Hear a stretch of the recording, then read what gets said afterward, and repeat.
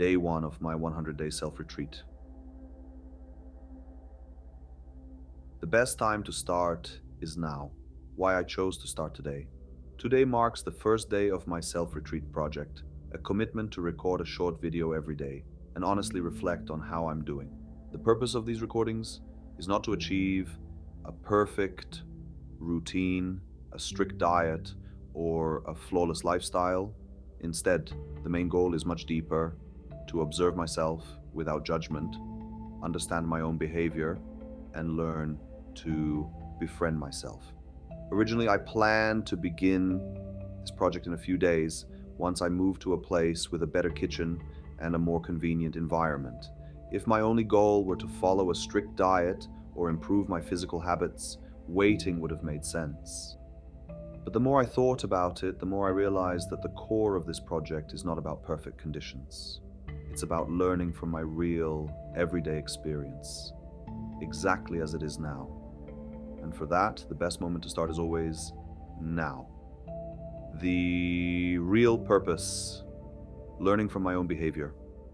What I want to develop through these 100 days is a habit of self-observation. I want to understand why I do what I do, rather than forcing myself to follow expectations shaped by society, past conditioning, or guilt. This means paying attention to myself throughout the day, coming back to my body, noticing how I feel, and observing how my inner world reacts to whatever happens around me. For example, if I feel lonely and end up making unhealthy choices, like gambling, drinking, or using substances, I don't want to start by judging myself. Instead, I want to pause and recognize, how am I actually feeling? What led me to this moment? What pain or need am I trying to soothe? If loneliness is the real cause, then the answer isn't simply stop doing bad things. The answer is to understand the loneliness, accept it, and look for ways to create more connection in my life based on what has genuinely worked before. This project is about tracing behavior back to its roots and learning from that understanding. Why this project matters to me. Over the years, I have seen in myself and in others that true self-development doesn't come from strict discipline alone. It comes from paying attention, building awareness, and treating yourself with kindness, even in difficult moments. And recently, loneliness has been a challenge for me. Over the past 2 months, it was particularly strong. Fortunately, during the last 2 weeks, I spent time with people who made me feel connected and supported, and the loneliness eased. But I know that these feelings will come back from time to time, and that life will always include discomfort. This retreat is not about escaping discomfort, but about learning to be at peace with it, so I can respond to difficult emotions with clarity instead of pressure or panic. Daily practice, honest reflection. My only strict rule for these 100 days is simple: record one honest video every day. It doesn't matter if I feel great or if I feel terrible. It doesn't matter if it's morning, afternoon, or midnight. What matters is the willingness to sit down, look at myself, and say, this is how I feel right now. This is what's going on inside me. This is what I can learn from it. Even on days when everything feels heavy or chaotic, I want to create space to understand what's happening and why. Why starting now matters. If this were just a fitness plan or a diet challenge, the best time to start would be when my environment is perfect. But because this project is about understanding myself in real time, the perfect moment is the imperfect one, right now. Whether I'm recording for an imaginary friend, a real friend, or just for myself, the point is to start observing, learning, and understanding today. Final thoughts.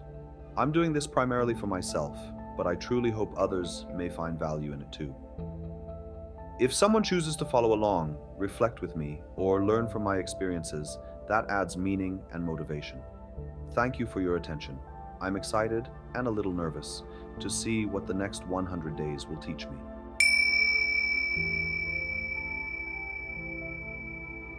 Day 2 of my 100-day self-retreat. Overeating is not my problem. Choosing my path, accepting the costs, and trusting the process. One idea has been returning to me since I started this self-retreat. There is nothing in life that I have to do. Every action comes with some reward and some cost, even if the choice looks obvious from the outside. What matters is reconnecting with myself and trusting that whatever I choose in a given moment is the best decision I can make with my current awareness, knowledge, and conditioning. The start of day 2.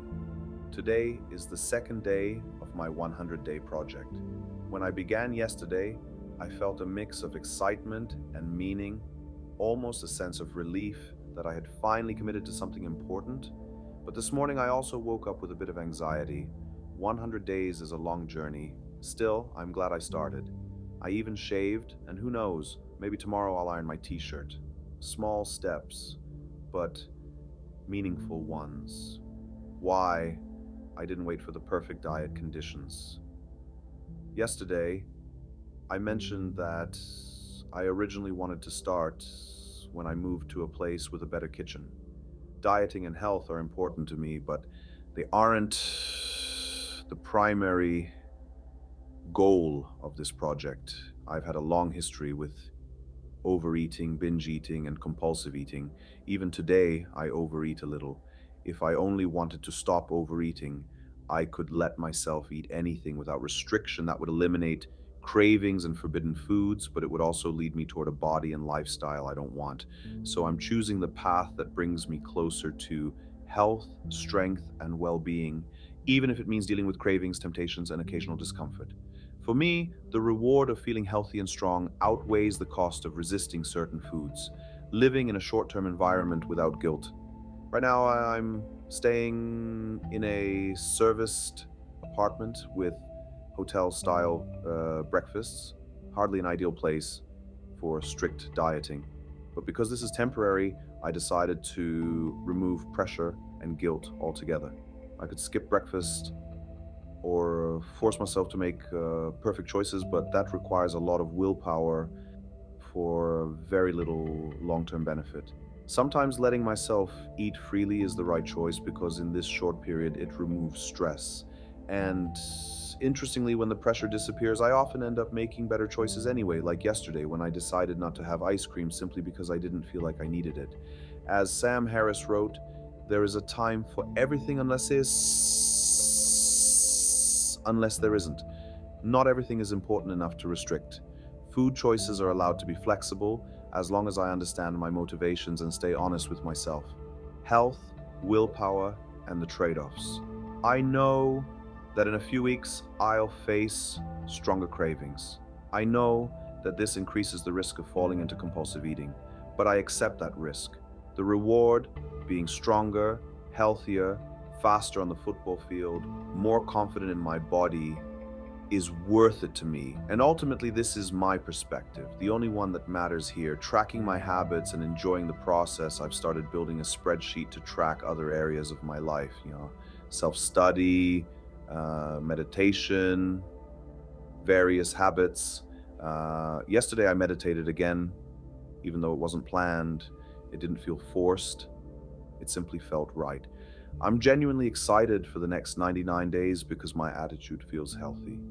I'm not forcing myself into anything. I'm choosing each action intentionally.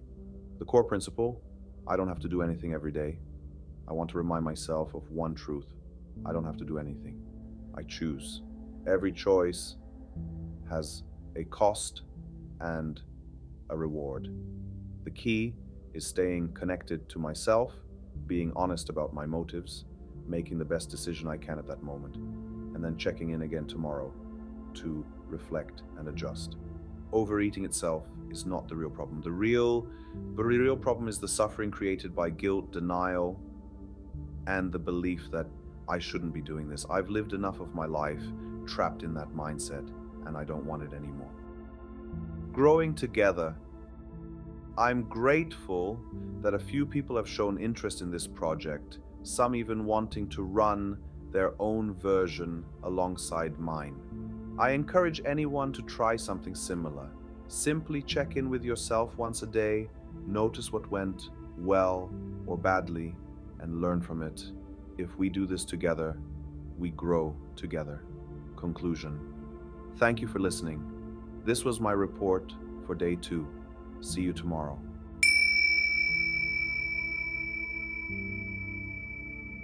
Day 3 of my 100-day self-retreat. Responding with awareness. Learning to observe myself in every situation. The first days of my 100-day self-retreat don't look much like a traditional retreat. I'm still staying with a friend, spending time with people, and living in an environment full of movement and social interactions. There is little space for long meditations or deep silence.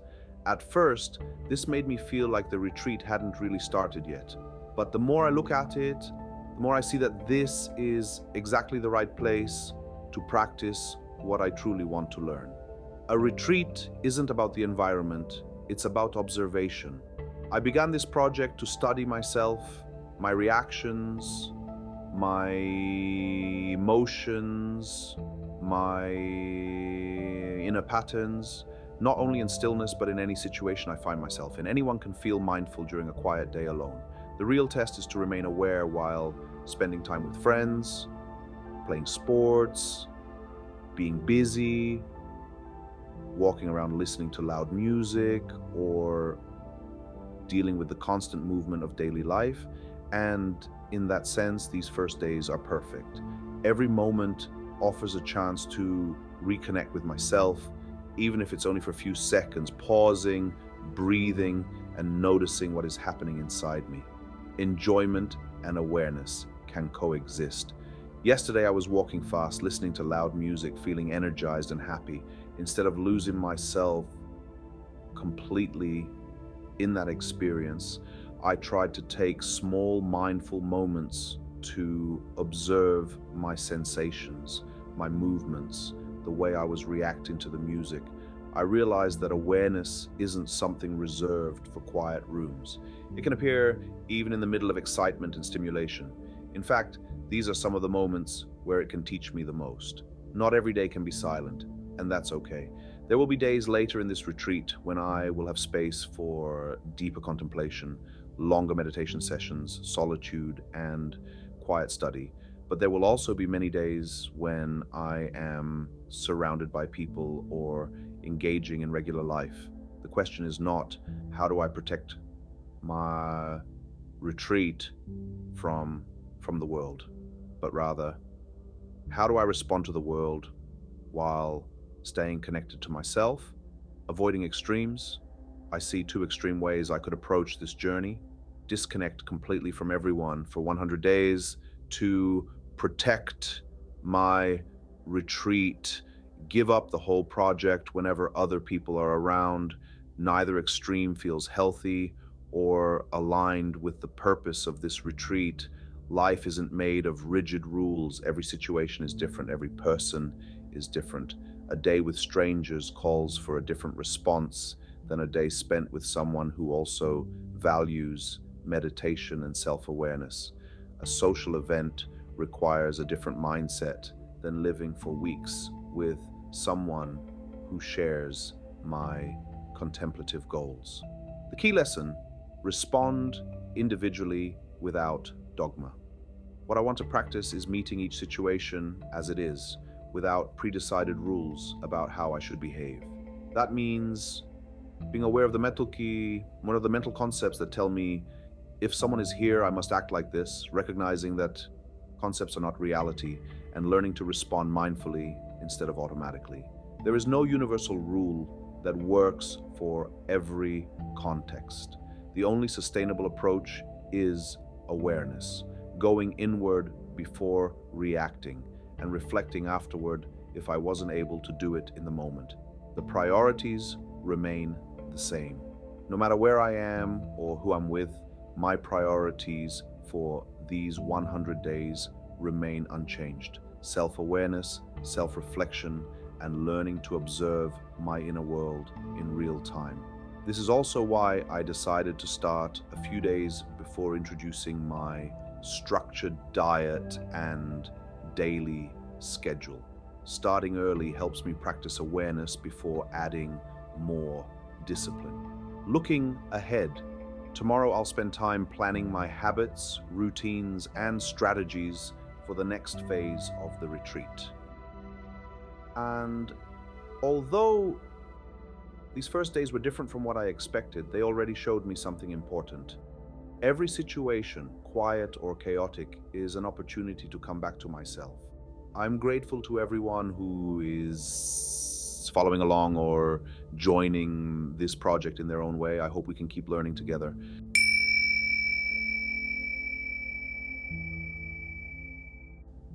Day 4 of my 100-day self-retreat, thinking and planning. Day 4. When the mind gets loud and awareness becomes necessary. This morning felt very different from the previous days of my self-retreat. The first 3 days were gentle, simple tasks, light observation, and feeling of ease that made the process seem almost effortless. But today I woke up with a noticeable shift, a wave of anxiety, a busy mind, and a sense that things are becoming more serious. And although it was uncomfortable, I can see now that this is exactly the experience I need. When anxiety arises, the real practice begins. The moment I opened my eyes, my mind began producing a stream of thoughts. I should read more. I should plan my routines. I should finally return to the gym. I should eat differently. I should wake up earlier. I should know what I'm doing. It was as if my brain had decided to bombard me with every should it had been storing for weeks. None of these thoughts were helpful. They weren't even based on real decisions. They were just noise, uncertainty dressed as urgency. But the more I watched the thoughts, the more I noticed something important. These thoughts weren't guiding me. They were pulling me away from what I actually want to practice. The mind loves to demand plans, even when it's not time to plan. Today's tasks are simple. First, record this video, then sit down and make a real plan for the upcoming days and weeks. There is a place for thinking, there is a time for structure, but that time is later. What I need right now is awareness. And the moment I remembered this, everything softened. I realized that I don't have to solve my life in the first 5 minutes after waking up. I don't need to fight with the thoughts or argue with them. I just need to observe them. Observing thoughts. Instead of negotiating with them, while walking outside, I paid attention to every mental movement. Thoughts about construction workers nearby, thoughts about strangers passing, random concerns appearing from nowhere. Normally, this would ignite a long internal conversation, commentary, analysis, judgment, explanations, but today I let it all pass. No arguing, no justification, no internal debate, just watching. And the moment I stopped engaging, the thoughts began to seem almost comical, like a loud radio station I could simply turn the volume down on by shifting into awareness. This is the lesson I keep returning to. The mind calms down, not when I control it, but when I stop feeding it. Creating a psychological reset. Through fasting, I decided to fast today, not as a physical challenge, but as a symbolic boundary, a way to mark the transition from 3 months of eating whatever I wanted into a more intentional, mindful approach to food. Fasting feels like a clean line between two phases, the unconscious period and the one I'm choosing now. Later, when I reintroduce meals, I want to focus on simple, real foods and on being fully present while preparing and eating them. 2 modes for the day, thinking and observing. To keep myself grounded, I'm dividing today into 2 clear modes. 1, planning mode. This is when thinking is useful. organizing routines, shaping habits, and defining the next steps of the retreat. 2. Awareness mode. When I'm not planning, I want to dedicate my attention to watching my thoughts, sensations, and reactions. This is the slow inner work of building self-awareness. Both modes matter. Both are part of this journey, taking the work seriously, but not too seriously. I'm still excited about this project, maybe even more than before, but I also remind myself not to turn it into something rigid or extreme. A retreat isn't a performance, it's a discovery. It's a chance to see myself more clearly without pretending to be someone else and without pressuring myself to be perfect. Today showed me that even anxiety and confusion can become teachers when I observe them instead of resisting them. Looking ahead, in the coming days, I'll begin shaping my routines more deliberately, but today served as a powerful reminder. Awareness doesn't appear only when things are peaceful. Sometimes it rises most clearly in the moments when the mind is loud. Thank you for following this journey. I hope these reflections offer something useful for your own path as well.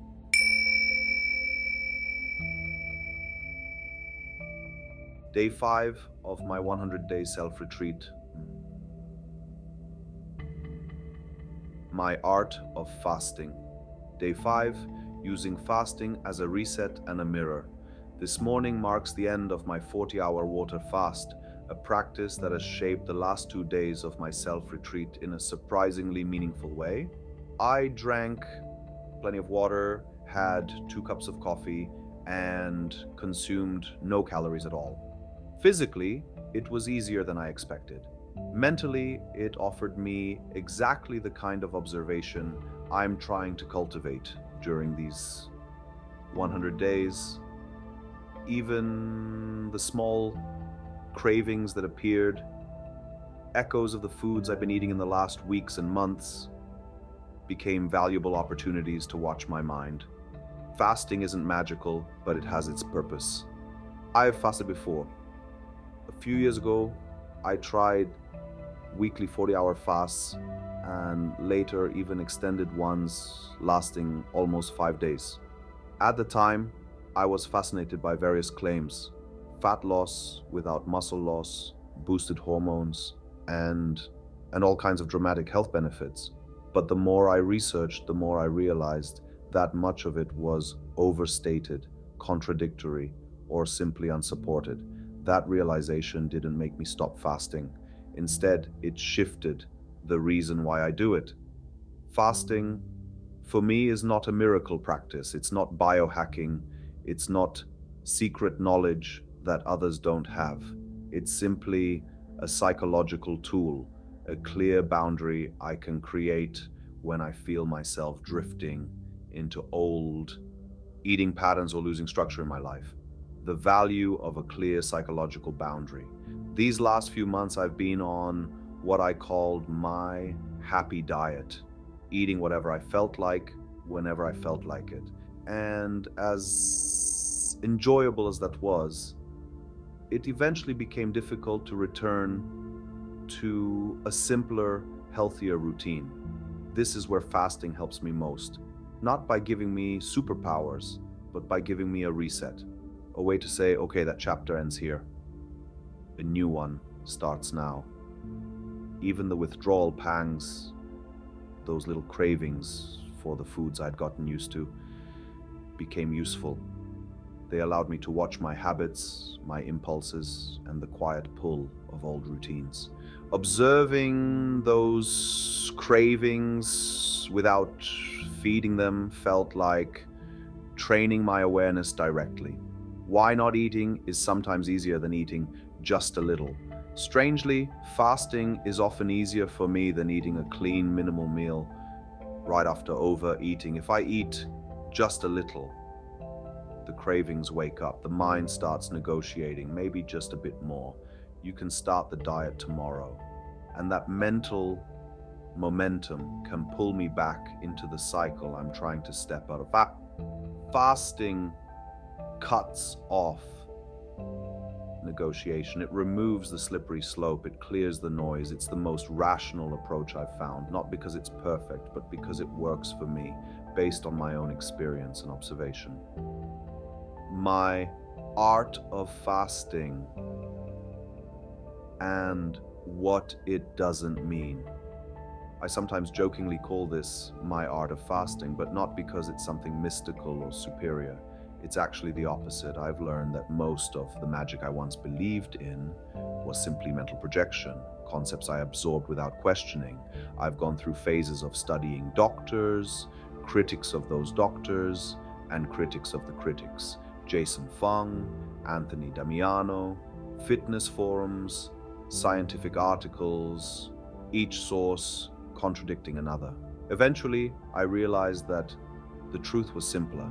Fasting is not magical, but it's also not harmful in the way some people claim.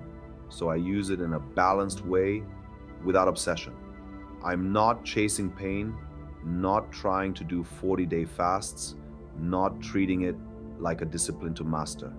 I'm simply using it when it helps me reconnect with myself. Food as a stimulus and the focus. That fasting gives me one thing. Fasting makes clear is how stimulating food is. Even healthy meals create internal noise.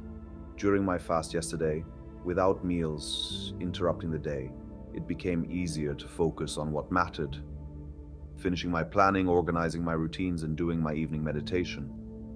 Fasting didn't magically make the meditation deeper, but it reduced distractions enough that awareness came a little more naturally. Is fasting a coping mechanism?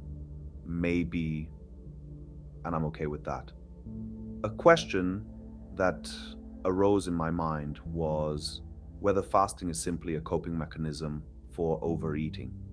If I always fast after eating too much, does it create a cycle of permission? But I see it differently. I'm not trying to eliminate overeating forever. I'm not trying to be perfect.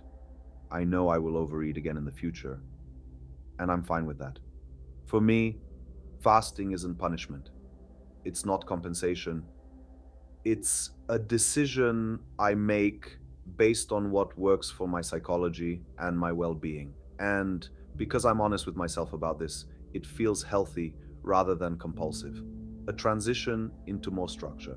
This fast marks the shift between two phases of my retreat, from the loose, unstructured, happy diet period into a more disciplined, intentional daily schedule, and I'm genuinely excited about it. This structure is something I want, not a rule imposed on me, not a burden, just a choice that supports the life I'm trying to build during these 100 days. Looking ahead, I'm glad I did this fast. It helped me observe myself more clearly, reset my habits, and prepare for the next chapter of this project. And for anyone following along, I hope this journey continues to offer something meaningful. Thank you, and see you tomorrow.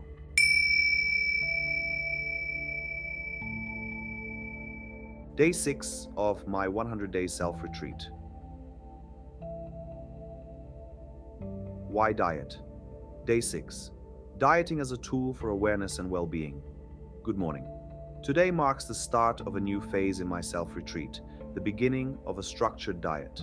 I began yesterday, and as I reflect on it, I want to share why I decided to take this step and why it feels meaningful rather than restrictive. Acceptance as the core of my approach. The foundation of everything I do in this retreat is acceptance. Not acceptance as a passive surrender, but as a clear-eyed acknowledgement of the present moment, what I am right now and what my circumstances are right now. This focus on right now is essential. The truth is, I will never be exactly the same in the future. The situation I face, the body I inhabit, the choices I make, they are all fleeting. Understanding this helps me take the right action in the moment, not out of guilt or aspiration, but from a place of awareness and care for my future self. Experiencing the difference, junk food versus healthy food. One of the reasons I started dieting is grounded in subjective experience. I notice how I feel after eating junk food or excessive calories, a sense of waste and unconscious cost, a heaviness that lingers even without guilt. Compare that to eating what I consider healthy, nourishing food. The difference is tangible. Healthy food makes me feel richer, stronger, more capable of engaging with life fully. It is not only about weight or appearance, but about the direct, immediate quality of my daily experience. Remembering my best physical shape, the times when I felt lean and strong, I realize that the body I inhabit now has the potential to approach that state again. Dieting is a way to move closer to that feeling, not in pursuit of perfection, but in pursuit of better, more fulfilling moments. Acceptance is never perfect. Of course, acceptance itself is a skill I continue to practice. I'm not perfect at it, and I never will be. Hypothetical situations, unexpected rain, accidents, sudden obstacles remind me that acceptance is contextual and fluid. Even simple challenges, like feeling frustrated after eating something I didn't intend to, highlight how the skill of acceptance must be continuously exercised. The key is not perfection, but presence, noticing my reactions, understanding my patterns, and gently redirecting myself when I notice resistance or discomfort. Dieting as a path to easier acceptance. Dieting in this context is not punishment, it's preparation. By shaping my environment, by choosing what I eat, how I move, and how I plan, I am creating future moments that are easier to accept. When I am leaner, stronger, and more disciplined, daily life feels smoother. Cravings, impulses, and fatigue interfere less with the flow of my day, and I am better able to stay connected to myself. The diet is also a meditation practice. Each craving becomes an object of observation. When I notice the sensations, the tug of desire, the thoughts racing through my mind, I treat them like any other part of my retreat. I observe, acknowledge, and let go. This is not denial, it is awareness in action. Costs and rewards. I am aware that dieting requires effort, planning meals, analyzing what I need, and managing willpower. But the rewards outweigh the costs. Each disciplined choice reinforces my awareness, strengthens my self-trust, and creates a clearer, calmer mind. Moments of hesitation or doubt, when negative thoughts creep in, are opportunities to practice noticing without being hijacked by them. Over time, these moments become liberating rather than exhausting. Looking ahead. This is why I started my diet yesterday and why I will continue it as part of this 100-day self-retreat. It is not about restriction or obsession, it is about shaping my daily experience, building a body and mind that allow me to engage fully with life, and strengthening my capacity for acceptance. Every meal, every craving, every choice is an opportunity to observe, reflect, and grow.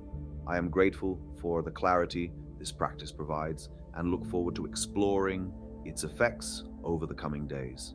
Thank you for following along on this journey. I'll continue sharing my observations and insights as I move forward.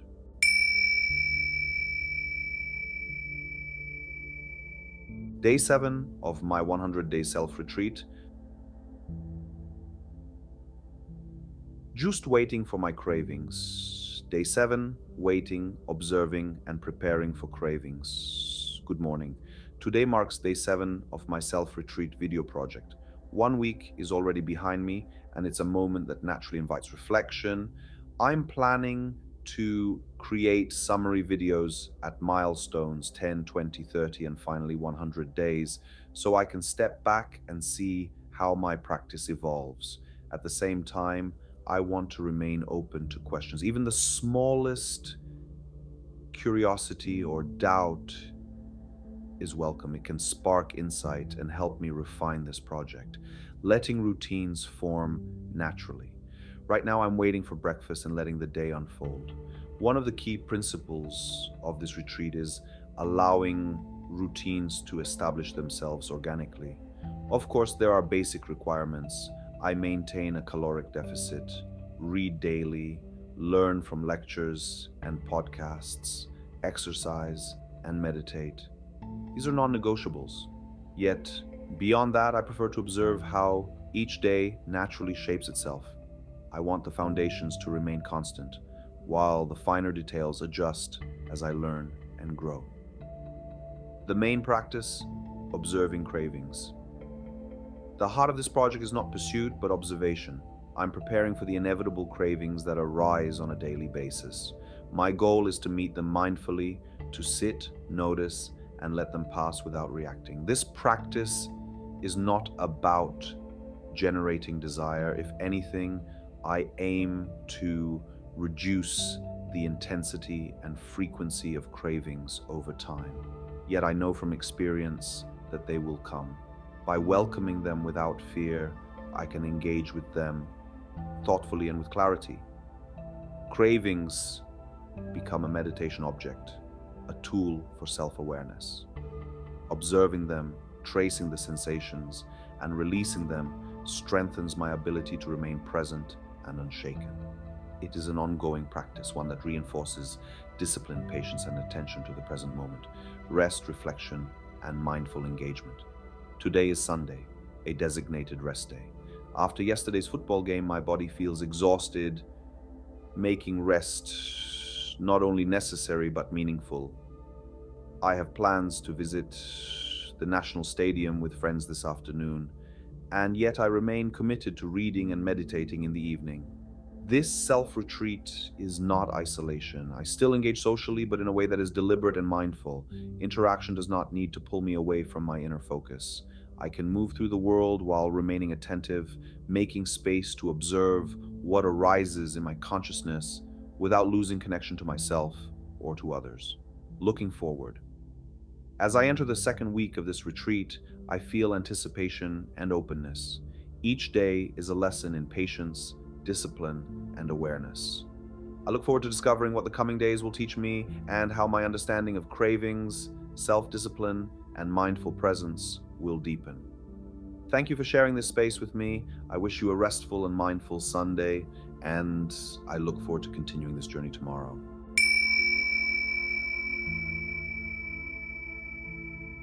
Day 8 of my 100-day self-retreat. It's getting difficult. Day 8, observing struggle and staying honest. Morning mood, acknowledging sadness. Now I'm sad. Good morning. Today is day 8 of my subtle retreat video project, and it's getting a bit difficult. I want to be completely honest with you, and I can be. I notice the rise of excuses in my mind, the small rationalizations that whisper, maybe not today. For example, when I wake up in the morning, I feel low motivation. The air feels too humid, unlike the crisp, cold mornings of my early walks at 4:30 or 5 a.m., sometimes in -10 or -15 degrees. Back then, the chill felt invigorating. Now it feels heavy. These are minor excuses, yet they are noticeable and real. Physical struggle, fatigue in the body. The fatigue in my body makes persistence more challenging. My leg muscles are stiff, my lower back aches, and yet I am supposed to go to the gym today. I will go, of course, but I am aware of the resistance, the negative thinking, the temptation to postpone. Struggle is present, but it is not a reason to stop. Observing the struggle itself is central to this project. Awareness of lows, of resistance, of internal friction, that is the practice. Mindful observation, accepting lows and anticipating highs.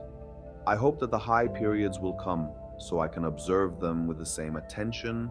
Right now, the external situation has not changed significantly compared to earlier times when I struggled more. Like in February, I am not lonely, my tasks are clear, and I have not stopped pursuing them.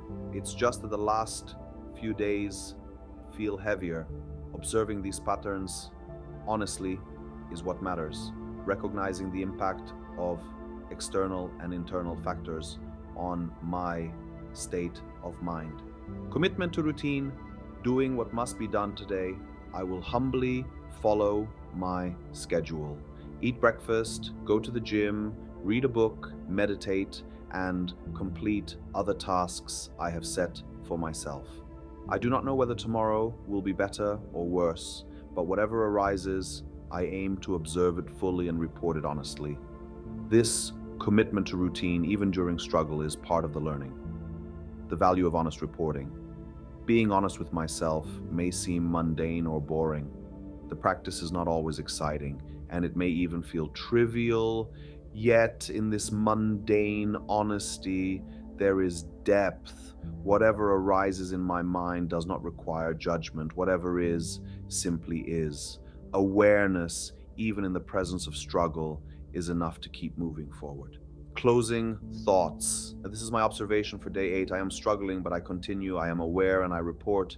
This process, observing highs, lows, and all the subtle excuses in between, is what the retreat is truly about. Thank you for sharing this space with me. I will continue one day at a time with honesty as my guide.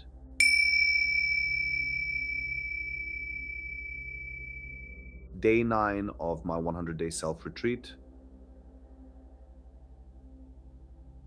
Curiosity. Day 9, curiosity as a way to understand mood. Introduction. What if we approached our emotions with curiosity?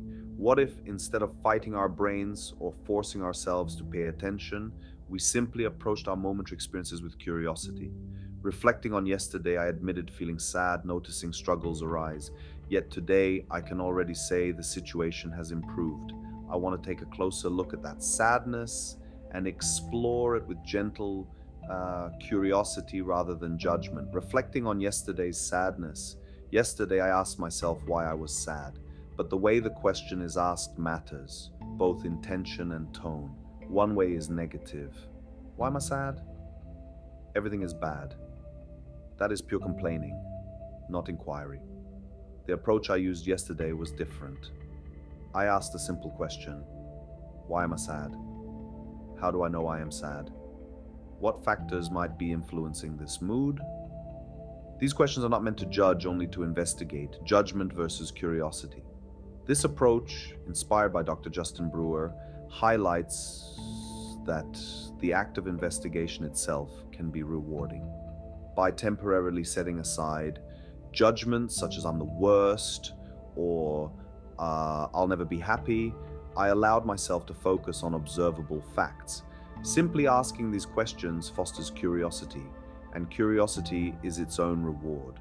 How I identified emotional signals in my body. Observing my body yesterday, I noticed my face felt heavy, my eyes tired and exhausted, and my overall energy low. These physical signals helped me recognize the emotional state I was experiencing. Paying attention to the body provides a tangible entry point into understanding emotions more deeply.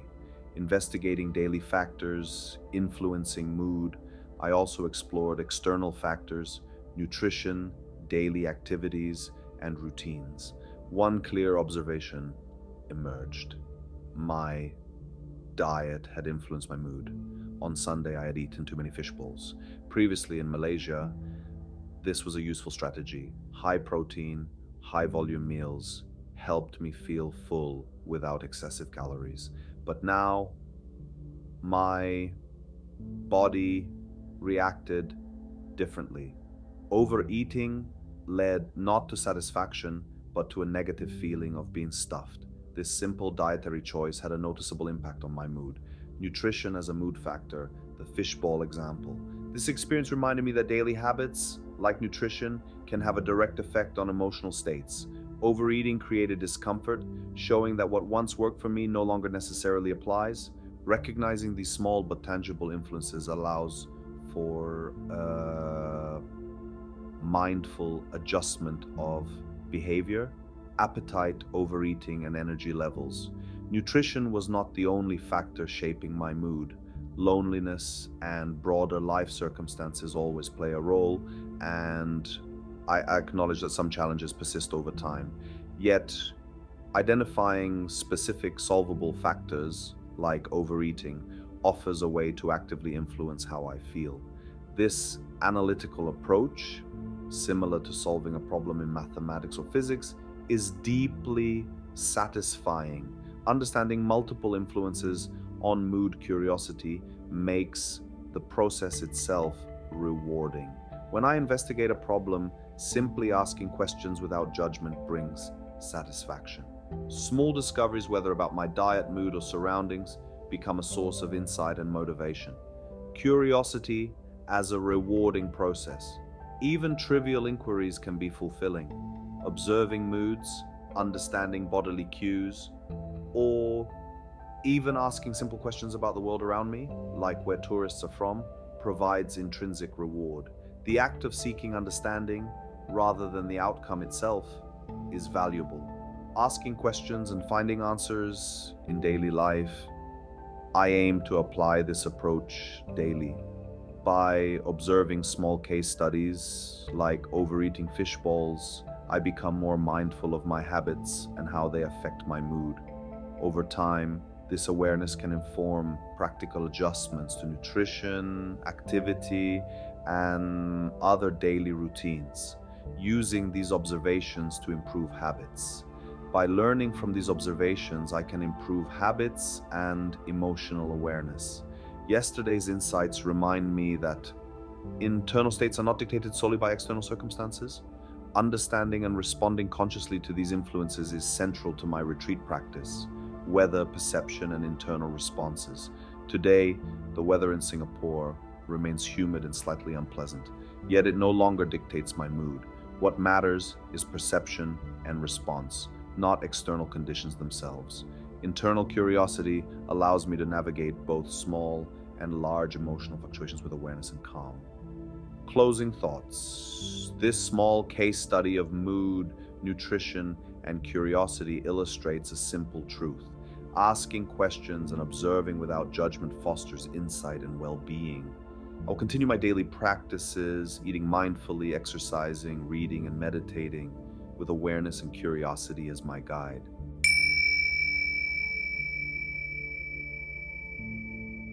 Day 10 of my 100-day self-retreat. It's award. Day 10 summary and reflections on the first 10 days introduction. Day 10 summary. Good morning. Today marks the summary of my first 10 days in this self-observation project. Reflecting on this period, some surprises emerged. Contrary to my expectations, the most challenging part was not diet. Instead, anxiety proved to be the dominant obstacle, shaping my focus and energy far more than food or nutrition ever did. Biggest challenge, anxiety, not diet. It quickly became clear that managing anxiety while maintaining consistency is far more demanding than monitoring diet. The mental load of being both the instructor and the participant, simultaneously guiding the process and living it, is surprisingly heavy.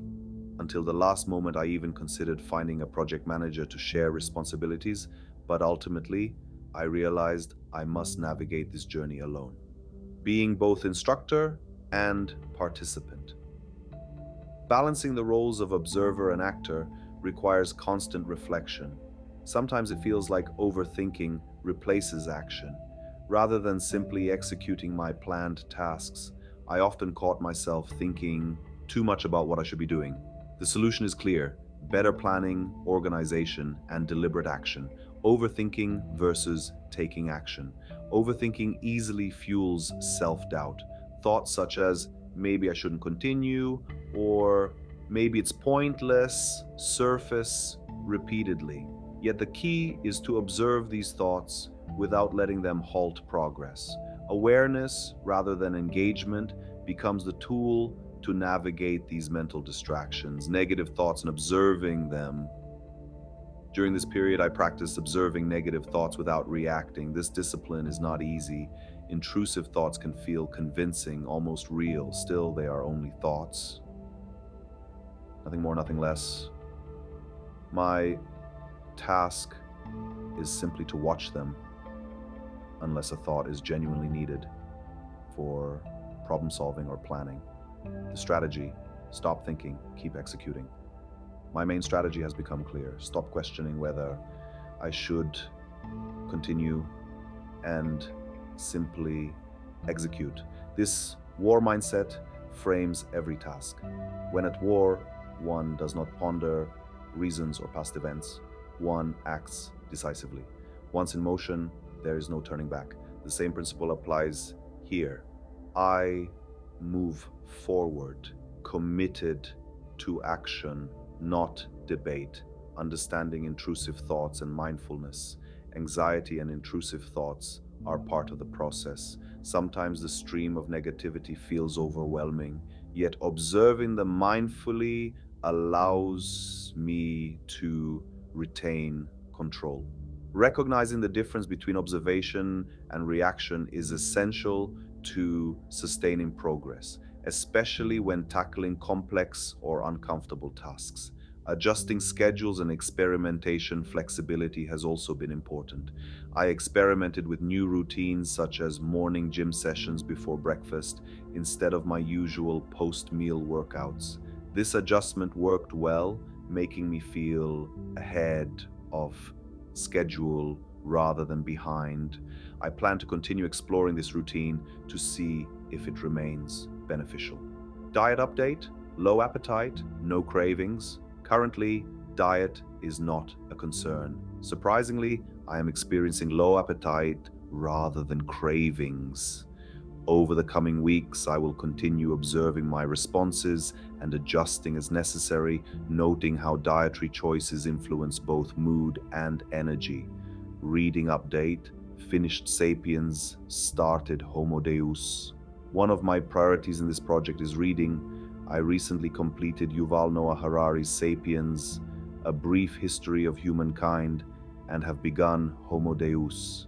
These readings support reflection, providing context and insight for my ongoing self-observation practice.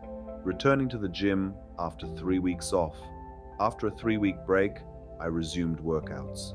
Starting again is challenging, particularly when doing it alone. Anxiety and procrastination appear even once I'm physically present at the gym. Observing these reactions without letting them dictate my behavior has become an essential part of the process. Struggling with starting workouts. The first step of any workout remains the hardest. Options for workout partners are limited, and I must often rely on self-discipline. Recording my workouts, however, provides accountability. Sending these recordings to my online coach ensures a minimal standard.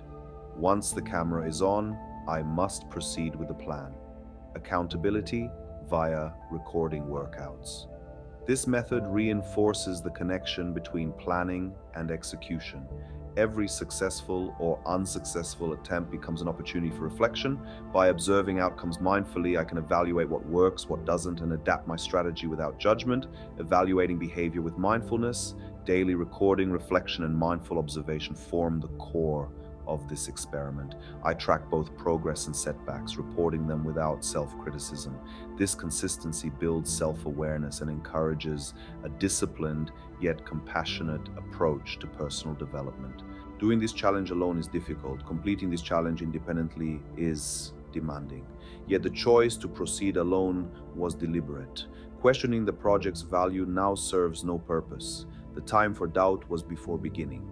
Execution and observation are now the priorities. No more questioning, only execution. Moving forward means focusing entirely on action, trusting the process, and observing myself with honesty. Each day provides data for reflection and self-improvement, deepening both discipline and understanding, building self-awareness through daily updates. This routine of consistent observation fosters self-awareness. Daily updates act as checkpoints, allowing me to understand how my mind and body respond to challenges. The process itself is as valuable as the outcomes it produces. Looking ahead and trusting the process, I look forward to the days ahead with optimism. While the path involves effort and occasional anxiety, I trust in the structure I've created. By maintaining focus on action and observation, I believe this approach will yield growth and insight. Daily videos for email subscribers. For those following this project, daily video updates are shared with email subscribers. Every 10 days, a summary provides reflections, insights, and progress reports, reinforcing both accountability and community engagement. Thank you, and signing off. To conclude, I express gratitude to myself, to those observing, and to anyone supporting this journey. All the best to you, all the best to me, all the best to us. I will continue tomorrow with the same commitment to observation, action, and self awareness.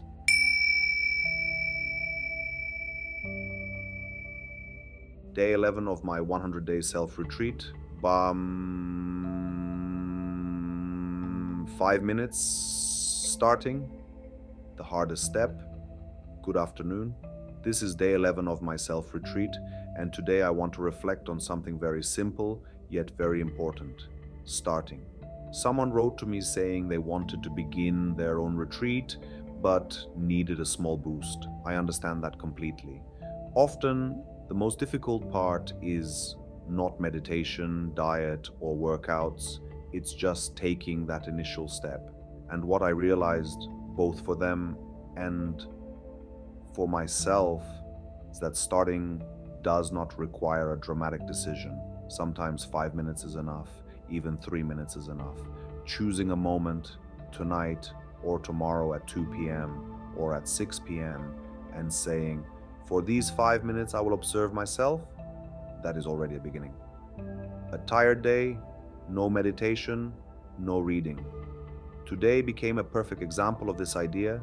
My main priorities, meditation, workouts, diet, reading, are usually the core of this retreat. But today, I did none of them. I slept poorly after picking up a guest from the airport in the middle of the night.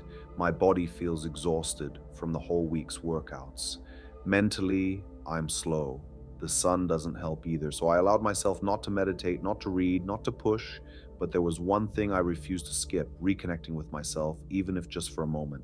Recording this video, observing how I feel, checking whether I'm still aligned with the direction I chose for these 100 days. 5 minutes of awareness, remembering values. What surprised me is how quickly these few minutes can bring clarity back. Even in this tired state, I remembered my basic values again. What I want to avoid: sweets, bread, random snacking, and what direction I want to walk in. These tiny reminders matter. They prevent autopilot from taking over. It doesn't have to be profound, it doesn't have to be long. Just 5 minutes of honest presence is sometimes enough to stay on the right path. Not forcing, resting without losing direction.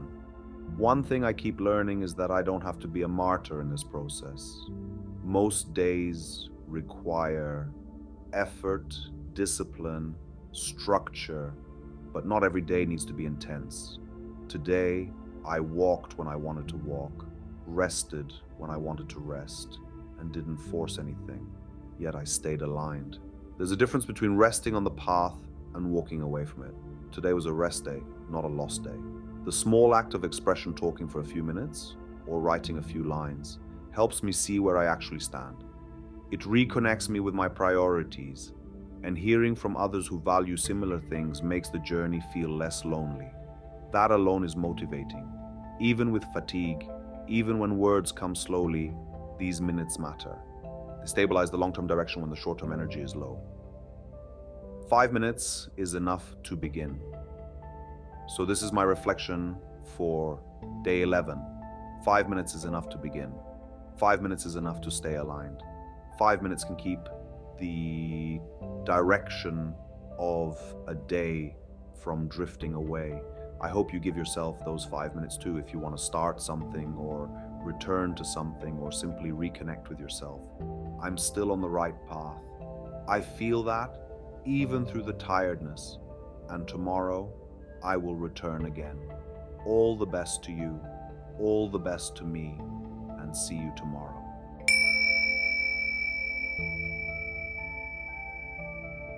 Day 12 of my 100-day self-retreat, PAU and Psychology of Addiction, Dietary Rules and Their Purpose. As part of my self-retreat, I established a simple but meaningful set of dietary rules.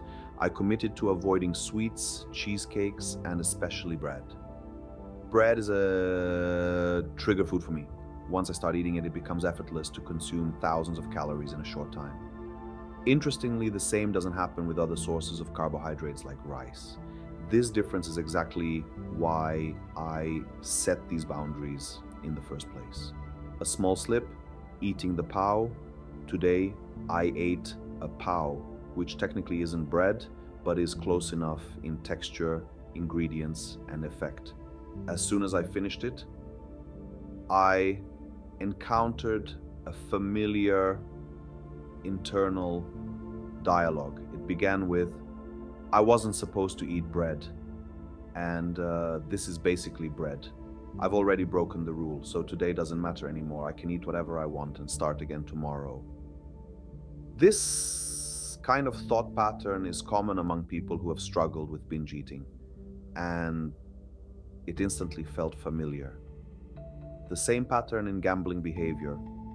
What surprised me as I observed these thoughts was how similar they are to the mental patterns I experienced during my past gambling phase. Back then, I had strict money management rules, betting only a certain fixed amount, and yet I occasionally, accidentally, typed in a slightly higher bet. The financial difference between 200 and 220 wasn't the issue. The real damage happened psychologically. Once I crossed the boundary by even a small amount, it became much easier to justify larger, reckless bets. The moment the rule was bent, the mind treated it as broken. The psychology of a broken boundary. This tendency appears across many behaviors: eating, gambling, alcohol, drugs, or any habit with addictive elements. A small deviation becomes an emotional permission slip. The inner narrative goes, the damage is already done, I might as well continue. It is fascinating and alarming how consistent this psychological mechanism is. A tiny crack in discipline can rapidly expand into a full collapse of self-control. Catching the pattern in real time today, after eating the pao, I could feel how easily the situation could have escalated. Eating another and another and declaring the day ruined. But instead of falling into that script, I paused to observe the craving and the justification forming in my mind. Awareness allowed me to step out of the pattern.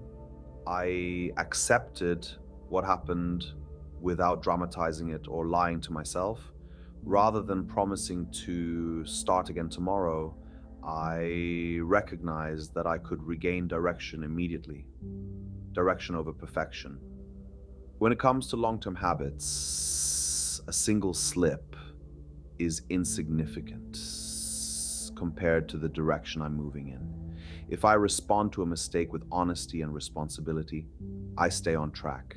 But if I let that mistake justify further self-sabotage, the downward trend begins.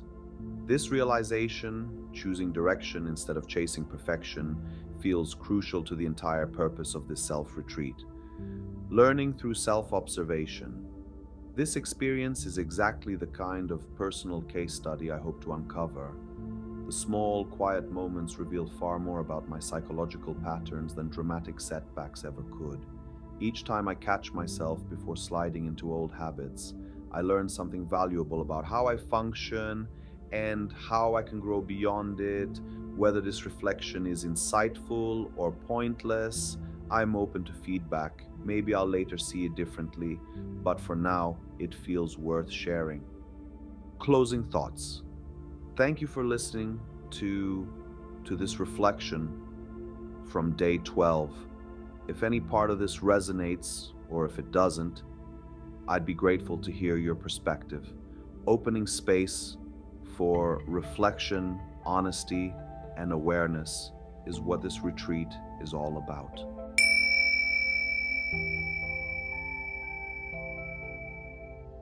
Day 13 of my 100 days self-retreat. Who cares? a morning full of false starts. This morning, as I began day 13 of my self-retreat video project, I found myself struggling.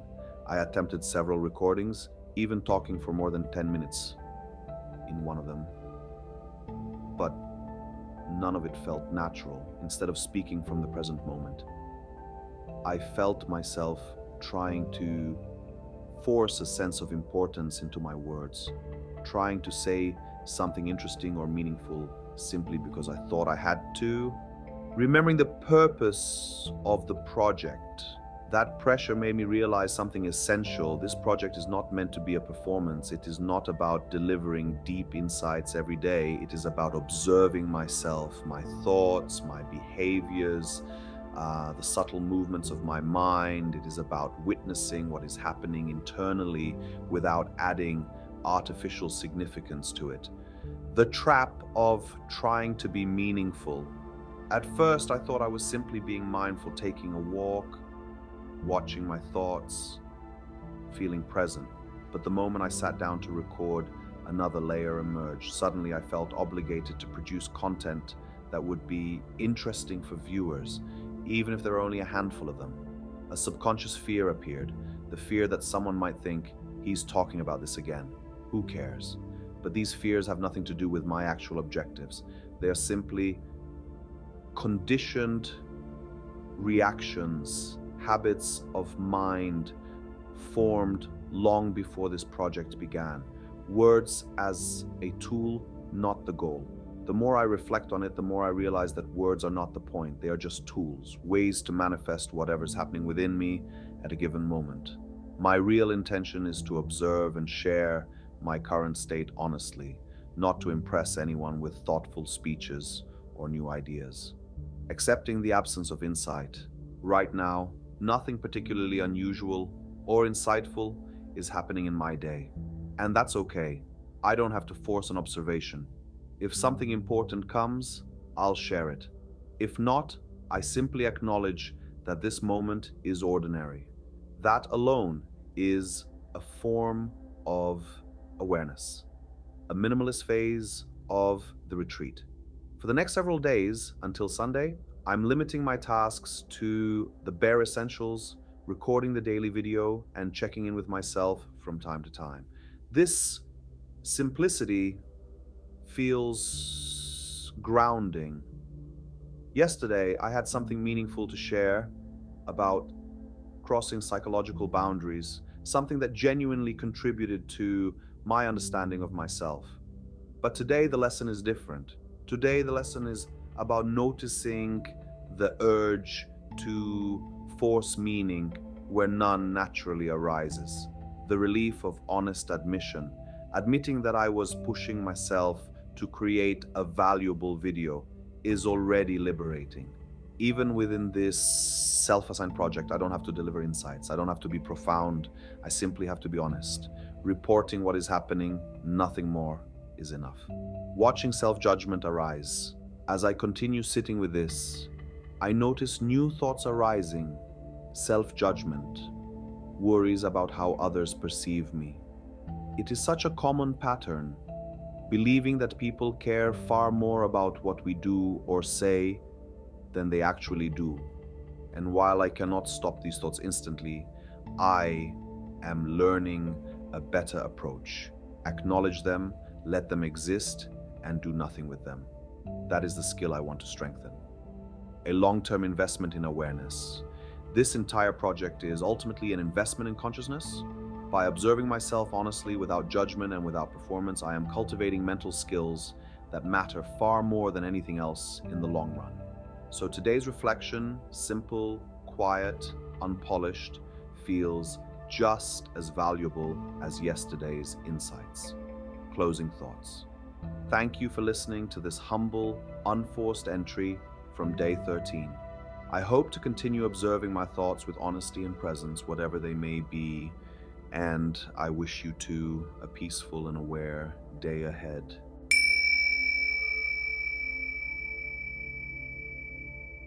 Day 14 of my 100-day self-retreat. All right, joke time is over. balancing social life and self-retreat. As my 4-day weekend of social activities comes to an end, I find myself reflecting on how these experiences have influenced my self-retreat. Unlike some weekends, I didn't indulge in anything that would break my personal rules.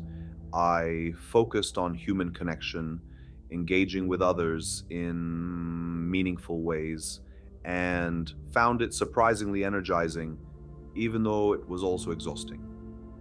The balance between socializing and maintaining personal discipline proved both challenging and rewarding. The value of personal space. While social interactions were uplifting, I am grateful for the private space that follows. Retreating to solitude allows me to recharge mentally and emotionally, and I recognize how vital this balance is. Without time alone, even enjoyable experiences can become draining. This contrast reminds me that self-awareness and personal reflection flourish most when supported by periods of quiet and rest. Observations from everyday experiences. Over the weekend, small but important observations arose from ordinary moments. These insights reinforced the importance of prioritizing self-awareness in my life. Every interaction, every thought seemed to provide subtle clues about my tendencies, my reactions, and my values. By observing myself in these varied situations, I feel more confident that I am on the right path, one that is aligned with personal growth and conscious living, staying on the right path. These experiences serve as confirmation that the path I am on is meaningful and sustainable. Building self-awareness is not just a theoretical exercise, it has practical benefits. It enhances decision-making, strengthens emotional resilience, and clarifies priorities. Recognizing these gains motivates me to continue my self-retreat practices, to record these daily reflections, and to remain committed to conscious living even during busy or challenging times. Looking ahead, motivation and focus. Tomorrow, I return to a more structured routine with work and daily responsibilities at the forefront. Despite the upcoming grind, I feel motivated and prepared, knowing that the weekend's reflections have reinforced my commitment to self-growth. Maintaining awareness, observing thoughts without judgment, and balancing social and private life remain my primary goals. Invitation to share and learn together. I also want to encourage others on similar journeys to reflect on their experiences with self-awareness and mindfulness. Sharing insights, questions, or challenges can create a supportive community, and I plan to address topics suggested by viewers in upcoming reflections. This dialogue strengthens not only my practice, but also the collective understanding of conscious living. Closing thoughts day. 14 of this self-retreat serves as a reminder that growth is found both in quiet solitude and in mindful engagement with the world. By observing, reflecting, and recording these experiences, I continue to invest in my mental skills, emotional clarity, and overall consciousness, the true pillars of long-term well-being.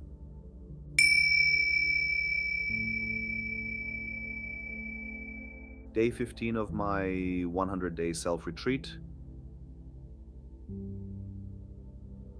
Getting up the simple challenge that feels difficult.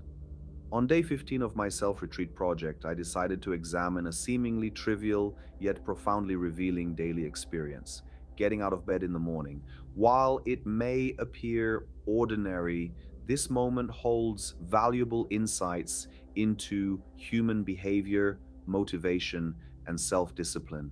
Like many people, I often find my bed warm, safe, and irresistibly comfortable, while the responsibilities of the day outside seem daunting and less appealing.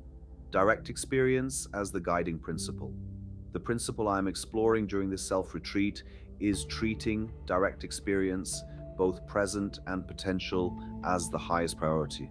Rather than relying on abstract motivation or self-talk, I observe the immediate sensations, thoughts, and feelings that arise in real time. This focus on direct experience helps illuminate not just the choice itself, but the deeper processes that guide human decisions, staying in bed versus getting up. When faced with the decision to remain in bed, the short-term pleasure is clear: warmth, comfort, and safety. Yet, lingering in bed also brings thoughts of guilt, disappointment, and self-judgment. Even with mindfulness practices, these thoughts may become less intense but never disappear entirely. Staying in bed, therefore, offers diminishing returns. The immediate comfort gradually loses its appeal, while negative thoughts grow stronger. Conversely, choosing to get up, even when it feels difficult, yields a different set of experiences. A morning walk, fresh air, and movement generate positive energy, enhance self-esteem, and create a sense of accomplishment. The discomfort of initially leaving the bed is temporary, whereas the benefits of engaging with the day are long-lasting. Breaking actions into manageable steps. 1. Key insight is the power of breaking actions into smaller, manageable steps. Instead of focusing on the daunting task as a whole, I focus on incremental actions: moving my hand, sitting up, standing, and finally stepping out. By dividing the process into micro actions, what initially seems difficult becomes achievable. This principle, though simple, is widely applicable to many decisions in life. Motivation versus clarity. Sustainable action is not built on repeated motivational speeches or self-persuasion. Motivation fluctuates and is unreliable, especially over the long term. Instead, clarity, understanding the real consequences of each choice and observing them without illusion, provides a more stable guide. Once I see the situation clearly and understand the likely thoughts and feelings that will follow each choice, the decision becomes obvious. The fear and hesitation that arise are often illusions created by mental concepts, not by reality itself. Applying these principles beyond the morning routine. Though this analysis centers on getting out of bed, the principles extend far beyond the morning routine. Observing direct experience, anticipating thoughts, breaking actions into manageable steps, and prioritizing clarity over motivation can guide decisions in all areas of life.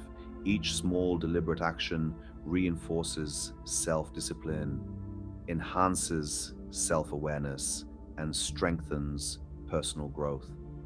Closing reflections. Day 15 of my self-retreat highlights that even the simplest decisions can reveal profound insights about human nature and personal development. By observing my own thoughts and actions in these ordinary moments, I continue to learn how to act with awareness, align with reality, and cultivate sustainable habits. The practice of self-reflection, even in the morning act of getting out of bed, is a powerful tool for living consciously and purposefully.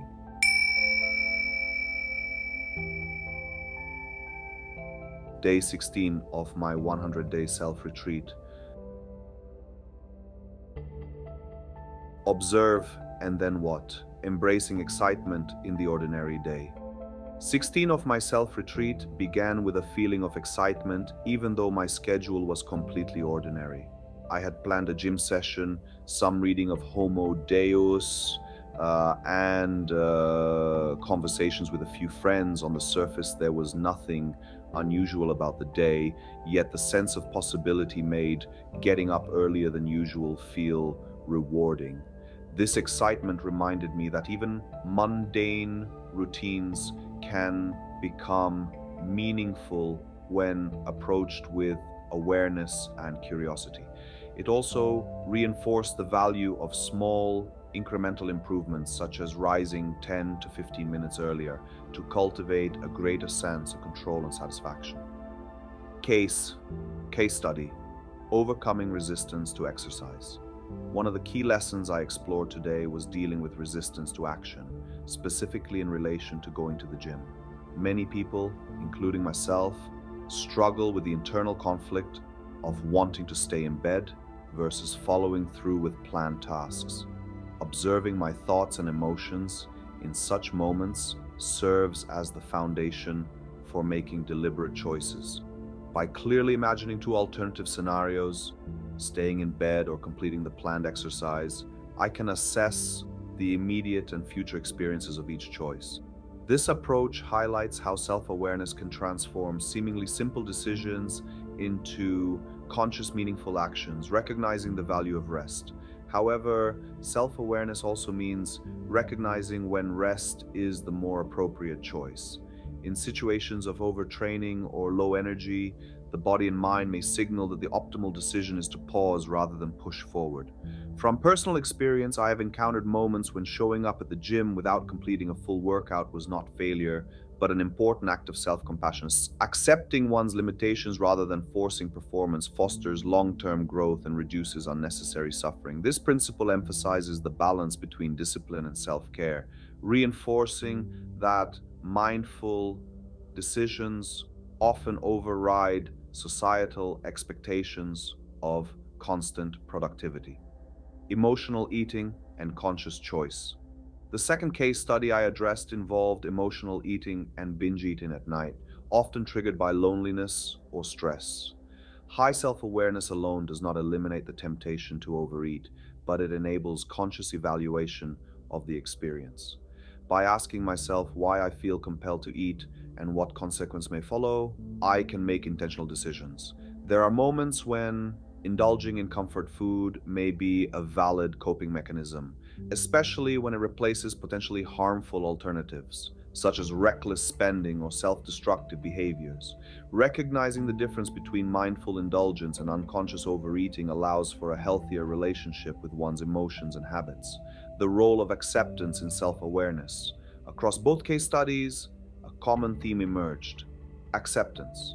Whether acknowledging physical limitations, emotional states, or habitual behaviors, acceptance forms the foundation of effective self-awareness.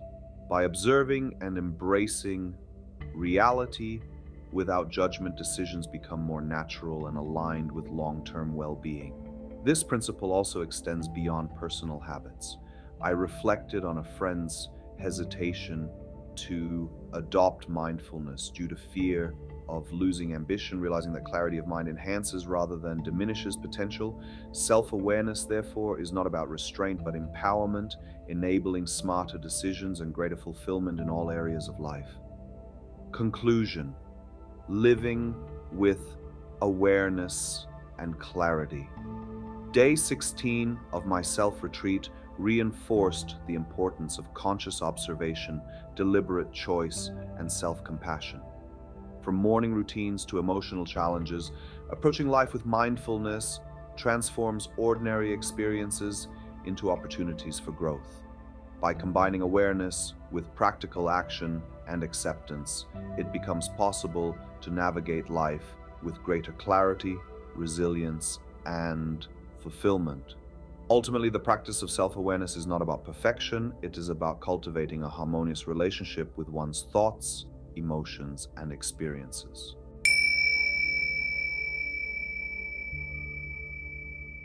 Day 17 of my 100-day self-retreat. Mistakes. Reflecting on mistakes and accountability. Day 17 of my self-retreat video project began with a simple but important realization. Mistakes happen and accountability matters. A few days ago, when I sent out the video link via email, I accidentally omitted several recipients. Although I corrected the error later, I repeated the same mistake today. At first, this could have felt frustrating, but instead, I chose to view it as a valuable lesson. Recognizing that someone on the other end noticed my mistake gave me a sense of being held accountable, reminding me that I am not entirely alone in this process. It underscored the importance of self-awareness and the value of external feedback, even in solitary practices like this retreat. The role of support in personal projects. Acknowledging the mistakes also highlighted the potential benefits of support systems. If I had a helper, administrator, or project manager, these errors could have been minimized or avoided entirely.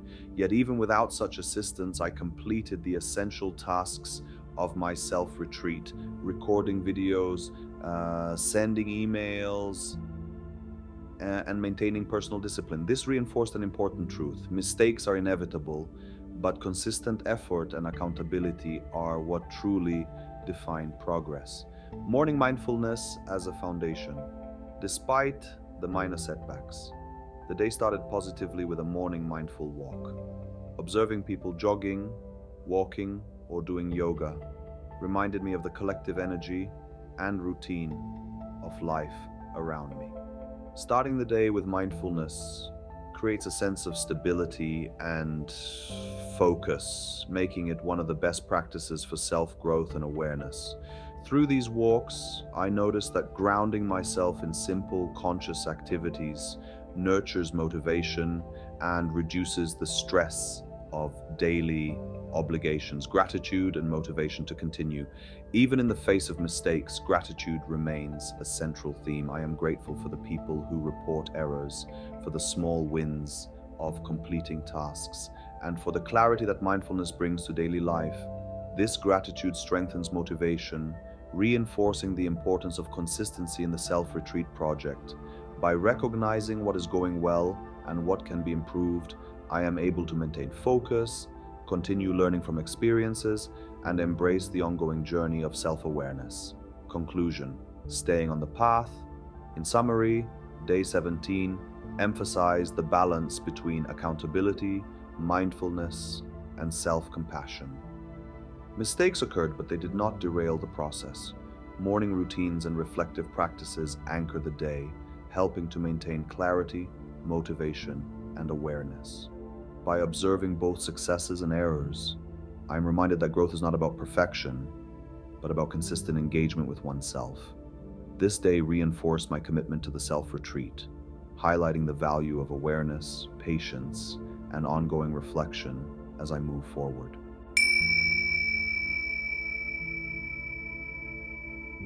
Day 18 of my 100-day self-retreat. Presence, beginning to live. The self-retreat day. 18 of my self-retreat video project has been a reflection on presence, mindfulness, and the subtle art of living intentionally, even amid a busy and stimulating environment. Over the past few days, I have noticed that my retreat is beginning to resemble the structured self-retreat I originally designed. The level of distractions has been significantly reduced, allowing me to focus more fully on the state of presence. Despite residing in Singapore, a crowded city, and engaging in activities involving others, such as sharing a house, going to the gym, and shopping at local markets, I have been able to maintain a sense of calm and focus. Sustainable asceticism in daily life. I find that the current balance I have achieved is close to the best possible within my circumstances. This approach to asceticism is not extreme, it is sustainable over months and allows me to nurture my self-awareness without complete isolation. While I occasionally entertain thoughts about the future, wondering what life will look like after this retreat period, or considering different directions, that might involve more social engagement or indulgence, I return my focus to the present moment. These future-oriented thoughts are acknowledged but not dwelled upon, allowing me to continually return to presence. Investing in the future through mindfulness. A significant moment of reflection occurred while walking to the Botanic Gardens. I realized that the effort I invest in cultivating mindfulness now is a meaningful investment in my future. Years from now, I anticipate recalling these days as deeply rewarding and formative experiences. This sense of long-term purpose reinforces my commitment to the present, much like the nostalgia I feel when revisiting places from my earlier life, such as my university or workplace in England. Observing and accepting present sensations. The benefits of this mindful approach are tangible even in the short term. Yesterday, after a workout and a walk in the sun, I experienced physical exhaustion. Yet, lying on my bed and observing my state of fatigue without judgment or resistance was liberating. This act of observing and accepting my sensations, even when my mental energy was low, exemplifies the power of presence. I recognize that mindfulness does not require an ideal physical state, it is compatible with ordinary, even fatigued moments. Daily practices for mindful living. Overall, my day has been marked by progress across multiple dimensions: diet, workouts, reading, and mindful observation of my own experiences. The consistent theme is the cultivation of presence and acceptance, an awareness of whatever arises in consciousness, coupled with a gentle acknowledgement rather than resistance. This practice, I believe, is foundational to long term mental clarity and peace of mind. Conclusion: a mindful path. Forward. Day 18 has reinforced that even in a life filled with social interactions and external responsibilities, it is possible to create a sustainable, mindful retreat within one's everyday existence. By prioritizing presence, observing thoughts without attachment, and embracing small daily practices, I continue to cultivate a life marked by awareness, calm, and intentionality. The journey towards self awareness is ongoing, but each day of mindful practice strengthens the foundation for a more present, fulfilled life. Day 19 of my 100-day self retreat. Accepting limitations, reflecting on day 19 of the self retreat. Good morning, this is day 19 of my self retreat video project. It's Friday, and reflecting on this week from Monday to Friday, I feel a deep sense of satisfaction. I have successfully stayed focused and avoided distractions, which makes me look forward to the next days and moments with anticipation. Even though I am physically tired, getting up early has become increasingly easier, demonstrating the benefits of consistent self-discipline and routine, planning, rest, and balance. Despite physical exhaustion, I have thoughtfully planned the afternoon for complete rest. I allow myself to lie in bed, watch videos, or simply do nothing, acknowledging that rest is necessary after a series of intense work or study days. By scheduling recovery, I create a balance between effort and rest, which ensures that my energy levels are preserved for the long term. Acknowledging vulnerability and fatigue. I have noticed that vulnerability is heightened following consecutive days of hard work or workouts. In the past, I would often collapse under this exhaustion, feeling powerless or frustrated. However, through self-observation and acceptance, it has become easier to navigate these challenging days without harsh judgment, understanding that weakness and fatigue are natural human experiences. Acceptance as a path to fulfillment. Observing and accepting my limitations provides a sense of liberation. I reflect on past struggles and recognize how much easier it is to face these moments today. Accepting my weaknesses allows me to approach life rationally and efficiently rather than being harsh on myself. Fulfillment rather than superficial happiness arises from acknowledging these mechanisms and embracing them fully. Experiencing physical fatigue with mindfulness. Even though walking and daily activities bring physical pain such as sore leg muscles or lower back tension, I allow myself to feel these sensations without resistance. Being present with my physical state, observing and accepting it, is liberating. This mindful acceptance transforms ordinary fatigue into an opportunity for self-awareness and harmony with my body. Learning and planning ahead. Being in tune with my experiences allows me to learn from them in real time while planning future days, weeks, and months. Acceptance and mindfulness provide clarity, helping me make informed choices about how to manage energy, work, and rest.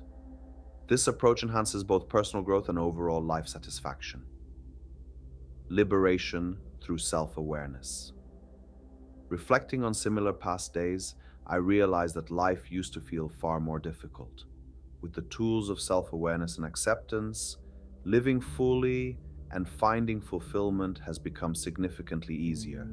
Fulfillment is derived from embracing the present, being at peace with one's limitations, and understanding the underlying mechanisms that shape our experiences. Conclusion: fulfillment beyond happiness. Even on days of physical and mental exhaustion, full acceptance provides peace of mind.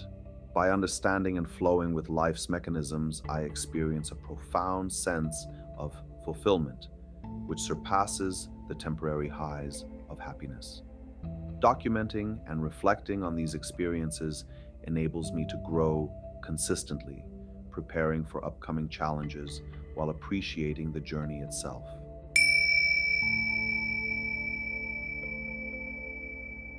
Day 20 of my 100-day self-retreat.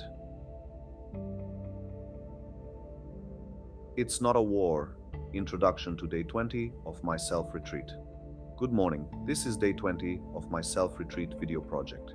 According to my plan, I'm recording a video every 10 days to document my progress and reflect on my journey. Today, I'll briefly review how I'm doing and detail each aspect of the project, from waking up to evening reflections. Building a consistent morning routine. I've developed a solid morning routine, waking up between 6:30 and 7 a.m. when the humidity is lower and the weather is more comfortable for a walk. Over the years, I've come to enjoy mornings far more than nightlife. Starting the day with a mindful, meditative walk has become a key part of my routine. Rather than rushing to my destination, I observe my thoughts and bodily sensations, paying attention to every detail, like the aches in my muscles after multiple workouts or the sound of birds. Practicing mindfulness during walks. During these walks, I focus on being present. I observe my surroundings, whether it's swans on the lake or the quiet of the morning. Sometimes I share philosophical reflections. Sometimes I simply note how I feel. This practice allows me to be more aware and present in each moment, reinforcing the importance of consistent morning rituals. Re-establishing reading habits. Reading has been another critical part of my project. I have finished the first book by Dr. Yuval Harari and am halfway through Homo Deus. These books provide historical perspective, support my understanding of challenges like loneliness and meaning in life, and inspire me to think more broadly about my existence. Even if they don't provide entirely new knowledge, they help me reflect on my own experiences and personal growth. Returning to workouts and physical health. After 3 weeks of rest, I've resumed gym workouts with a slightly new routine. I am improving my technique on various exercises and feeling the benefits of guidance from my online coach. Reducing pre-workout caffeine has helped minimize anxiety during exercise, and training in a fasted state feels sustainable. These adjustments enhance both my physical performance and my mental well-being. Mindful eating and diet awareness. Cooking and eating have been manageable so far, though I anticipate cravings for sweets may arise in the coming weeks.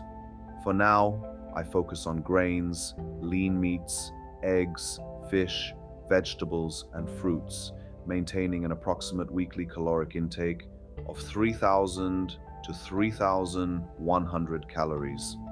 Observing cravings in a mindful, meditative way allows me to understand my impulses without judgment, building self-awareness and discipline. End-of-day meditation and reflection. I practice meditation most days, but I recognize room for improvement in both structure and quality. Meditation is a critical component for observing thoughts, managing emotions, and cultivating presence. Despite some imperfections, I've observed short-term benefits like enhanced focus, peace of mind, and a stronger sense of self-awareness. Shifting perspective. from war to continuous growth. Previously, I described this self-retreat as a war, a metaphor for the challenges I face. However, I now prefer to think of it as an ongoing process rather than a battle with a finite goal. The aim is not to win, but to cultivate better habits, improve my quality of life, and continue growing indefinitely. Having a structured plan for a specific period, like 100 days, is helpful, but the ultimate objective is lifelong mindfulness and self-improvement. Conclusion: staying present and observant. Ultimately, this journey reminds me that reality unfolds moment to moment. By observing my actions, thoughts, and feelings, I cultivate a continuous awareness that extends beyond the self-retreat project. The goal is not a destination, but an ongoing process of living intentionally, practicing mindfulness, and embracing personal growth.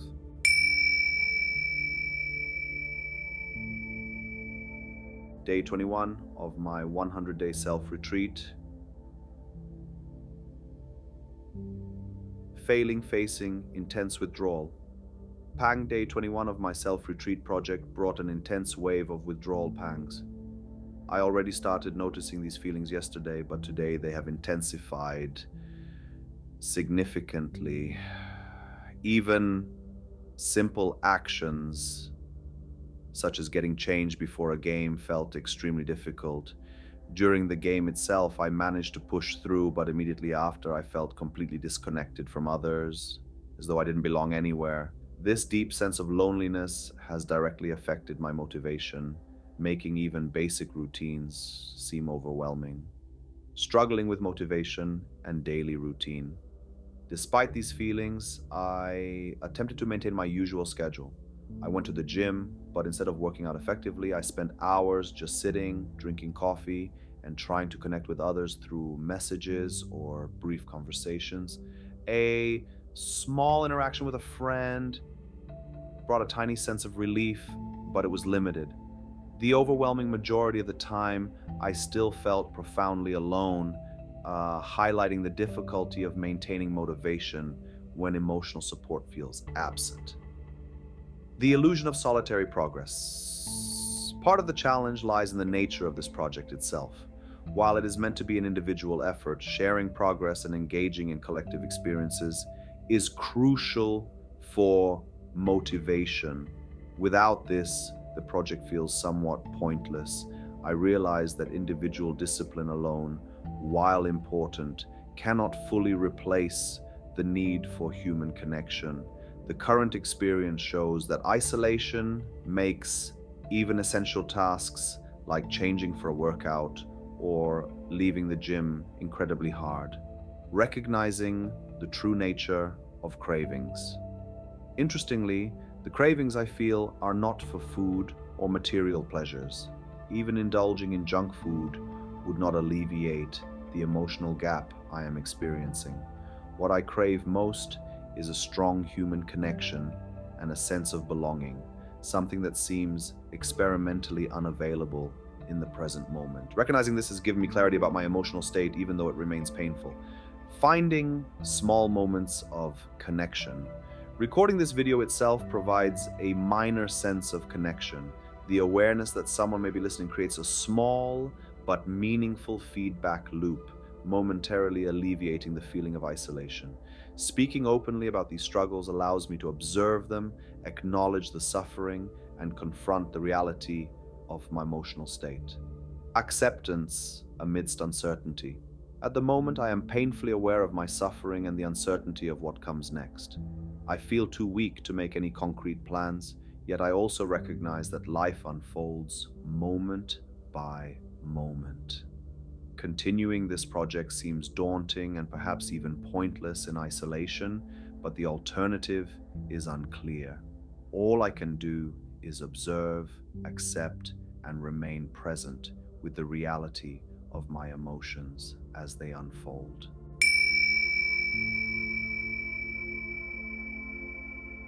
Day 22 of my 100-day self-retreat. Failing fast introduction to day 22. Good afternoon, this is day 22 of my self-retreat video project. Yesterday's video was titled Failing, which I feel is a precise description of my experience. I did not manage to follow my procedures, and that brought forward some important lessons about failure and recovery. Learning from Failing Fast, one of the key lessons I've learned, inspired by Dr. Michael Gervais, is the concept of failing fast. In the past, I experienced what could be called failing slow, particularly during a traumatic period in 2012 when I was losing a lot of money gradually but intensely. Yesterday, I couldn't see any immediate way to avoid failing in the short term, but that didn't stop me from learning from it. Overeating as a substitute for human connection. During this period, I noticed that overeating acted as a substitute for certain biological needs, such as bonding, love, care, and attachment. I recognized this clearly, and I realized that there was no better substitute available at the moment than allowing myself to eat some extra comfort food. Accepting failure.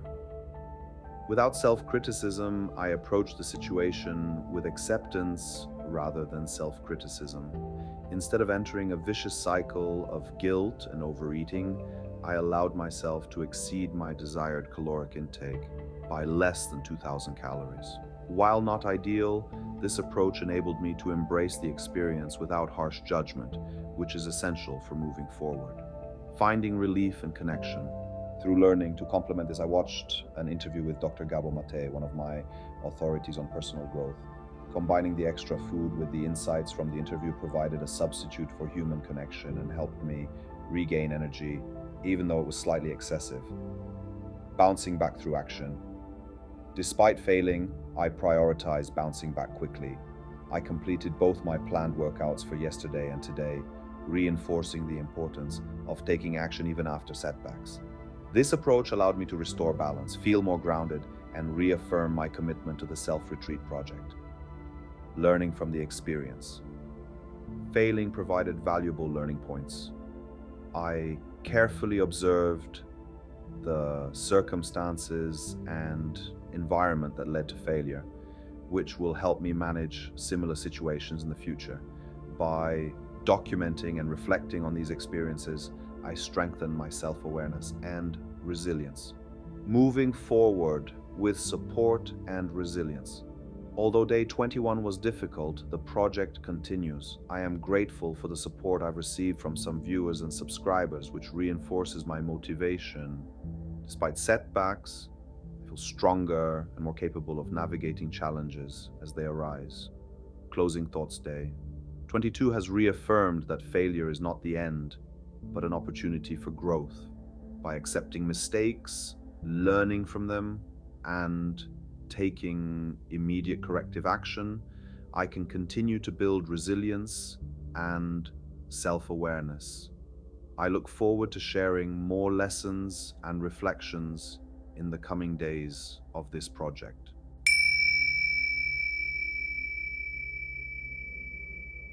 Day 23 of my 100-day self-retreat. Bill Burr and other people are like morning struggles on day 23. Good morning, this is day 23 of my self-retreat video project. This morning, I experienced a significant struggle. It may sound trivial or childish, but it reflects a real challenge. Performing even simple actions can feel incredibly difficult. At times, I found myself close to giving up, thinking, nothing matters, I don't care about recording videos, or abandoning my gym routine entirely. Choosing action despite low motivation. From this low state of mind, I decided to take action. I went for a morning jog, something I rarely do anymore, perhaps twice last year, and not at all this year. The decision to leave my bedroom and move my body felt like a small but significant victory over the negative mindset, using substitutes for motivation. What helped me most was finding substitutes for what I lacked: human connection, inspiration, and energy. I started listening, sometimes in the background, to one of my favorite stand-up comedians, Bill Burr. Gradually, I added more energetic music to my routine, which motivated me further and allowed me to enjoy the jog despite the initial resistance. Emotional breakthrough. During the jog, as I left my bedroom and ran, I realized this small action felt like a personal achievement.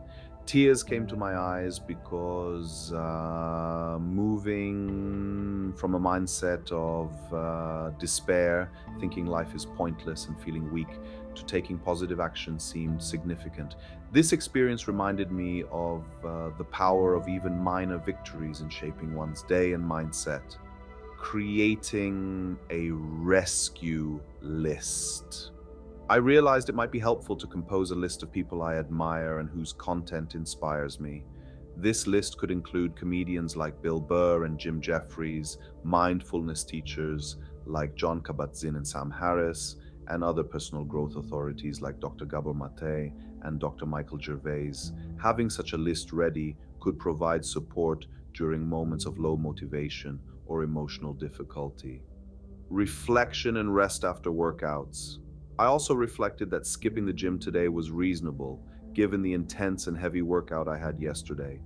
Allowing myself rest ensures I can continue to follow my routine and maintain progress without overexerting myself. Moving forward with acceptance and joy. For today, the act of taking a jog and recording this video feels like an achievement. I am learning to enjoy myself, accept whatever arises, and remain open to new experiences. This day reinforces the importance of small steps, substitutes for motivation, and maintaining a positive mindset to continue moving forward. Closing thoughts day. 23 highlights how challenges, low motivation, and feelings of disconnection can be overcome with conscious effort, supportive tools, and self-compassion. By taking action, even in small ways, we reinforce resilience, build momentum, and nurture the habit of moving forward despite obstacles.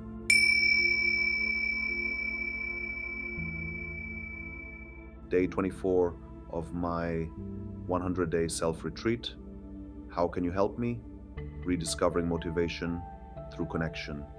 On day 24 of my self-retreat project, I can finally say that my motivation has risen again. This shift did not happen out of nowhere. It was the result of several meaningful interactions that reminded me of something essential. Today, I want to share what helped me, why it mattered so much, and most importantly, how you can genuinely support me on this journey. Question: how can you help me?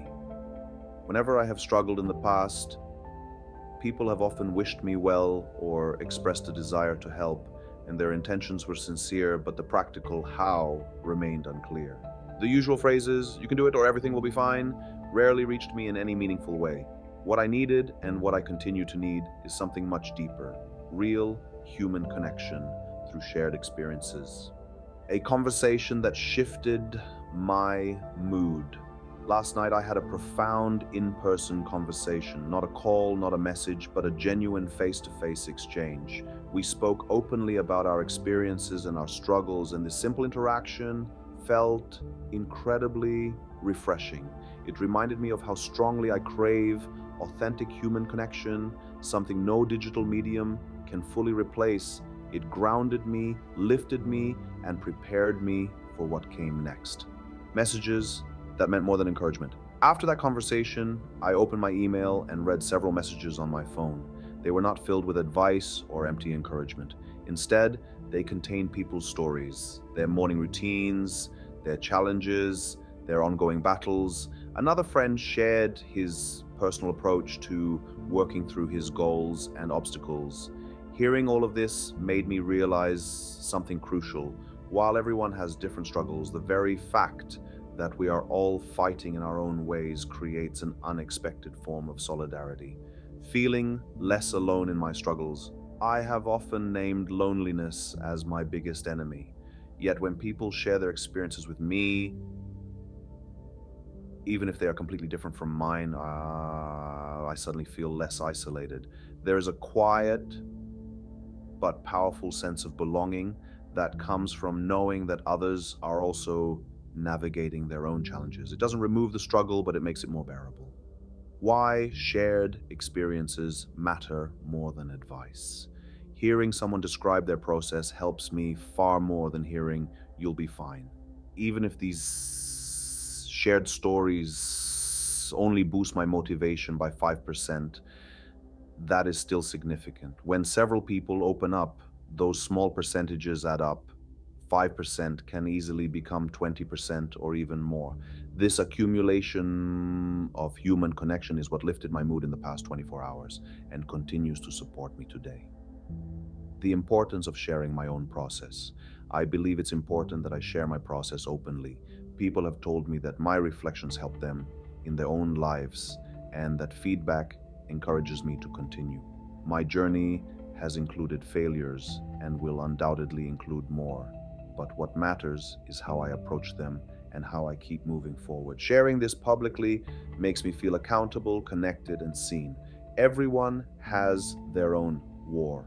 Sometimes I catch myself feeling guilty about my problems, worried that they might seem trivial compared to others, but I have learned something vital. Our struggles are always significant to us. Everyone is fighting their own war, and the scale of that war is subjective. What matters is not how big or small the struggle seems from the outside, but how we deal with it internally. An invitation to share your process with me. If you want to help me, truly help me, then the most valuable thing you can do is share your own process. Tell me about your daily battles, your routines, your ambitions, your setbacks, your victories. Leave a comment or send me an email. Your words are not just supportive, they are inspirational. They remind me that I'm part of something larger, a group of people simply wishing each other well, quietly cheering one another on. Moving forward, together. These last 24 hours have shown me what truly helps: honest conversations, shared struggles, and genuine connection. I will continue documenting my journey, and I warmly encourage you to do the same. Thank you for listening, for sharing, and for being part of this process. Let's move forward together, one step at a time.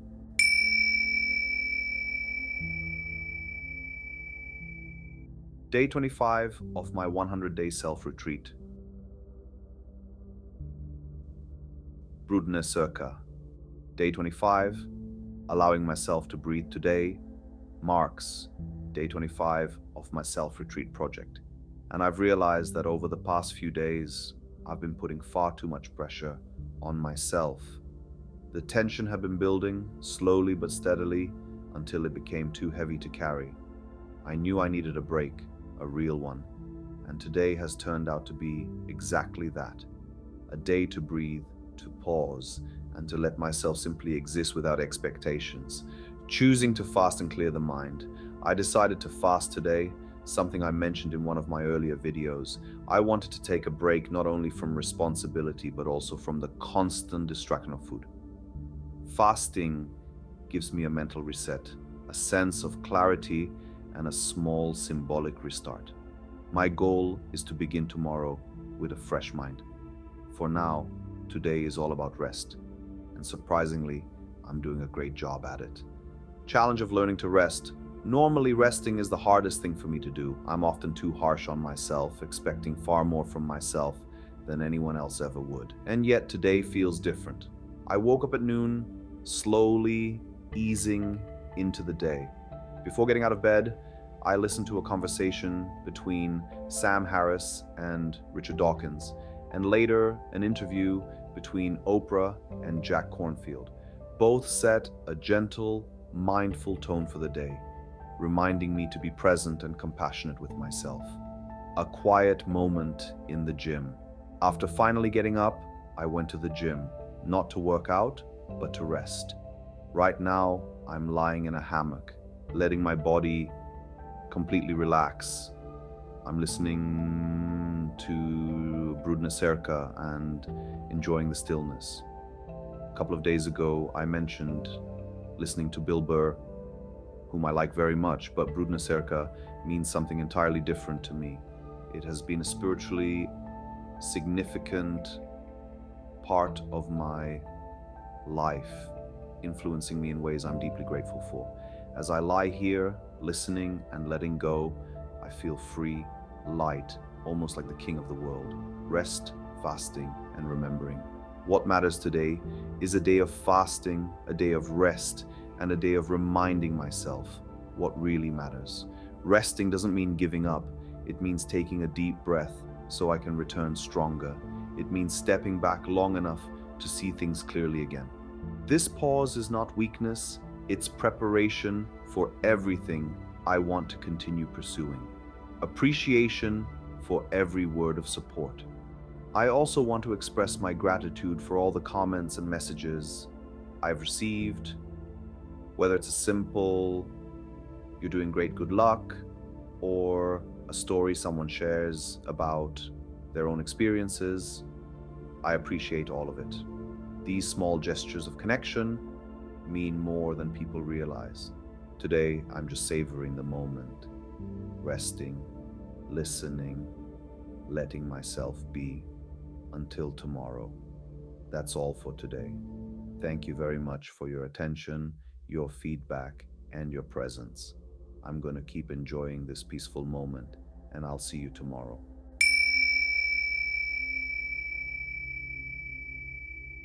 Day 26 of my 100-day self-retreat. Crying like a baby, feeling like a child, a powerful aftermath of fasting. Day 26 begins with reflections on the fasting I completed yesterday, a practice that turned out to be far more meaningful than I anticipated. While fasting naturally comes with cravings, this particular craving felt different. It was something I had prepared myself for, something I had willingly invited into my day. Instead of resisting or fighting the urge to eat, I used it as a mindfulness exercise, and it ended up sharpening my awareness in a way that felt deeply grounding. Meditation enhanced by the fasted state. One of the most surprising effects of fasting was how profoundly it improved the quality of my meditation. I'm still not entirely sure how to explain the mechanism behind it, but the clarity and depth I experienced were undeniable. At one point, I found myself crying, not out of sadness, but out of pure liberation. It was a sense of oneness, of connection with reality, of everything aligning for a moment. And sometimes crying like a baby feels absolutely right, especially when the emotion behind it is so intensely positive. Learning through high-quality content. Throughout the day, I immersed myself in several intellectually and spiritually rich materials. I revisited the interviews I mentioned earlier, and later in the evening I listened to a conversation between Sam Harris and Professor Thomas Metzinger, someone I had not been familiar with before. What I discovered was another powerful voice, a person who has practiced meditation for over 40 years and who manages to beautifully combine science with spirituality. His presence and insight struck me immediately. Feeling like an adult among children and then like a child among masters. One of the insights I've had for a long time is a recurring feeling of being an adult surrounded by children. Not in a condescending way, but in the sense of seeing or feeling more than some people around me seem to. This often leads to moments where I feel like I'm navigating emotional or spiritual terrain that others may not even perceive. But listening to Sam Harris and Thomas Metzinger shifted this dynamic. In their presence, even if only through headphones, I suddenly felt like a child again. Their depth, their experience, their mastery was a reminder that there is so much more to learn. Feeling like a child in this context felt wonderful and humbling. A beautiful metaphor for observing thoughts. One moment in the interview stood out above everything else. Professor Metzinger described observing your thoughts as if they were children waving their hands, asking for attention. Thousands of thoughts, thousands of children, all wanting to be heard. And then after a long while, a subtle break appears, a quiet moment between the calls for attention. This metaphor deeply resonated with me. It offers a simple, compassionate way of understanding meditation and conscious awareness. Instead of trying to silence the mind, you simply observe it as it is, seeing your thoughts with patience and gentleness. Fasting as a practical and spiritual tool. After reflecting on yesterday's experience, I've concluded that fasting should become a more regular practice for me. Not only does it serve as a practical tool for managing diet and energy across different days, but it also seems to have a powerful impact on the quality of my meditation and the depth of my insight. The key will be finding a sustainable balance, fasting enough to gain the benefits while ensuring proper nutrition to support my weightlifting and overall health. Continuing the journey forward. This project continues to feel like a game, a meaningful, challenging, and transformative game that I fully intend to keep playing. Yesterday's fast reminded me how many tools I have at my disposal and how each of them can bring me closer to success within this self-retreat journey. For now, I'm grateful for the lessons and the emotional clarity, and I look forward to seeing what tomorrow brings. Thank you for your attention, and I'll see you again in the next video.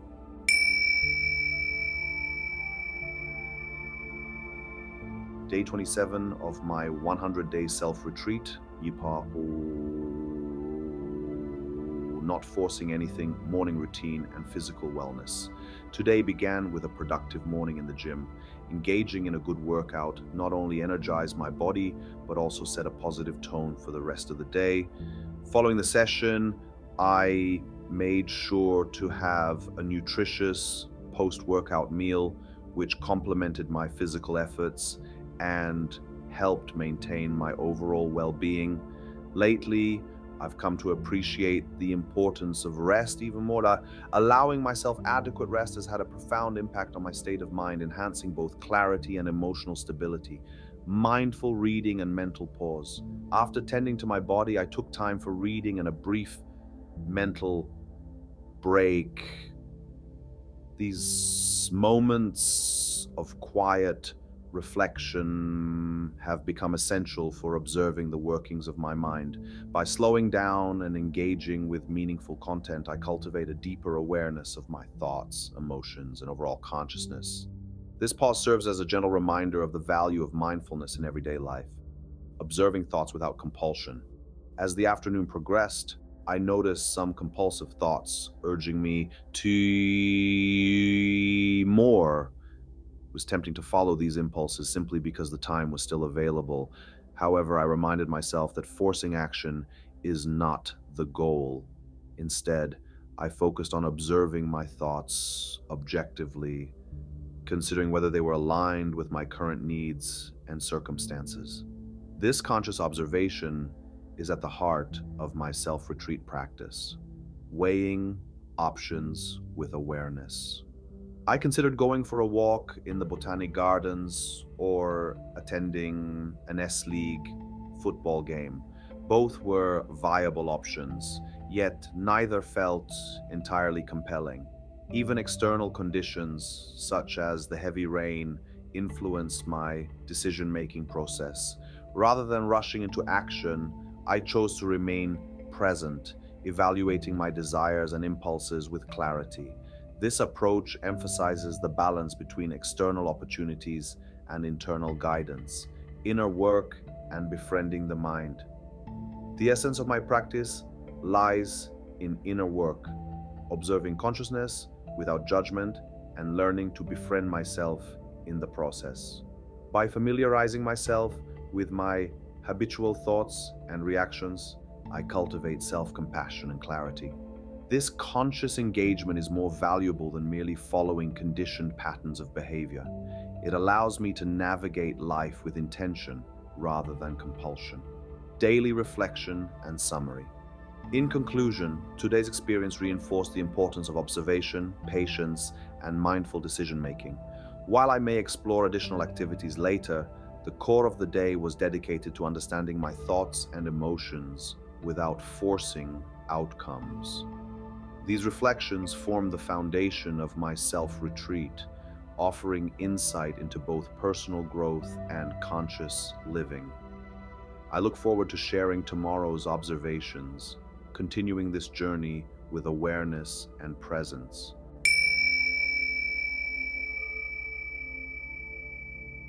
Day 28 of my 100-day self-retreat. It's easier after gym, a productive start, morning workout. Day 28 began with a productive morning workout, once again emphasizing the importance of physical activity in my daily routine.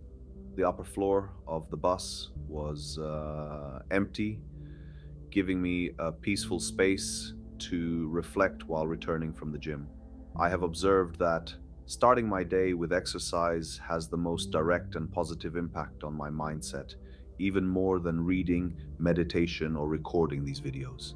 This consistent practice sets the tone for the rest of the day and enhances both motivation and mental clarity. Exercise and healthy choices. Engaging in a morning workout also naturally influence my choices throughout the day.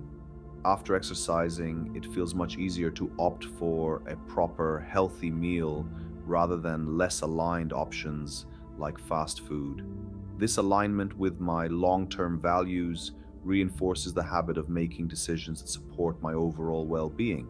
Exercise has become not only a physical activity, but also a tool for aligning daily actions with deeper personal values, observing actions and mindset.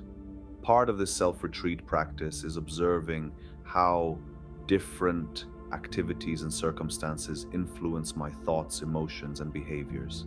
By noticing these patterns, I can act in a natural, effortless way that is consistent with my personal growth.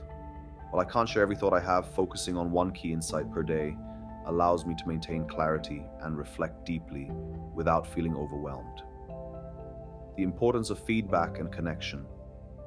Another factor that positively affects my state of mind is the feedback and interaction I receive from viewers. Comments and messages not only motivate me to continue sharing, but also create a mutual exchange of positive energy. This connection reinforces my own motivation and allows both me and my audience to benefit from the shared experience, making the self-retreat practice more meaningful. Daily reflection and mindful priorities. As the day concludes, I reflect on what truly matters versus what is illusory or insignificant.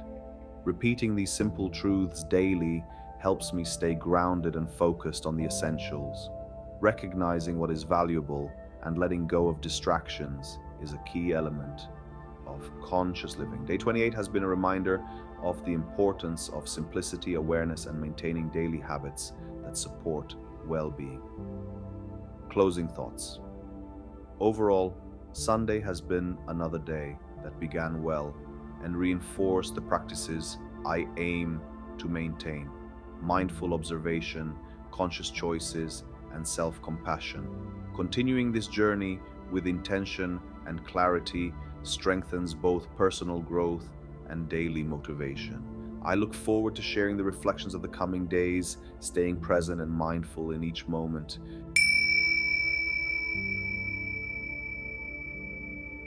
Day 29 of my 100-day self-retreat, grinding, embracing a simple, boring day. Day 29 of my self-retreat may seem uneventful or even boring, but I'm fully aware of why this is the case and accept it gladly. There is a calmness surrounding me as I walk, rest, and reflect on my day. Even though a small part of me craves activity or excitement, I simply observe these desires without judgment. Accepting the day as it is has its own value, and it reminds me that mindfulness often thrives in quiet, ordinary moments, observing thoughts and internal experiences. During this period of retreat, I focus on observing both my internal and external experiences. This includes paying attention to thoughts, cravings, and sensations while also noting external circumstances. The practice of witnessing these experiences without acting on every impulse is at the heart of the self retreat.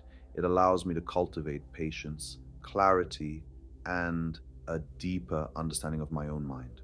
Finding balance between activity and rest. In the past 8 days, including today, I have completed 8 workouts. While I can feel some fatigue setting in, I also notice that I'm finding a good balance between rest and physical activity. My body and mind respond well to this rhythm, reinforcing the importance of alternating between effort and recovery. Tomorrow may be a rest day, depending on how I feel, showing the flexibility and awareness that this retreat encourages. Mindful acceptance of the present. Even though nothing dramatic or unusual is happening, there is value in simply observing and acknowledging the present moment. Walking, resting, and performing simple daily activities become opportunities for reflection and self awareness. By not forcing experiences or expecting constant excitement, I am able to cultivate peace and contentment with what is. Closing thoughts and gratitude. Overall, day 29 reinforces the practice of mindful observation, patience, and conscious living. While quiet days may seem uneventful, they provide essential space for inner reflection and balance. By embracing simplicity and being present with both body and mind, I continue to grow in awareness and self understanding. Thank you for joining me in this journey, and I look forward to sharing the reflections of tomorrow.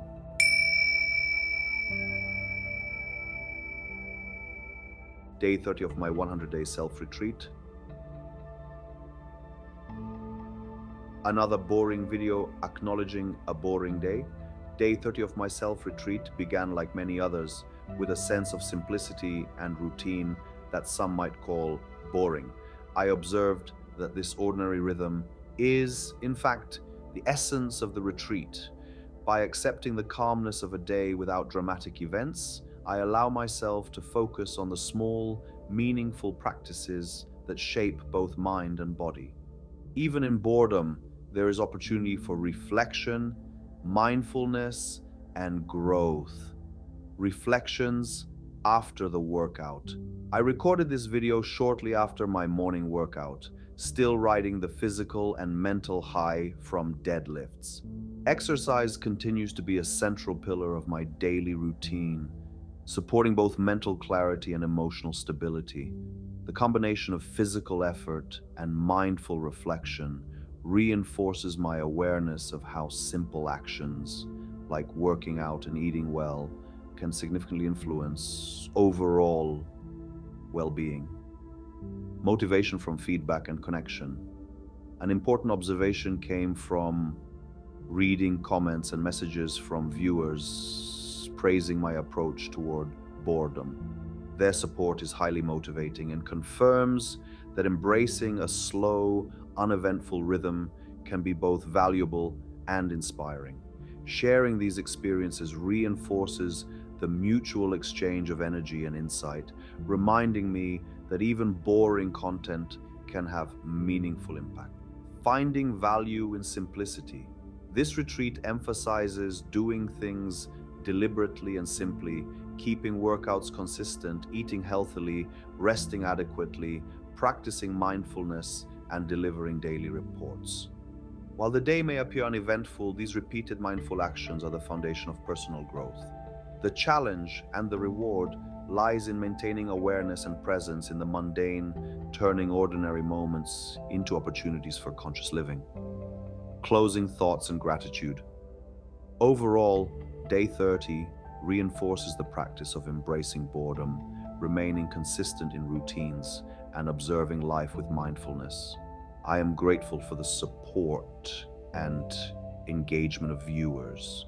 which makes sharing this journey even more meaningful.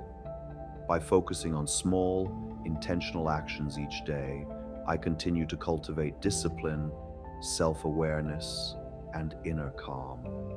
I look forward to continuing this journey and sharing more reflections, one boring but valuable day at a time.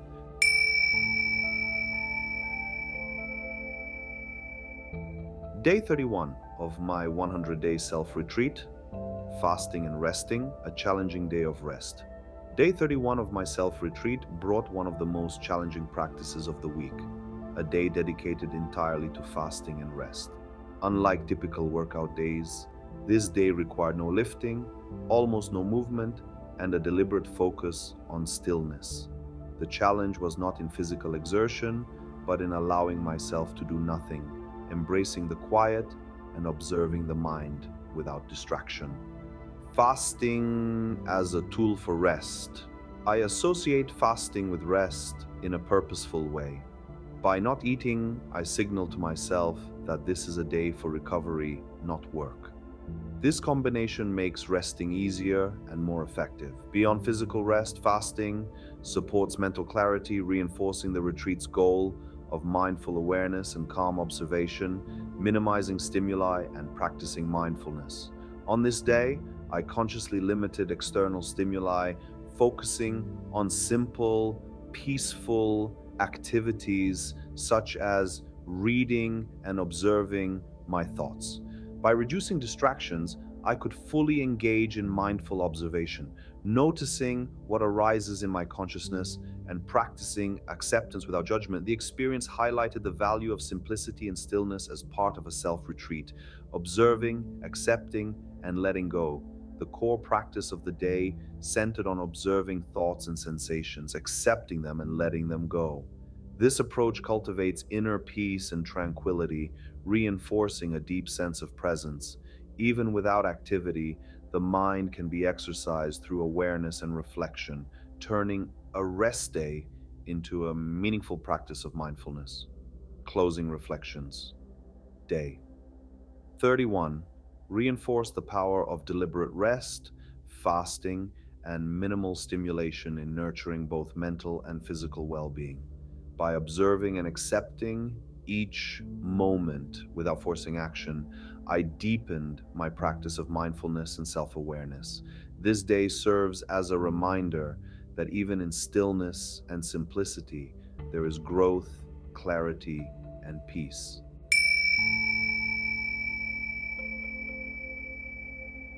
Day 32 of my 100-day self-retreat. Tough night, a difficult night, an intense headache. Day 32 started after a very challenging night. I experienced one of the most intense headaches I can remember, reminiscent of similar struggles from my childhood. The pain was severe and unexplained, leaving me exhausted and struggling to sleep. Despite taking multiple painkillers and indulging in comfort food like sandwiches, ice cream, and chocolate bars, I eventually managed to rest around 3:30 to 4 a.m. This difficult night set the tone for a day that tested my mental and physical resilience, maintaining physical routine despite exhaustion. Even after the restless night, I managed to complete my morning workout. While my performance was not at its peak, I followed through with the exercises which helped anchor my day.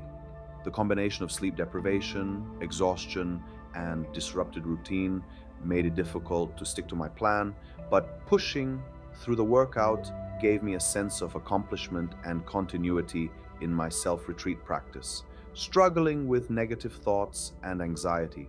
Throughout the day, I faced a surge of negative thoughts and a profound sense of insecurity. Feelings of fear and anxiety were strong, challenging both my emotional and mental stability. These moments highlighted the ongoing work of self-observation and mindfulness, emphasizing the importance of acknowledging these feelings without letting them dictate my actions, managing cravings, and staying on track. After my workout, I made a conscious decision to avoid indulging in excessive comfort foods, opting instead for a balanced meal from Subway. Even though cravings for chocolate and ice cream were strong, I resisted, understanding that small, deliberate choices were crucial for maintaining both my diet and sense of control.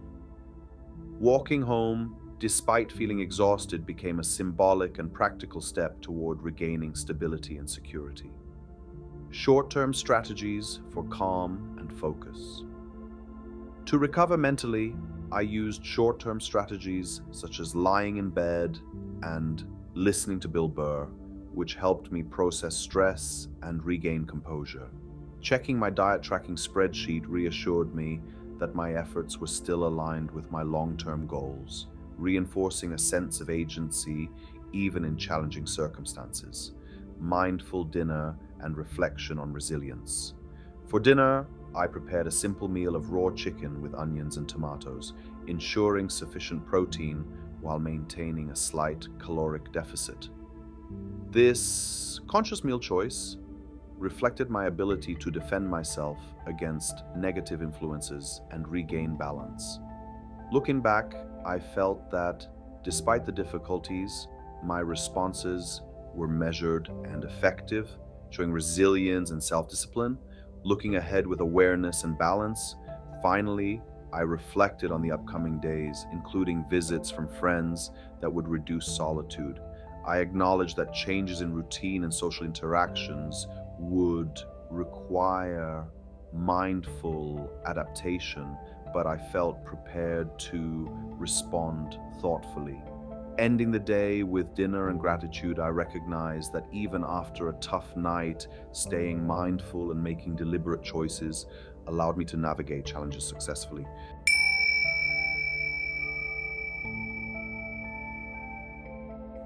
Day 33 of my 100 days self-retreat. Not competing.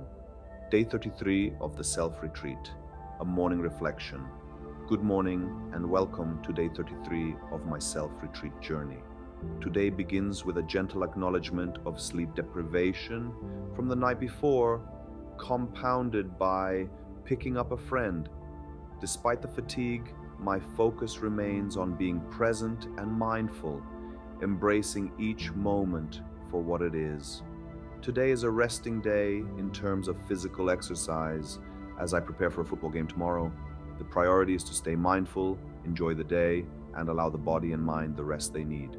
The motivation behind my fitness journey. One question that often comes up is why I do not intend to compete in bodybuilding shows. The answer is simple. It doesn't appeal to me. I find no motivation in comparing myself with others or striving to look better than someone else. My approach to fitness is entirely rooted in self-discovery and personal growth. Improving my body, following a disciplined diet, and engaging in workouts are all about enhancing my awareness and consciousness. It is about exploring myself rather than winning any external validation. Self-discovery over competition. If a spontaneous bodybuilding show were to occur, I would enjoy participating, not as a competitor, but as an observer of myself in a new situation. The purpose would be to notice my sensations, thoughts, and reactions. The experience itself would be a tool for self-exploration, not a contest against others. Competition, in the traditional sense, holds no appeal for me. My real competitions are internal, pushing my limits in football or observing how I respond to challenges. This internal focus remains my highest priority. Controlled challenges and personal growth. Fitness, self-reflection, and mindful living often involve what I call controlled pain or controlled suffering. These challenges are willingly undertaken as they offer the most direct path to understanding myself more deeply. By embracing these experiences, I learn resilience, discipline, and self-awareness. The ultimate goal is befriending oneself, acknowledging my limits, observing my responses, and growing from them. This self-guided process of personal growth remains central to my journey. balancing social life and self-development.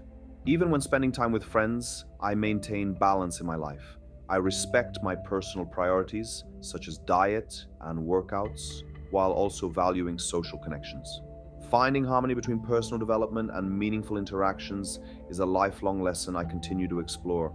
Life is not just about self-improvement in isolation, but also about integrating these practices into real-life experiences and relationships. Final reflections, staying true to the path.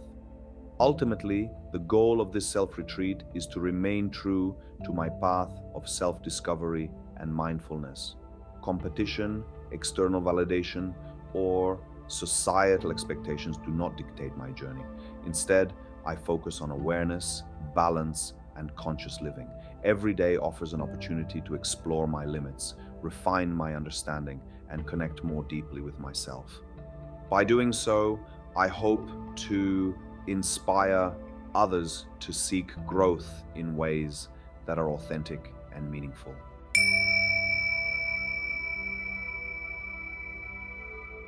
Day 34 of my 100-day self-retreat. Let's play some football. Day 34 of the self-retreat. Evening reflections. Good evening and welcome to day 34 of my self-retreat journey. Today is another step in this ongoing exploration of mindfulness, self-discipline, and personal growth. This brief check-in serves as a reflection on how the day unfolded, highlighting both physical achievements and conscious awareness of the moment. A day well spent on the football field today was especially fulfilling because I spent time playing football. The match was intense and rewarding, ending in a 5-2 victory. I personally scored 3 goals, which brought a sense of accomplishment and joy. Beyond the score, the game was an exercise in focus, strategy, and mindful presence, making the experience both physically and mentally enriching. Physical exhaustion and mindful happiness. After such an active day, I felt physically exhausted and incredibly hungry, yet there was a profound sense of happiness and satisfaction. The combination of exercise, social interaction, and mindful engagement created a day that was fully lived and deeply appreciated. Even in fatigue, the joy and awareness of the present moment were central to the experience, nourishment and recovery. Following the game, replenishing energy became a priority.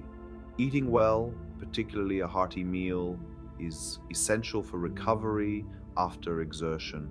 Recognizing the body's needs and responding mindfully reinforces the connection between physical health and personal well-being, supporting the overall journey of self-development. Closing thoughts and reflections. In this short report, I want to emphasize that days like today are a reminder of the balance between effort and mindfulness, activity and reflection. Even when physically tired, being fully present and appreciative of the moment contributes to ongoing personal growth. These small daily reflections are an integral part of my self-retreat journey, guiding me toward deeper self-awareness and conscious living.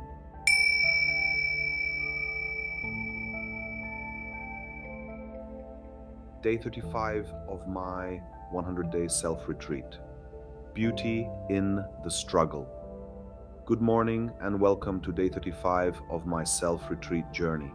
Today begins with a mindful Sunday walk as I pick up groceries at the local market.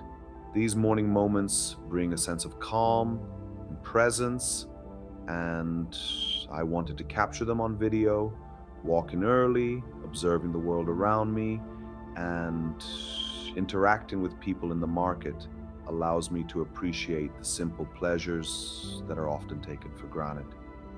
The joy of mindful presence. I find a special joy in these early morning hours when my mind is clear and alert. Waking up early and experiencing a strong sense of awareness reinforces that I am living a good life and moving in the right direction. It's a reminder that each day offers an opportunity to cultivate mindfulness and appreciation for even the smallest experiences, like choosing fresh fruits and vegetables over fast food, reflecting on past challenges. Of course, life is not always this smooth. Reflecting on previous days, including some that were more challenging, I recognize that difficult periods often stem from physical exhaustion or weakened willpower. Moments of struggle are inevitable, especially when pursuing a disciplined lifestyle through weightlifting, diet, and other personal commitments. Yet these struggles are part of the journey, and they provide valuable lessons that strengthen both body and mind. The beauty in struggle. There is a profound reward in acknowledging the beauty of struggle. As I consciously navigate challenges, I see them as investments in long term happiness and well being. Hard work and discipline, though sometimes uncomfortable, allow me to enjoy mornings like today, feeling strong, healthy, and fully present. Choosing a more challenging path, like eating nutritious food instead of taking the easy route, ultimately leads to greater fulfillment. Struggles as investments. Understanding struggles as investments rather than mere hardships changes the perspective on life. Difficult moments are not just bad experiences, they are opportunities to grow, build resilience, and deepen self awareness. By recognizing this, even past negative experiences gain new meaning, showing how each challenge contributes to a more balanced and rewarding life. Appreciating everyday moments. Finally, appreciating small daily experiences is essential. Simple activities such as buying fruit or walking through a market become powerful reminders of the rewards of mindful living. By valuing these ordinary moments, I cultivate gratitude, strengthen my awareness, and continue to build a life that is both fulfilling and purposeful. Closing thoughts. Today's reflection emphasizes that mindfulness, gratitude, and conscious effort are key to personal growth. Even amidst challenges, staying present and appreciating life's small moments can transform struggle into joy and investment into fulfillment. Every day of this self retreat journey reinforces the importance of living deliberately and embracing the beauty in life's process.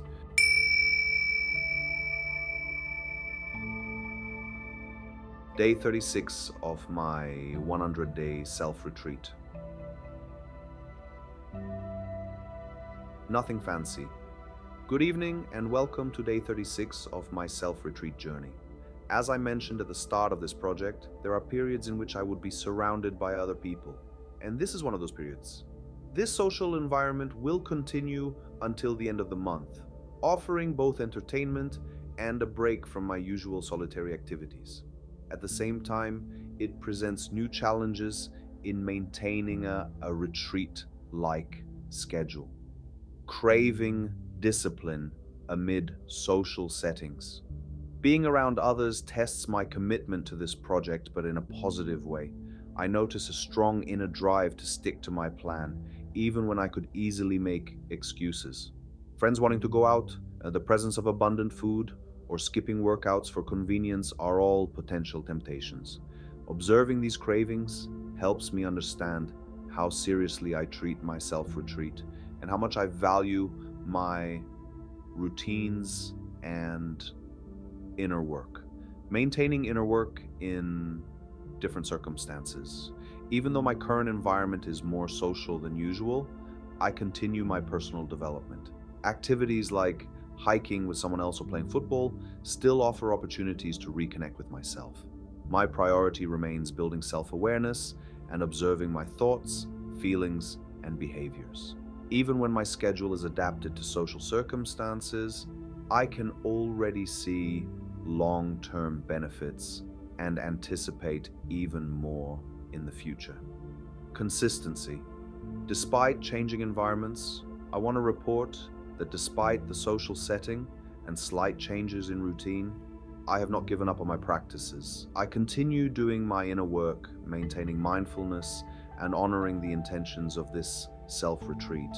While there may be days that seem uneventful, these moments are in fact positive signs of consistency and stability in my journey. Acceptance of ordinary days. Part of this practice is accepting the ordinary nature of some days.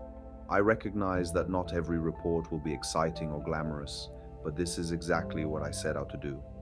Observing life clearly, without embellishment, is the essence of this project. Even simple days of quiet self-reflection are valuable, and documenting them allows me to see the process in its truest form. Closing thoughts. In summary, Day 36 highlights the importance of maintaining commitment and self-awareness, even in social or distracting environments. The challenges of balancing routine with social interactions are opportunities for growth, and the seemingly ordinary days hold deeper significance than they might appear. This ongoing observation and acceptance are central to the self-retreat, and I will continue reporting and learning from each day, whatever it brings.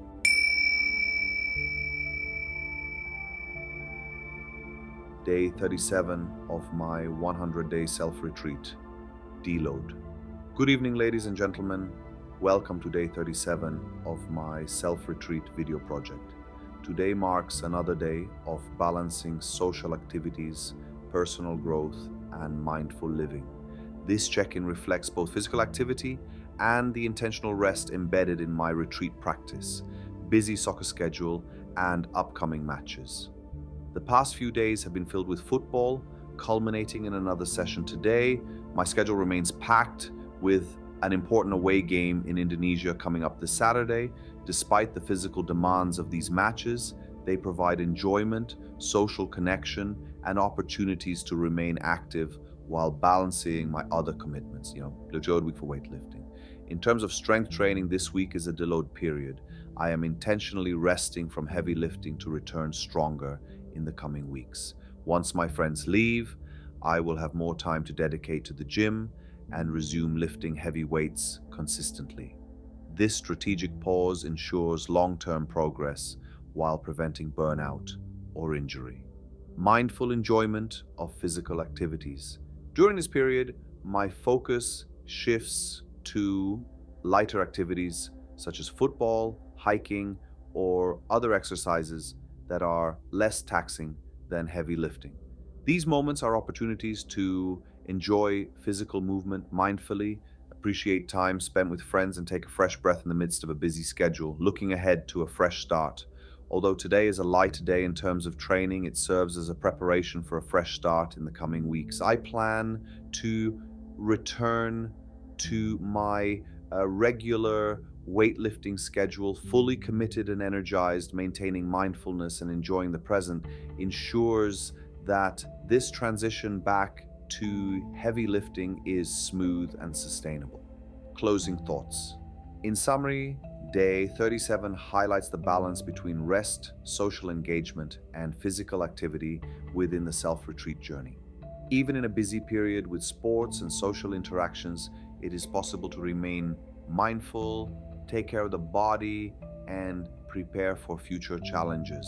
For now, everything is going well, and this intentional pause strengthens both mind and body for the weeks ahead.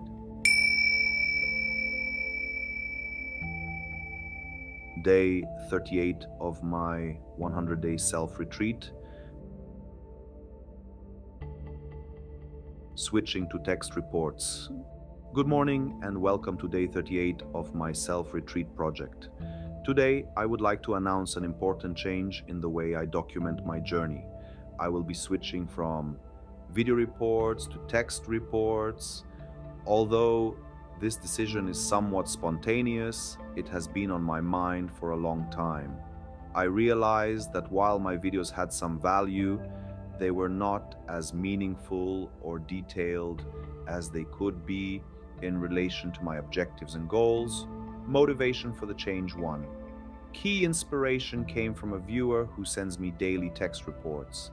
These detailed observations and analyses of their own self-reflection highlighted the advantages of written reporting. Text reports allow for more precision, capturing specific details that are difficult to convey in videos, such as calorie intake, workout specifics, or small but meaningful thoughts that might otherwise be forgotten. Limitations of video reporting. While I have enjoyed recording videos in English and it has been a valuable experience, I often found myself struggling to create content that felt truly meaningful. Many videos ended up being simple progress checks or casual updates like, I am tired, but everything is going well, which added limited value. Recording can also be uncomfortable when other people are around, whereas writing allows me to document my journey anytime, anywhere. Benefits of text reports. Switching to text reports is intended to make the project more efficient and rewarding. Text allows for more depth, including exact numbers, analysis of why certain choices were made, and reflections on how I felt during workouts, meals, or other activities. This method will help me capture more thoughts and insights, ultimately supporting greater self-awareness and personal growth. Maintaining commitment to the self-retreat. It is important to note that this change does not mean I am giving up on the project. My commitment to self-awareness, physical activity, weightlifting, diet, and reading remains as strong as ever. The shift to text is simply a more effective way of documenting and reflecting on these practices while continuing to pursue progress in different situations. Looking ahead, in the coming days, I will post links to the text reports with detailed information about calories, meals, workouts, and other observations. This new format is an experiment, and I will reflect on its effectiveness over time. I hope that this change will enhance the value of the reports for both myself and anyone following the project, while still allowing me to continue creating occasional video updates when necessary. Closing thoughts. In summary, Day 38 marks a transition to text-based reporting in the Self-Retreat project. This approach promises greater detail, efficiency, and meaningful reflection while maintaining my ongoing commitment to self-awareness and personal growth. I look forward to exploring this new format and sharing the journey in a way that is both more precise and insightful.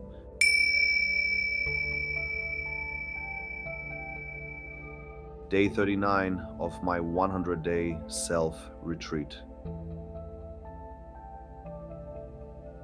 Speak English can?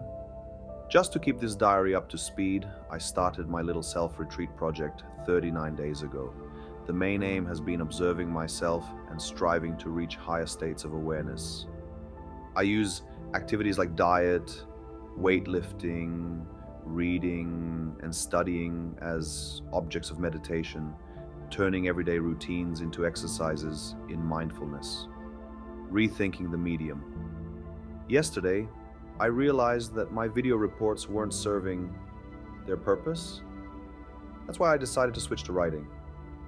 I felt that putting thoughts on paper might be a better way to cultivate self-awareness than making vlogs.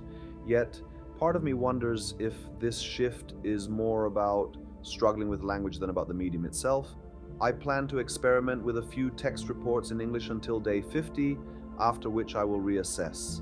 The key evaluation points will be how freely and coherently I can express myself, how effectively I can engage potentially interested readers, and how likely I am to inspire others. While practicing a foreign language is part of this, it isn't the central factor. There's also a chance that this process may take unexpected turns, starting with English vlogs, switching to English writing, moving to Polish writing, and eventually returning to Polish vlogs by the end of the project. Embracing the dilemmas. Dilemmas like these are not problems. They're part of the journey. My priority remains cultivating self-awareness to live a peaceful, happy, and balanced life with ease. How I achieve this is secondary. I am constantly searching for better methods and testing new approaches, Observing and learning from each experiment and being fully aware of this process feels like a solid plan for growth. Constant search for improvement. Ciągle w poszukiwaniu lepszych metod, wiesz? This phrase perfectly captures the ongoing spirit of my project.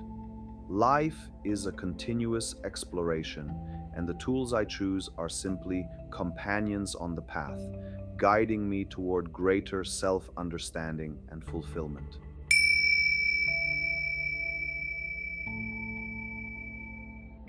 Day 40 of my 100-day self retreat.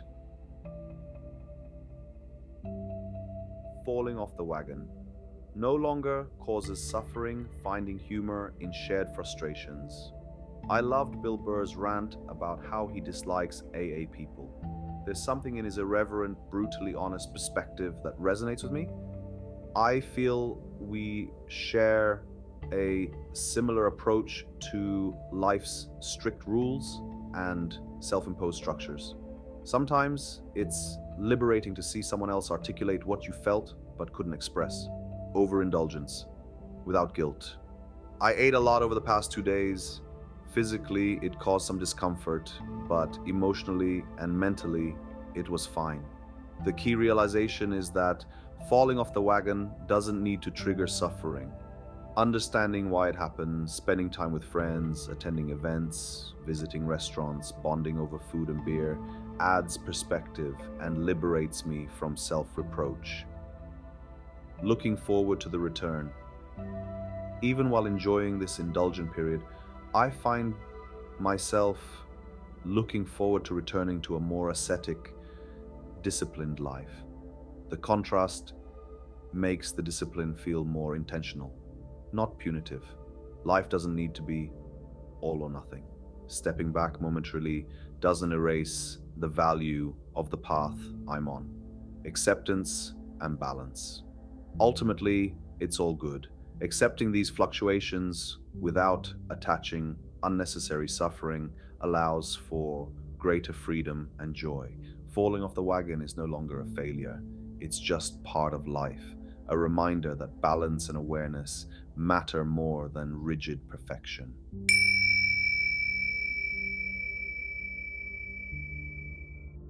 Day 41 of my 100-day self-retreat. Facing is good, escaping is no good. Learning from new environments. Today I'm surrounded by people, a stark contrast to the solitude of my self-retreat days. This change of environment is not a distraction, but another opportunity to learn. I am traveling with the whole team to Indonesia to play a local side, and I am confident we will dominate the match. Observing and participating in this collective experience offers insights I cannot gain alone. Every interaction and every situation becomes a lens for self-reflection, balancing indulgence and discipline. The upcoming Saturday game has given me some psychological freedom to ease up on my happy diet. I anticipate indulging a little more after the game and tomorrow, yet I am equally excited to return to my ascetic diet once solitude returns. This balance between temporary indulgence and long-term discipline is a practice in self-awareness. Reminds me that stepping away momentarily doesn't undo progress. It simply provides context for appreciating structure and restraint. Observing desires and reactions. I notice myself thinking about returning to a betting career before the World Cup, even placing 2 relatively mild bets on the Champions League semifinals. Observing my reactions, understanding why I crave certain behaviors, and watching how those around me respond is enlightening. It reveals who truly understands and aligns with my long-term values and who does not. This clarity helps me consciously choose the people I allow into my environment, shaping the influences that guide my life. Acceptance over resistance. Everything I observe continues to align with my philosophy.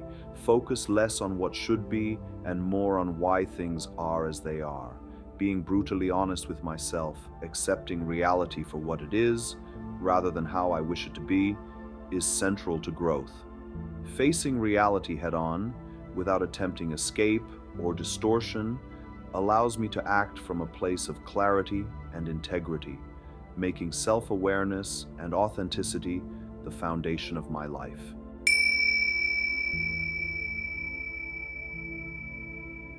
Day 42 of my 100-day self-retreat. Nothing is wasted. The value of effort. 6 weeks have passed, and technically, it's possible that I only lost 2 kilograms of fat in the first 5 weeks and gained 2 kilograms back in the sixth. Even in this hypothetical worst case scenario, I don't feel that any work has been wasted. If I hadn't committed to my diet or weightlifting, I would be far worse off than I am now. Simple math shows that even if I end up where I started physically, the effort invested has prevented far greater setbacks and prepared me for continued progress. Understanding the process. Even assuming higher appetite and calorie intake this week due to the previous caloric deficit, the difference isn't enough to negate the work accomplished. Observing similar patterns in intermittent fasting. The meal breaking the fast is often larger than usual, but it rarely cancels out the benefits of the meals skipped. This perspective reminds me that temporary indulgences or setbacks are a natural part of the process and don't erase prior effort. Lessons from observation. The most important factor isn't the exact weight change, it's what I've learned about myself. I felt peaceful while strictly fasting, lifting heavy weights and living modestly. And I also felt peaceful while overeating, drinking beer and wine, socializing with friends, or traveling. Observing my reactions and emotions in both states has deepened my self-awareness and taught me the balance between discipline and enjoyment, consistency and awareness. Out of 42 days, 41 were marked by high levels of awareness, presence. The consistency of conscious effort matters more than minor fluctuations in outcomes. Even when indulging, I remained mindful, attentive, and connected to my values.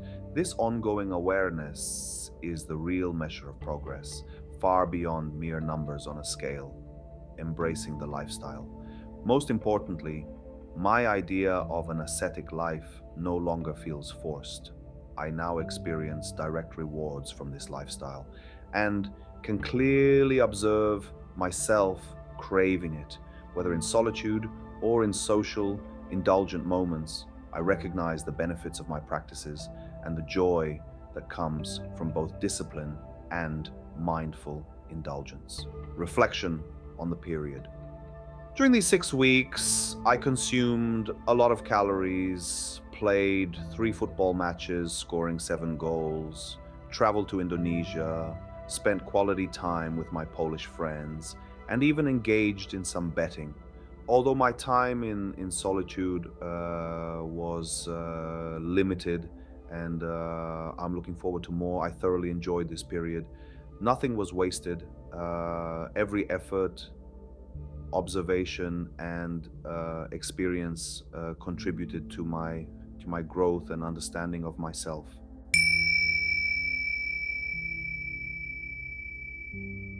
Day 43 of my 100-day self-retreat. Save it, okay? The challenge of returning it can be physically challenging to transition directly from eating mostly junk food back to a clean diet using willpower alone. The body resists sudden changes, and relying purely on discipline can be exhausting. Recognizing this, I understand that a mindful approach is more sustainable than forcing an abrupt return. Seeking supportive factors. To aid this transition, I looked for external factors that could make the process easier. Tomorrow's football game serves as a strong motivator. a familiar stimulus that encourages disciplined behavior. Using such environmental cues helps bridge the gap between indulgence and ascetic routines without overtaxing my willpower. Planning the immediate steps. Tonight, after dinner and saying goodbye to friends, I plan to rest and go to bed early. Tomorrow, if I feel well in the morning, I will attempt to work out. If not, I will focus simply on preparing for the football game. The key is to respect my body's state and not force unnecessary strain. Mindful reintegration. The goal is not merely to return to work and routines, but to do so mindfully and effortlessly. By pacing myself and saving willpower for more challenging moments, I ensure a sustainable re-entry into my ascetic practices. This approach emphasizes awareness and efficiency over brute force, turning the transition itself into a conscious exercise in self-discipline.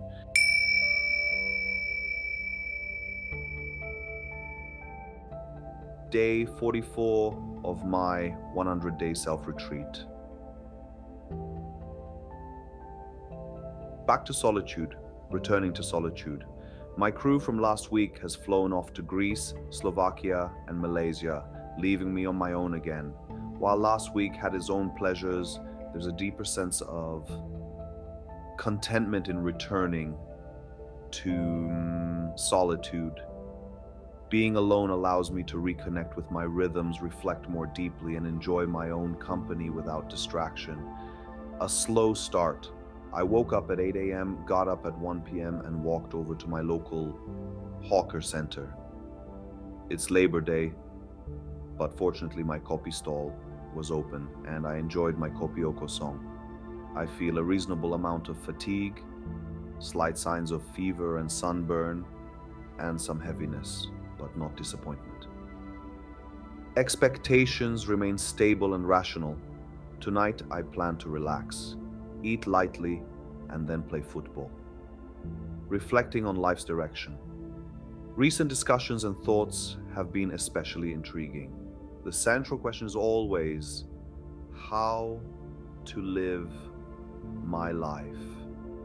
In Indonesia, I had a fascinating conversation with two friends about where we see ourselves in 10 years. While we'll all inevitably age, the uncertainties and variables make the exercise worthwhile. Questioning my direction helps me see plausible paths and clarify my priorities. Commitment to inner work. Although I cannot predict whether I will be living in Singapore or Vancouver at 41, whether I'll be vlogging, betting or stamping postmarks, or whether I'll be single or raising a family, one thing seems clear: I won't give up on inner work. Self-awareness remains a priority in all scenarios. Whether it's 15 minutes a day during busy life circumstances or 15 hours a day in solitude, personal growth must be present. Otherwise, I need to reevaluate my life circumstances, harmonizing future and present. With my current approach, I feel excitement for the future while fully staying present. There's no conflict between planning ahead and enjoying the moment. Solitude gives me the clarity to appreciate both without compromise. It's a space for reflection, restoration, and conscious living. Just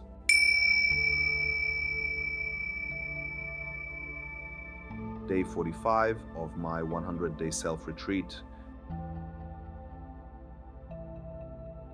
Change of plans, adjusting to new opportunities. Yesterday, I played in a fasted state for a 7 p.m. kickoff.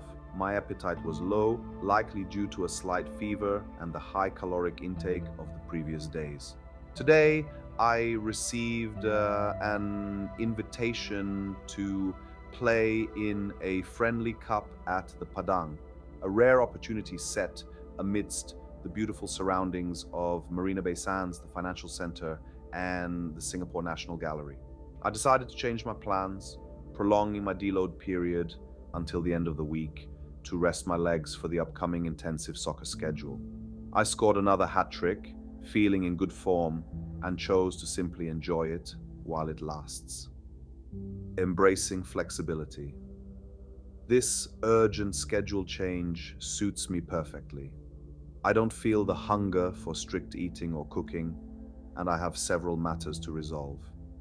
Taking this opportunity to rest from lifting and dieting until the midpoint of my 100-day project allows me to regain clarity. Over the next few days, a few things will happen, and some might happen, preparing me to start the second half of the project with greater focus and awareness. Showing up without pressure. Even without pressuring myself, I went to the gym today. My goal was simply to show up and reinforce the habit. I lightly used a foam roller and tested my strength on the bench press, performing 5 sets with a pause, 3301 protocol, 5 by 60, 5 by 80, 5 by 90, 5 by 100, 3 by 105. A light, easy session. Afterwards, I showered, took a bus home, and ate roasted chicken with steamed rice at a local hawker center while chatting with Mr. Bolo on WhatsApp. I rested while listening to Bill Burr ranting on various topics before heading to the Padang field, pushing through discomfort. For now, I am struggling with a fever that worsened after today's cup game, yet it was worth it. We won 3-1 in a stunning location. I scored 2 goals, and afterward we had food at the Singapore Cricket Club. I followed this with a solitary walk around Clark Quay, despite feeling subpar.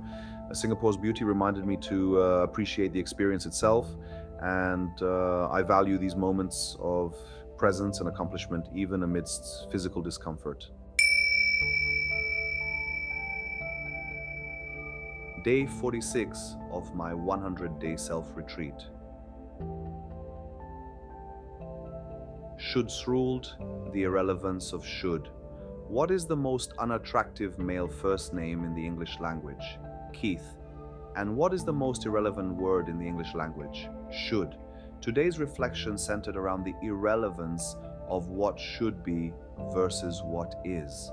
During my daily audio call with Mr. Bolo, we discussed how unnecessary the word should can be, and how much peace can come from fully accepting reality rather than chasing arbitrary expectations. Embracing non-busyness. I woke up early but didn't get up until 1 p.m., partly because my legs and lower back are sore from 2 soccer games in the last 2 days, and partly due to a lingering fever. In the past, I felt uncomfortable not being busy. When others worked while I did not, I felt I should be working too, leaving a void to fill. This discomfort even led to frequent daytime drinking for me 5 to 8 years ago. Today, although some residual discomfort remains, my peace of mind is far greater because I have learned to fully accept my life circumstances, freedom and responsibility. Being in my current position grants me immense freedom, but it also carries responsibility. My main job is to manage this freedom and guard against its dangers. Demons like gambling, cocaine, women, and drinking, or combinations of all, can be deadly if freedom is mishandled. Unlike mindless, repetitive tasks such as applying postmarks, mismanaging freedom can lead to ruin almost instantly. As a wise man once said, "Wolność tu nie dowolność." Freedom is not license. It is a state that requires conscious stewardship. Living in the present. I am temporarily retired and living the life of a temporarily retired person. I slowly brushed my teeth while listening to Grammatic, dressed up, and strolled, still slowly, to my local hawker center, enjoying my 3rd Kopioko song. I don't know if this is what I should be doing. I honestly don't think it matters. What matters is that it is what it is, and that I accept it fully. Choosing effort through pleasure physically. I work harder than an average human being, lifting weights, playing soccer, hiking, even controlling the volume on the TV. Yet, this effort is not because I should do it. It is because I was exposed to sports when I was young, and I know experientially the pleasure and well being it brings. Without it, I would be reading, playing mindless computer games, doing drugs, or gossiping about celebrities. Effort follows awareness and joy, not obligation. Peace as the measure of happiness. Happiness is not dictated by circumstances, but by the level of peace I maintain with them. Wealth and happiness may correlate, but causation is not clear. People driving Porsches may seem happier than those using SMRT, but only because it is easier to accept the Porsche than to accept public transport. I currently ride SMRT, and I am happy. Kopioko song helps. Peace, presence, and conscious choice rather than arbitrary shoulds are the true measures of contentment.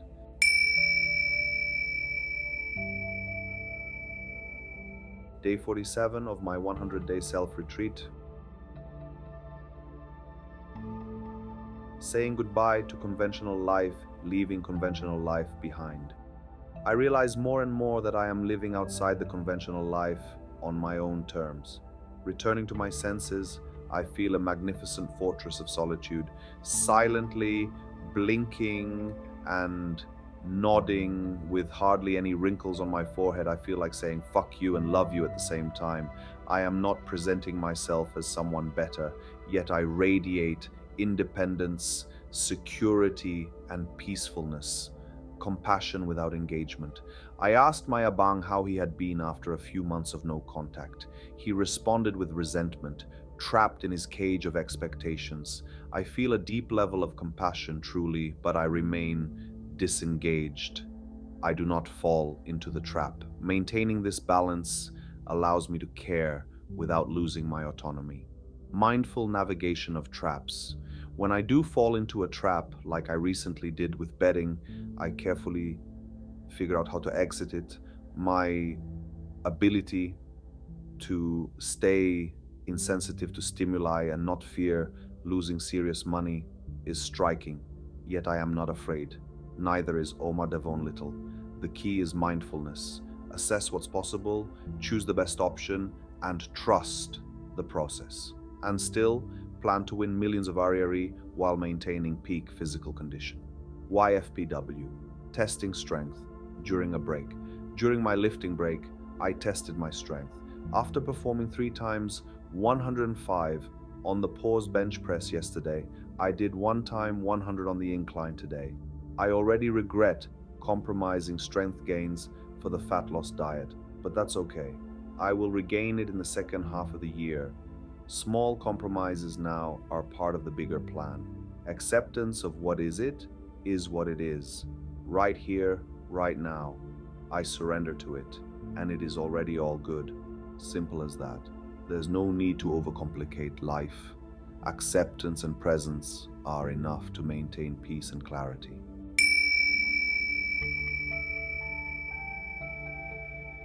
Day 48 of my 100-day self-retreat. Good times, bad times, experiencing a low day. Today feels like a worse day. I feel weak, heavy, and sleepy, completely unmotivated for the game kicking off in 90 minutes. Negative and nihilistic thoughts are present, yet I remain aware of them. Despite the discomfort, I allow it to be, and I feel a sense of peace amidst the heaviness. Understanding the source. The key factor behind this state of mind and body is clearly how I spent last night. I didn't sleep at all initially, returning home and only falling asleep after 5 a.m., waking up today at 3 p.m. The late night explains much of my current fatigue. Paying the price with acceptance. The indulgence of the Polish food buffet at the Fullerton Hotel was a joy, and today's sluggishness is simply the price I pay for it. Accepting the consequences of my choices without judgment allows me to experience life fully, both the highs and the lows. Simple acknowledgement makes it all manageable.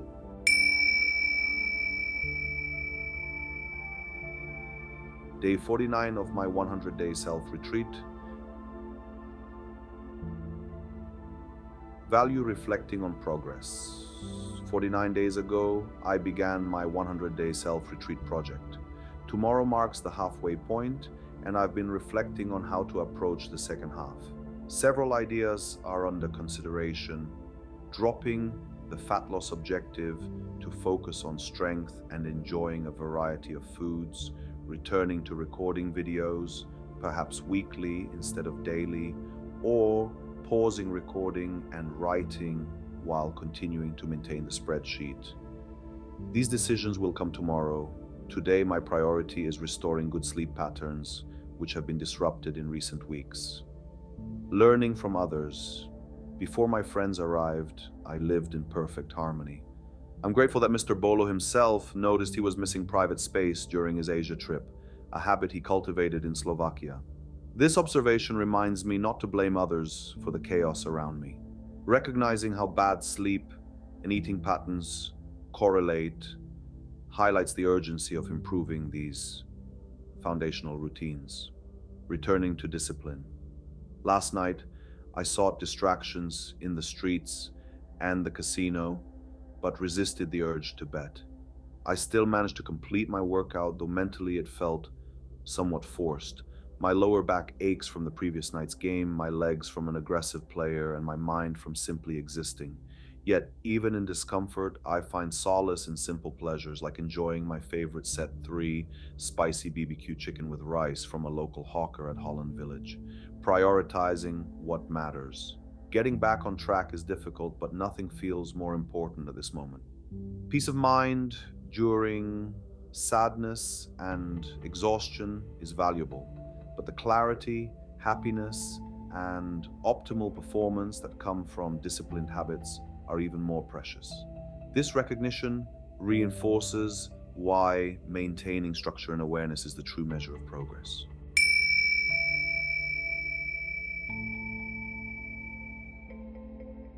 Day 50 of my 100-day self-retreat.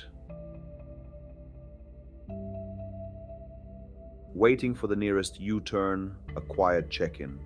How was your day, Maciej? Not too bad, thanks for asking. There's a certain steadiness in acknowledging even the small fluctuations, and today felt like one of those days that's neither good nor bad, simply observed. Witnessing the aftermath of chaos, I am mindfully observing the remainings of the chaos. I'm aware of my surroundings, my cravings, and the conditioning that tries to pull strings behind the curtain. There's a gentle distance between me and everything that usually sweeps me away, and that distance feels intentional, moving in the wrong direction on purpose. I'm still not feeling at my best, nor even on the road toward my best. It's more like driving forward in the wrong direction, but patiently waiting for the nearest U-turn. I know it's only a matter of time. It could happen at any moment. When it does, I'll know. For now, I'm trusting in the process, trusting that momentum shifts quietly before it shifts loudly, deciding how to report the second half. I still haven't decided how exactly I'll keep reporting in the second half of this 100-day journey, but I'm leaning toward switching back to Polish and returning to videos, at least partially. But as Grandma said in Rounders, I still have till morning to make good. There's time to choose without rushing the choice. 5 sandwiches, 1 ice cream, and a realization. 5 sandwiches and 1 ice cream later, it happened. When I was closing my caloric intake for the first 50 days and choosing items in 7-Eleven, I noticed I got emotionally involved, not by craving, but by the satisfaction of landing on a perfectly rounded number. I didn't buy the sandwiches or the ice cream out of appetite. I bought them because the total would land cleanly at 185,002 calories, averaging 3,700 per day. And while I ate them, I wasn't thinking about taste, indulgence, or wanting more. I was thinking ahead. I felt detached from the act of eating and already connected to the mission beyond it. Nice. If everything goes well, I'm hoping for a round weigh-in tomorrow morning. Not more, not less than 90.0 kilograms. Place your bets.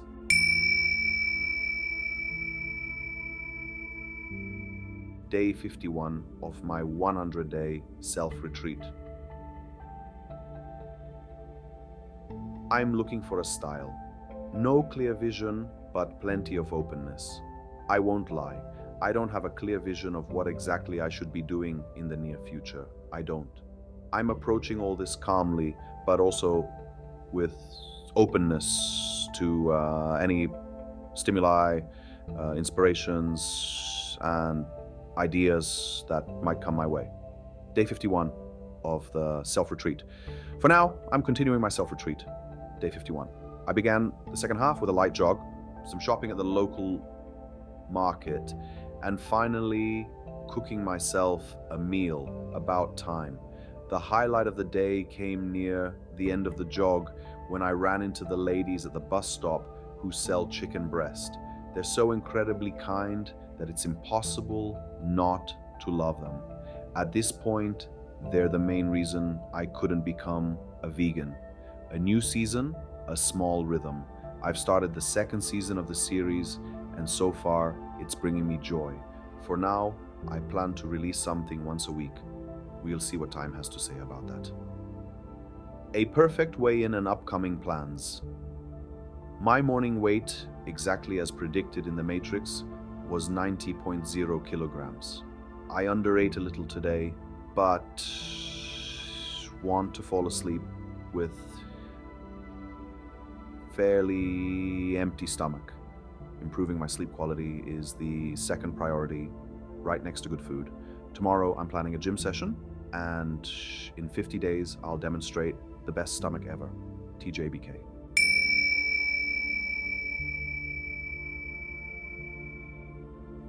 Day 52 of my 100-day self-retreat. Who doesn't jump is a little Polak gathering myself. Slowly. Hey.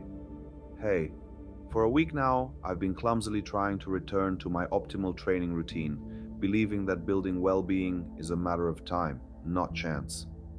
Solitude doesn't help, but I'm approaching it all very calmly. I'm giving myself time to come back slowly. I'm not demanding that I return to a perfect routine overnight.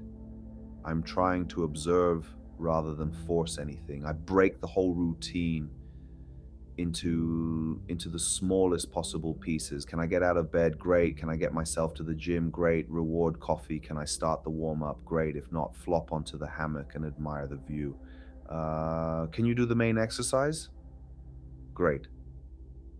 The day before yesterday, it took me 3 hours from entering the gym to finally doing deadlifts.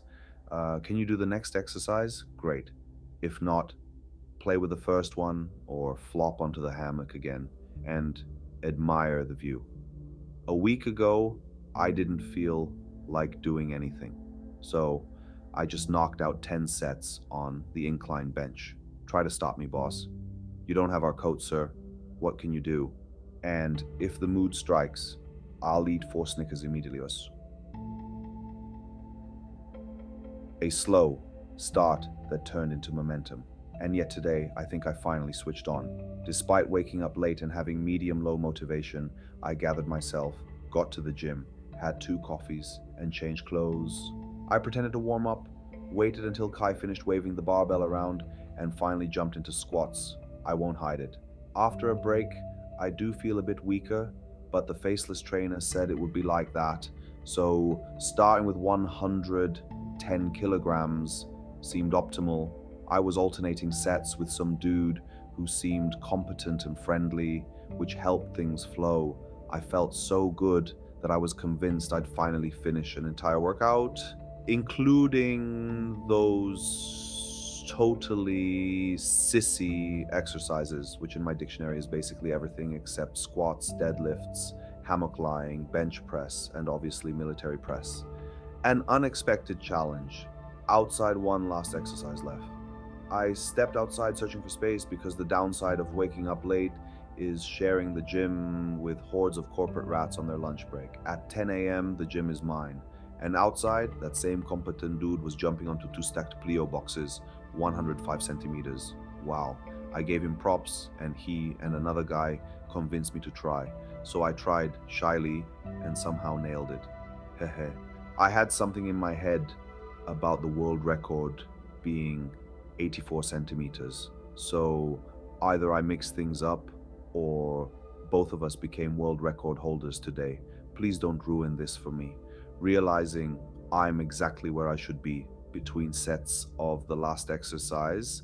After saying goodbye to the competent dude, I sat on those boxes and watched two other guys doing completely heterosexual barbell exercises, and I felt it. I was back in the right place at the right time. From that point on, I was flowing, finishing the workout, eating my buckwheat with chicken and tomatoes, and listening to Bill Burr before my afternoon nap was as easy as Filipino boys after surgery. It's not true, sir. More than coincidence. As I was leaving the gym, I ran into a guy from my second team who had just returned from Poland. What a coincidence. And who said it was a coincidence? We agreed to train tomorrow. We'll walk in and fight.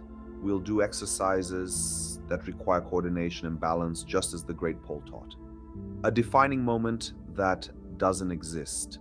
And although Dr. Michael Gervais teaches that there is no such thing as a defining moment, there is only the next moment, the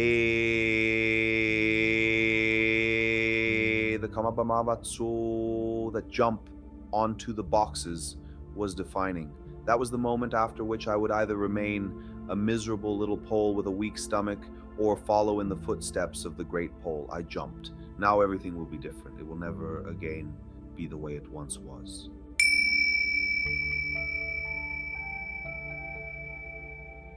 Day 53 of my 100-day self-retreat. Playing Buddha, gambling and fat loss. Back from the gym and feeling on track. Emma Sola KJ. I'm coming back from the gym after a great workout with Charles. Just as I wrote yesterday, I feel like I'm finally on the right track. Turns out Charles knows a thing or two about betting as well, but we left that for another date. I'll tell that story another time. For now, we just talked about diet, training, and general stuff. Making a bet on weight loss. We even made a bet on how much weight I'll lose during Monday's match. So, I'm coming to the match with my weight recorded. We'll weigh before and after. I set the line at 2.6 kilograms, and with absolute confidence, he took the under. Hehe. He's going to be seriously surprised. When you play big, you must win big.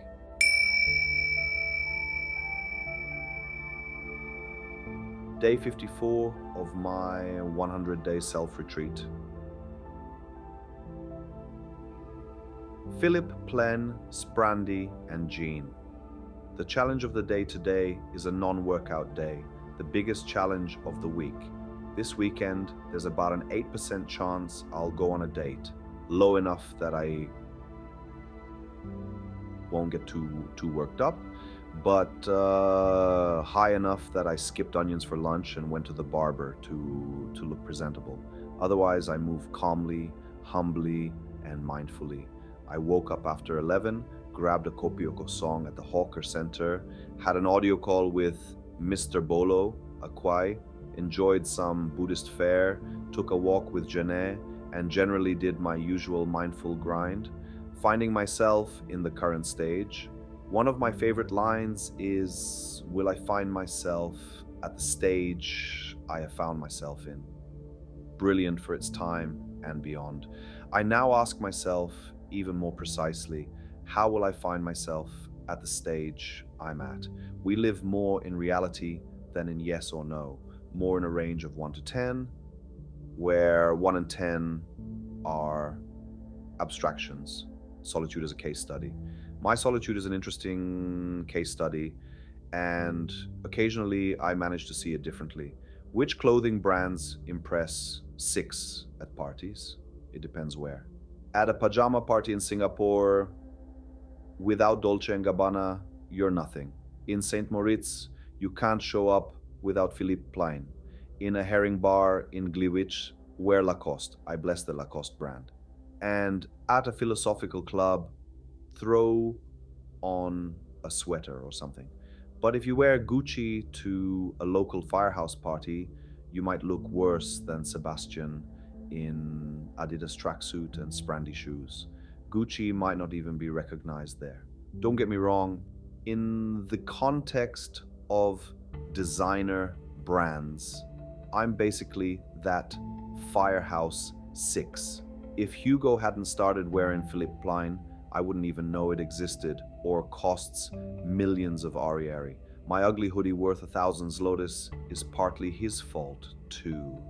When solitude meets social expectations. Still, in the context of my solitude, I've often felt like Philippe Plein at a firehouse disco, offended that my clothes don't impress and that people want 7 zloty beer after I offer champagne, which honestly I don't even know how that happened. Yet when I occasionally appear in the right paradigm, my Philippe Plein and champagne are respected. I don't wear it or drink it often, but these are metaphors. You understand? Learning from experience. The past few months and the lessons I've drawn, like on this blog when I wrote about ignoring people on the 5th floor, feel valuable in this context. You can meet valuable people on the street, though the odds are low, even lower on Bernardinska in Gliwice than on Melrose Place in Los Angeles. The chances are much higher at themed events or through activities like work, you lazy fuck from Chekhanov. Even the form of refusal or rejection says more about the person denying than the person being denied. I felt much better when a trainer without collaboration refused me but recommended 7 trustworthy people in 4 seconds than when a homeowner wasn't willing to negotiate a sale, because that's how they roll, more Catholic style. And if these things had gone differently, I probably wouldn't be living in Singapore today, nor would my coach be the faceless trainer. Acceptance and patience. What I'm trying to say is that while it's not always easy, I accept reality with less and less delay, and things aren't bad. Our time will come, Greg promised me, and that's a solid company, so I trust him.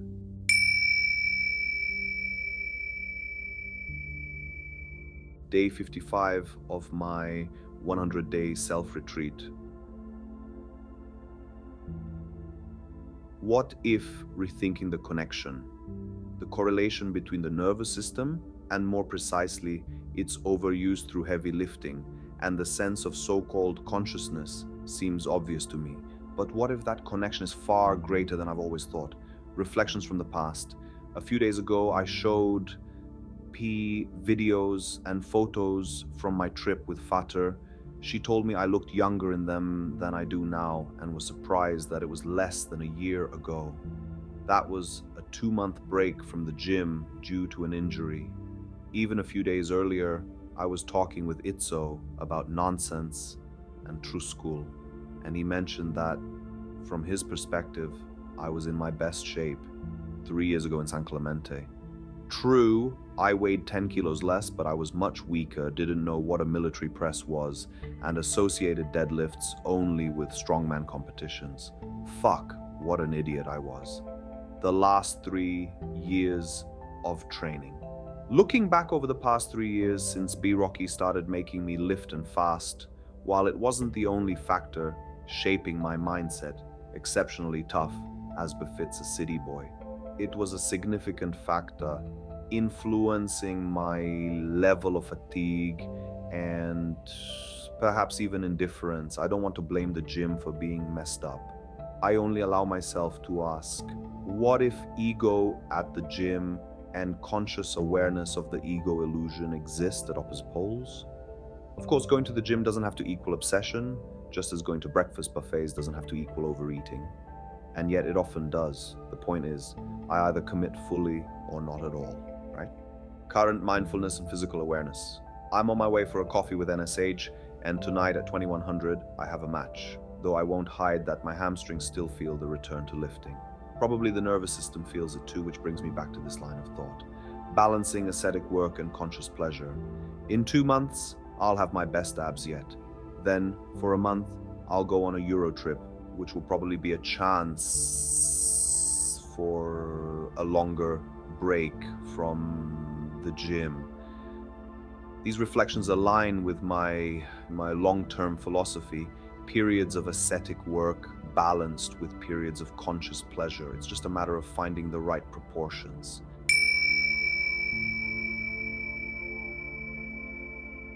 Day 56 of my 100-day self-retreat.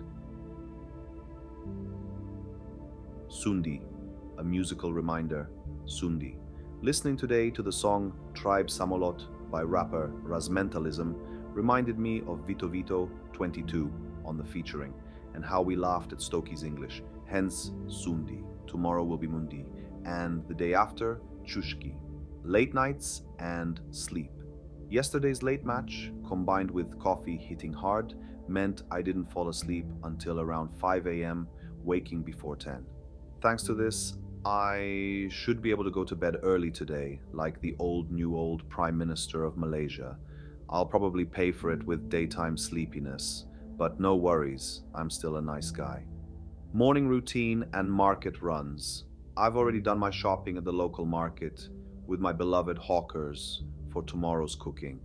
Then I went to Marina Square, sipping kopioko song calmly like a white guy with a yellow soul. With what? Plans for the day later. I'll probably have Yong Tao, Fu, lie in the hammock by the pool, and in the evening meet Zoshka for a visit to the botanic garden and dinner. She's not a bandit queen, but at least she has slanted eyes. Unlike you, TGPK. Meanwhile, Albirex with Adam Swandy in the lineup will play at Choa Chu Kang Stadium against the Never Dangerous Warriors, and I'm still pondering how much I care. Coffee, campaigns, and reflections on the way. I grabbed a second copy of song and got a cup promoting an anti-gambling campaign to protect your family. But we don't have families to care for, so will doing it for ourselves feel any less meaningful? Life, patience, and openness. So, life isn't perfect, but somehow it flows. Patiently, calmly, and humbly, open to times as first-class happy as 4 aces in poker. Have a good Sundi, TJPK.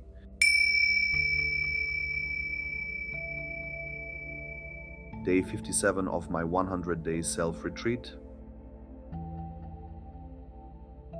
Simply day 57, I woke up at 10 with a swollen face after yesterday's Yong Tau Fu. I did a gym session, pull-ups, a slightly rearranged exercise order due to bench availability, bench press with pause, 5 by 100, 5 by 100, 4 by 100, 3 by 100. I cooked 1.3 kilograms of chicken and 0.8 kilograms of groats for 2 days. I recorded a new episode of the JBC series. I chatted with Jinyu on video call. I won a match with my team, scoring 3 goals. I lost a bet with Charles. I drank a Coke Zero at McDonald's. I was mindful like Radio Pizzette, 8 out of 10. Good night.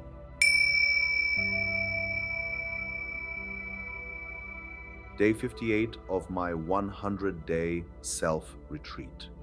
I don't meditate, I don't read books, and we don't have your coat, morning commute, and reflection. I'm taking the metro to Marina Bay Sands to enjoy a morning kopioko song in an air-conditioned space. After a short sleep, I try to respect the conditions for proper recovery a bit more. I decided this is a good moment to revisit reading books and formal meditation, since I haven't done either for a few weeks, even though they were part of the original goals of this study project. Willpower and prioritization. The short explanation is that I try to be aware of the limitations of my willpower and how much these activities would strain it. At the moment, they are not essential for my personal development, in line with my philosophy. Books and intellectual saturation. The truth is, after reading two brilliant books by that Israeli guy, Harari, I don't really have anything left to read. Coach, I've got no one to play with here. I did start reading Johann Hari's Lost Connections, but after a few chapters, I realized I already know exactly what he wants to say. He essentially already told me, and I'm not interested in further chapters. I respect the content, largely agree with it, but it's like listening over and over that things were different before, now they're different. His Facebook ads also show it's probably aimed at less aware audiences. Great Buddha indeed, hehe. Meditation and solitude.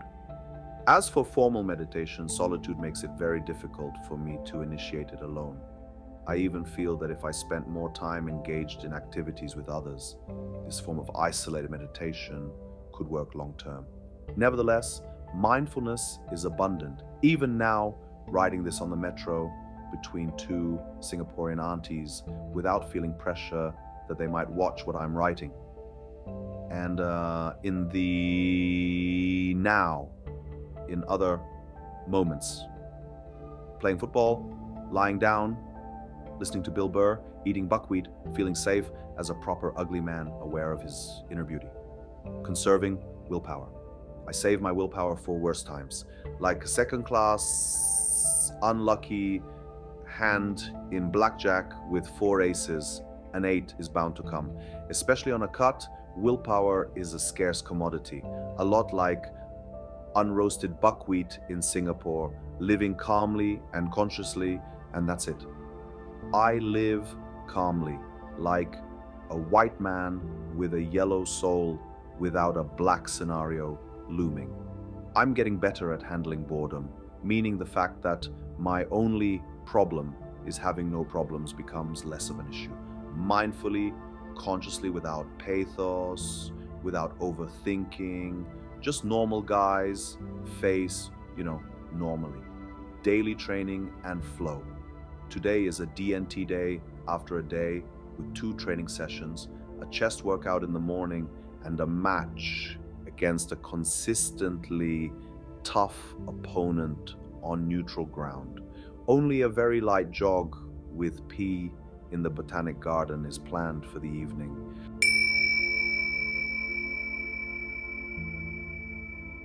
Day 59 of my 100-day self-retreat. What do you do when you don't do anything? The core theme of the retreat. The central theme of this self-retreat naturally becomes not making a problem out of the fact that the only problem is having no problems. In other words, it's about dealing with boredom. When nothing hurts except loneliness, there is an impulse to seek something somewhere, even when you theoretically know there's nothing there. Facing the void, confronting this emptiness is a difficult challenge, especially in today's world, where it's hard to escape the flood of easily accessible distractions. TV shows, substances, and shallow relationships exploit our lowest instincts and seem like the best short-term solutions to escape the void. Their easy availability and immediate effects create strong conditioning, if not outright addiction, which becomes our greatest curse. How am I supposed to pull myself together when the best things in life are free? The long-term investment. Nevertheless, facing this emptiness in the long term is the best investment my investor, gambler, philosopher, Buddhist life has taught me.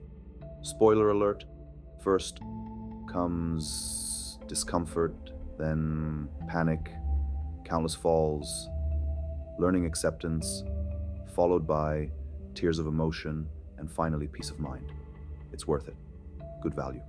Acknowledging defense mechanisms. Don't get me wrong, I enjoy machine sounds. Yesterday, I watched an entire season of a mediocre show, and a few weeks or months ago, I did even worse by conventional standards. I can't escape defense mechanisms. I can either witness them or pretend they don't exist. but they exist. And that's no legend, buddy. Even writing about emptiness, discussing it in one's own thoughts, or indulging in internal martyrdom is a form of distraction. At the same time, one can be a conscious witness to them, observing, accepting, and humbly learning about oneself. Choosing gentle defense mechanisms. I try in the short term to choose the gentlest defense mechanisms, those that allow me to endure myself at minimal cost, generating as few undesirable consequences as possible, or even producing desirable ones. Above all, it's important to remember that these are only short-term solutions to keep track of the direction I'm heading, how aligned it is with my values, and how much it respects my current conditions. And most importantly, that all these short-term and long-term matters take place in consciousness, here and now, not somewhere in the distant future. Daily flow and mindful engagement.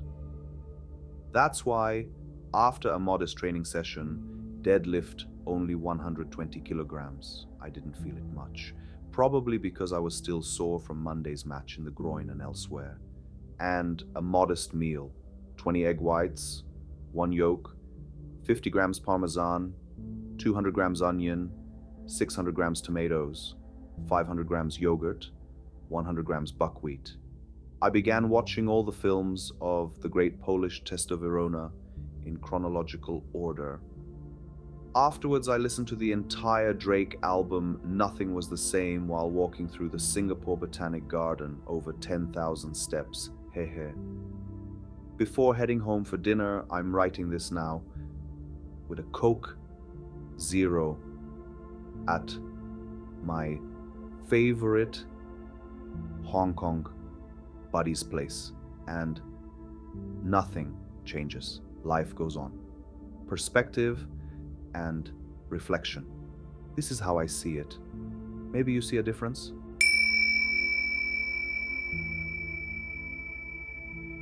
Day 60 of my 100-day self-retreat, Jaworaki alone in Singapore. A rough start yesterday. For dinner, I ate a jar of jam sweetened with sorbitol, which unfortunately resulted in a nearly sleepless night, multiple Lao Sao episodes, and a mandatory day off on demand. Responding optimally. Despite the rough start to the day, I reacted optimally. I owe much of this to frequently returning to myself and analyzing what is realistic and reasonable to do, following the strategy outlined yesterday and beyond. I had an audio call with Mr. Bolo, a Kwai, and later with Carol, who doesn't even go by Carol. Even in a less than ideal state, my food choices by the end of the day were satisfying. Meals and snacks. I had a Subway for breakfast at 4 p.m. with a liter of Coke Zero, bought eggs and ketchup, went back for a nap, then took a walk, a leisurely one, but still a walk. I drank another Coke Zero at McDonald's while watching Super Wizzier on TVN, you leftist bitch. In the evening, I made a luxurious dinner, buckwheat with hard-boiled eggs, peeled before plating, seasoned with salt, ginger, parmesan, and ketchup. To drink, half a liter of skim milk. What are you going to do about it? Alone but content. The stars flew to Australia for the weekend, so I'm home alone like Kevin. I watched the documentary Wild Wild Country and rested, preparing for what I hope will be a morning gym session. This is how life should be lived.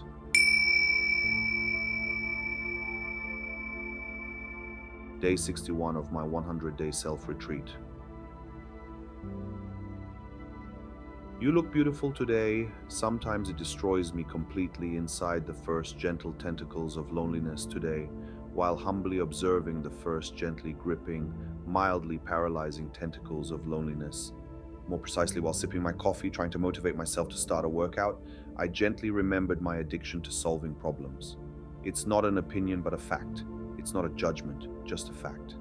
Direct experience feels better when solving a problem than when no problem exists at all, et ceteris paribus, trying to move heaven and earth pointlessly remotely.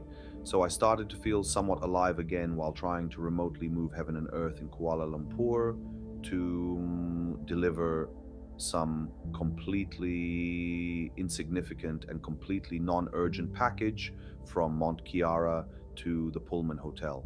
In the end, it didn't work out, but I did manage to refresh a few contacts. Hi, how have you been? Honestly, I don't really care, but I can still ask. Chatting with Tage reminded me of a good friend from Mont Chiara who once climbed the ranks of the escorting industry and is now about to join the police. From whore to whore, one might say, if my reasoning and empathy hadn't evolved since the days of being Sebastian on Polish football pitches. Scrolling through the past, I had forgotten her name. Tage suggested scrolling through our chat history, but that would have taken far longer than scrolling through the contact list.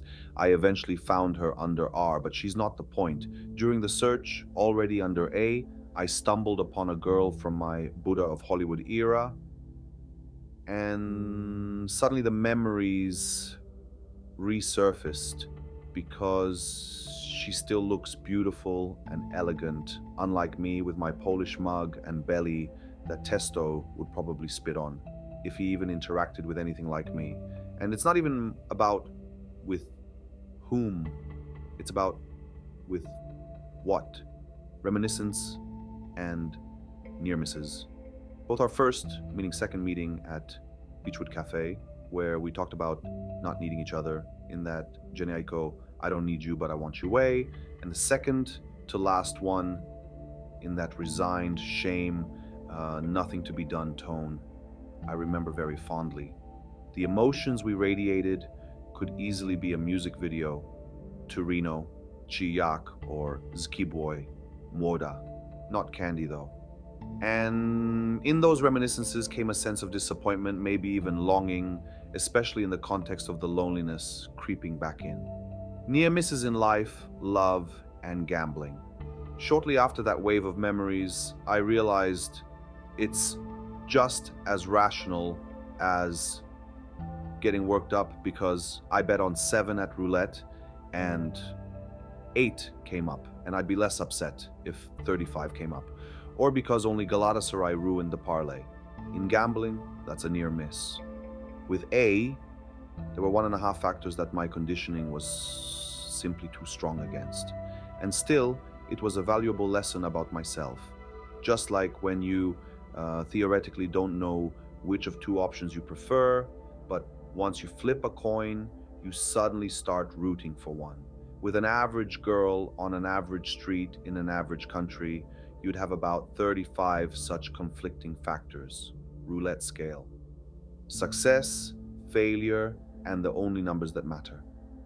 At the end of the day, beyond whether it felt satisfying, all that matters is whether it's a success or a failure, 0 or 1, or the half outcomes, 0.75 for a half win, 0.5 for a push, 0.25 for a half loss.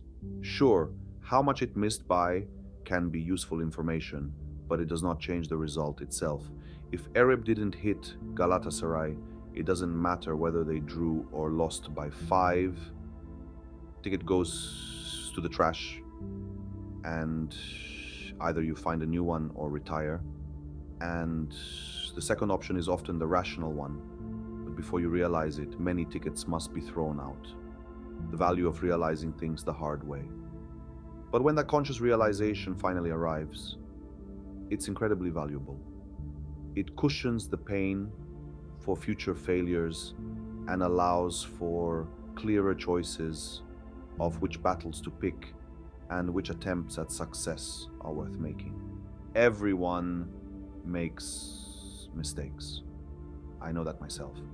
But repeating them, that's where the problem begins. Small victories and everyday observations. As for me, I ended up doing 50 reps in 5 sets once I finally dragged myself into the workout.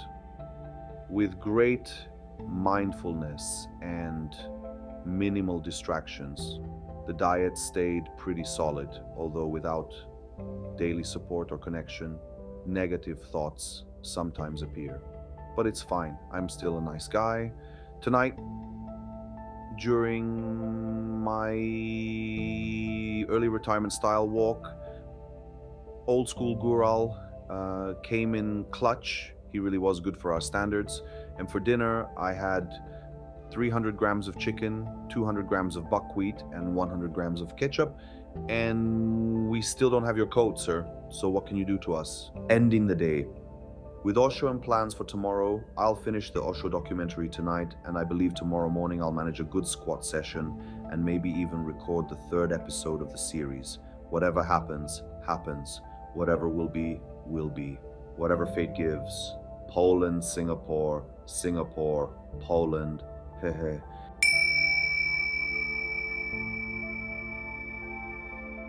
Day 62 of my 100-day self-retreat. It's better to lift a heavy start and heavier thoughts. What's up, piss goblins? Today was tougher than yesterday, definitely in the gym and for sure in the evening, with sadness, but also with humility and openness. I'm noticing the slightly stronger tentacles of loneliness wrapping around me. Starting my squat session required massive internal effort, and what came to the rescue were Dr. Michael Gervais videos, the pool with a harborfront view, and, crucially, the most motivating album in the history of Polish rap, Bon Soul, Lepiej się witać. The best and most durable sources of motivation are acceptance and human connection. Flow state under the barbell.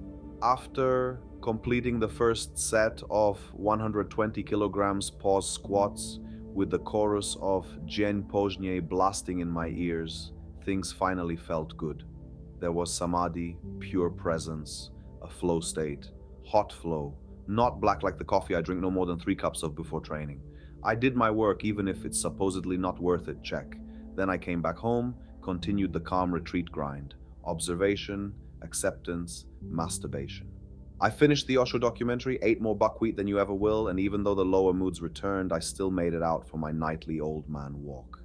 Evening walks and new arripe tonight's retirement walk featured the new arriper, whom I enjoy listening to for reasons similar to Bon Sol, though in a smaller dose. And bro, Bon Sol isn't one guy, it's a duo. Soul Pete makes the music, and Bonson raps, because he's rap, not singing. Say what you want about Erip, but thankfully he's nowhere near turning into a satiated, self-satisfied idiot. I walked even further than yesterday, progress or regress, reaching Clark Key. But I knew better than to sit on the little bridge, because at this stage I'd be suffering more from resisting 7-Eleven or Starbucks than actually resting.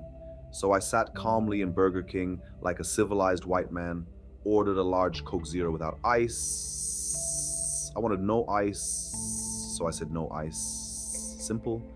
And I managed to extort yet another free gym entry for my man SGS. In 2 months we're flying to visit some European fatties, missing brothers in iron. And tomorrow morning we're hitting the gym again. I really appreciate the chance to train with someone. I even wrote to Greg, greetings to Eugene on the outside, that I miss him and our joint sessions like a motherfucker, especially when I look around at those morning cardio zombies and Martin Schmidt machine enjoyers, and sometimes regret they were born yellow. In these overwhelming, lonely moments, I sometimes wonder what it'd be like if instead of them, Alan or Guieno walked in, and instead of radio trash, Bonsol blasted through the speakers. I'd have all the buckwheat I could carry, and Guarana would flow from the tap. Loneliness wouldn't stand a chance. Life among smiling robots. And so, life goes on peacefully in this village, among walking, smiling automatons. But fuck it. Today, I'd rather lift than stuff my face at Starbucks.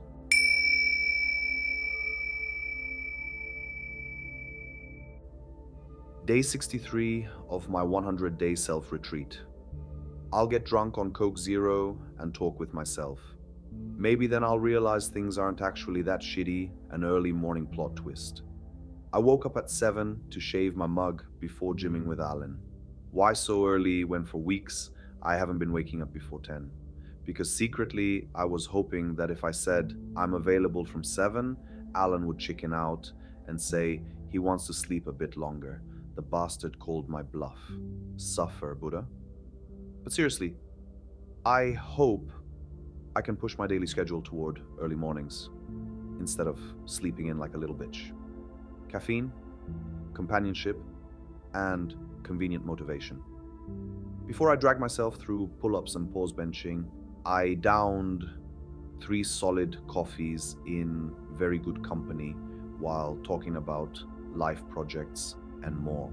It's an interesting, though unsurprising, observation that having this Malaysian robot around meant that, for once, motivation for the workout was not an issue. Metrosexual Buddha goes shopping. After milking the gym for a free session and using their free shampoo, I felt properly metrosexual. Add free deodorant and hair gel, and off we went for groceries, where I also felt like a king since we were driving and I didn't have to carry the bags. Disclaimer, you should still do squats, deadlifts, and exercises requiring coordination and balance. A noteworthy purchase, kimchi. I didn't realize it had such great macros, and damn, the taste makes a difference. Looks like it's about to become a staple in my diet. Fun fact, my uncle in Malaysia used to date a Korean girl, and we called her Kimchi. Then we forgot about her. And interestingly, half a year after I stopped messing around with my Korean girl, I suddenly remembered what kimchi really is. Foods over hose. Hee hee. A respectable lunch, and European plots lunch was solid. Nice to eat non-trash food with someone other than myself. I even admitted that when I cook for myself, effort level is 2 out of 10. Today was 4 out of 10.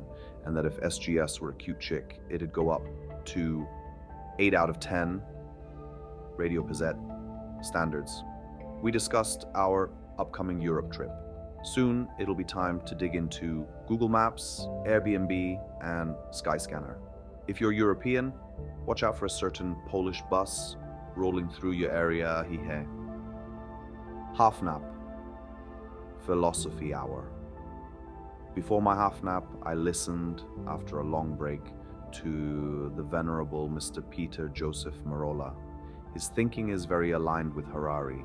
These are the types of people you need to surround yourself with, especially when the world is drowning in demagoguery, hypocrisy, plague, and decay. A trip toward familiar faces.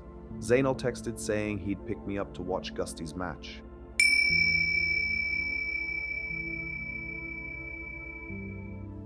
Day 64 of my 100-day self-retreat. We are not doomed to loneliness. Morning coffee with Peter Joseph. I'm sipping my pre-workout coffee while listening to Peter Joseph. At this moment, it barely matters whether I start my workout, whether I lift 100 kilograms or 140 kilograms, or whether I just lie down in a hammock. Peter is quoting Professor Sapolsky. It's the same intellectual current, and that's exactly the current I want to follow, far away from well-fed, self-satisfied idiots doing Martin Smith machines and grabbing fish and chips after work. I'm not hating, seriously, I wish they would wake up. But the economic system suggests that people like Sapolsky, Harari, and the rest, people who think like this, are and will remain a minority that isn't actually small. Even so, it's important not to forget that this minority, in absolute numbers, is still large. We are not condemned to loneliness, we just have to spread, share, encourage, and open ourselves to others with potential. A little note to self, have a good day, Maciej.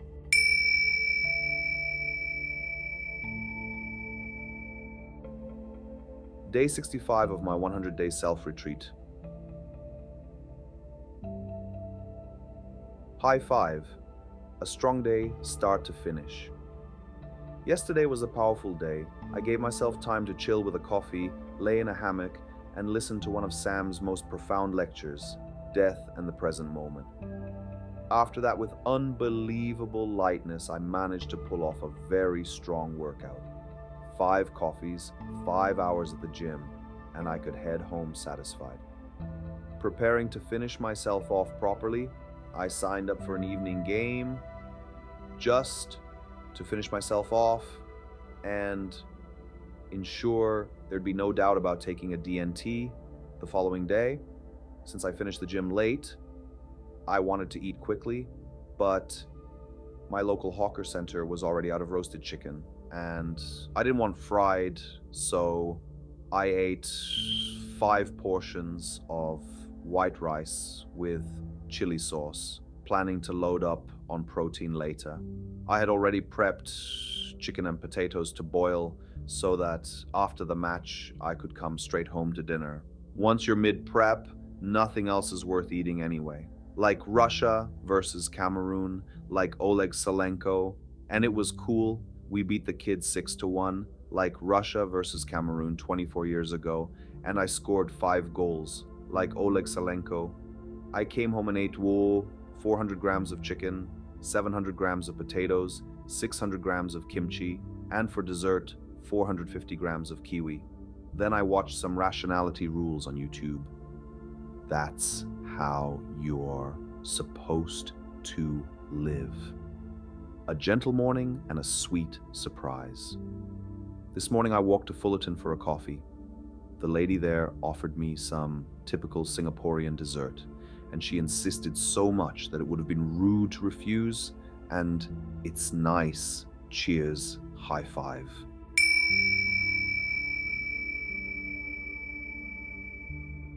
Day 66 of my 100-day self-retreat. I'm in my happy place, a 6:30 meditation and feeling like a wimp. Props to Pari for taking me by surprise and ordering a full hour of meditation at 6:30 a.m. today. And while a Buddha couldn't possibly decline such an invitation, I still feel like a bit of a wimp that waking up at 6:30 feels like waking up in the middle of the night. It's okay to feel that way. What matters is that I want to improve it. One thing that will definitely help, something I plan to work on, is going to bed earlier and lighter. I'm very satisfied with my caloric intake, but not so much with the excess fiber, probably too much water, maybe too much protein, and with how late and how large my last meal tends to be. The fatigue of the ascetic path. Of course, the hard work of an ascetic means that direct experience is full of tiredness, fatigue, and moments of negative thinking. It's easier to think negatively when you're exhausted after work and still have to take care of yourself and others, much harder than when it's full relaxation and no one needs anything and there's champagne. But considering that this is self-retreat and not a holiday in Jurata, it all starts feeling pretty good. Over the last 24 hours, I've had many high moments with the clear sense that I'm feeling the effects of this work, and I can see the long-term ones on the horizon as well. Strange shape of vulnerability. Even today, walking to the local market after meditation, feeling underslept and like an ill-fitting piece of society, I felt a kind of insecurity, a lack of someone whose presence would confirm that we're going in the right direction. Someone like a hypothetical Tage, someone who would go with me to argue, fight, or throw dollar bills in the face of the FF management, trying to scam me on my gym pass and tell me to get the hell out of Singapore. Without him, deep down, I sometimes feel like I'm guilty of something, like I'm trying to steal something or breathe air that doesn't belong to me. Messed up, isn't it? It is exactly what it is. Tathata, or something like that. Learning through discomfort in comfortable conditions. I appreciate that I'm able to consciously face challenges like insecurity or hunger in very comfortable conditions where no one expects weekend shore bets for me, and no one expects me to confess how deeply I need them. By observing my sensations, I can learn a lot from the supposedly big things, what I want to do in life, who I want to be with, and who I don't, to the supposedly small ones like how to make potatoes with chicken tickle my reward center. An old man who soon will die, apparently, ever since I became an old man who is supposedly going to die soon. I've understood that life is less about little things like having your own roof or yacht and more about living loosely in that supposed idle gear and appreciating every breath, every sip of coffee or water, and every bite of a potato without forcing anything. So there I stood at the bus stop 45 minutes ago, observing negative thoughts. Actually, I'd sleep, and why am I even going to the gym? But then I reminded myself that after the workout, freshly showered and feeling metrosexual, I'll go to Fair Price, buy kimchi, and absolutely demolish it with potatoes and chicken. And just like that, I was back in my happy place.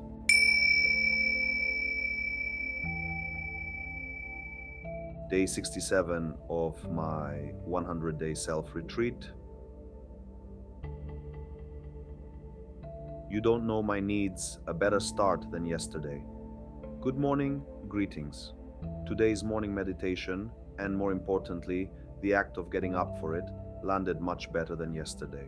It would be very cool to continue this trend, but as I told Mr. Bolo, Kwai, I'm not turning this into a strict requirement because my nervous system is already heavily taxed, primarily by strength training and by loneliness.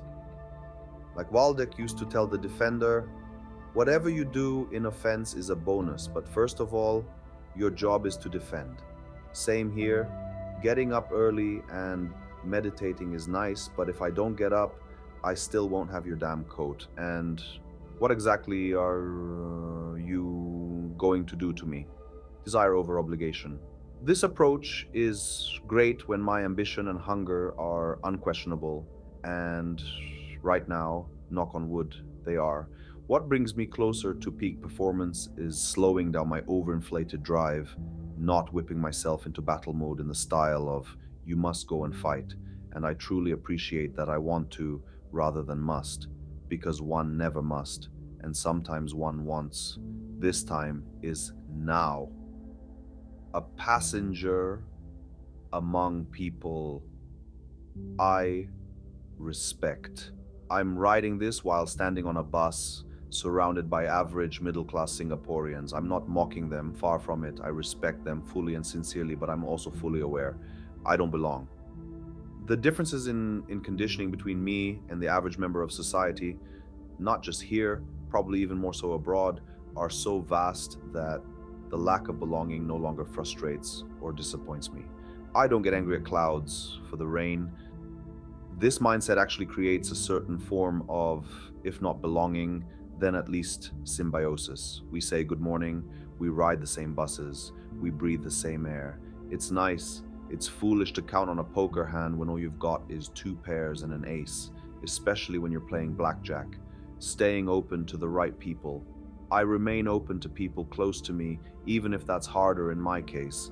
It's easier to grab fish and chips with a neighbor than to fly to Los Angeles for a Finding Mastery meetup. But comparing these things is pointless. Fish and chips won't satisfy me, and they don't feel the need to fly to Cali. Understanding conditioning to understand needs. It's worth recognizing your own conditioning to understand your own needs. What brings satisfaction, for how long, and how soon after indulging, you'll have to raise the dosage. Then it becomes much easier to choose your drugs wisely and quit heroin, hookers, Starbucks, Taconafide, Facebook, Instagram, and fish and chips, and instead choose chicken with potatoes and kimchi, squats, Bill Burr, Cosmic Skeptic, and Kopio Kosong. People drink what they drink, believe what they believe. Claudia drinks Kopi Si Kosong, and I'm not judging. Fortunately, I'm past the stage of being pissed that you believe in God or that you haven't watched The Wire. If Bison only has money for a few beers, he doesn't even start drinking. And that's exactly why I'd rather go for vodka with Busy than for a couple beers with someone who'd want to talk about the Spice Girls breaking up. Although, to be fair, the case study analysis of why the black one ate too many chocolates could be a fascinating spiritual psychological discussion over coffee, far more enriching than getting hammered with BZ.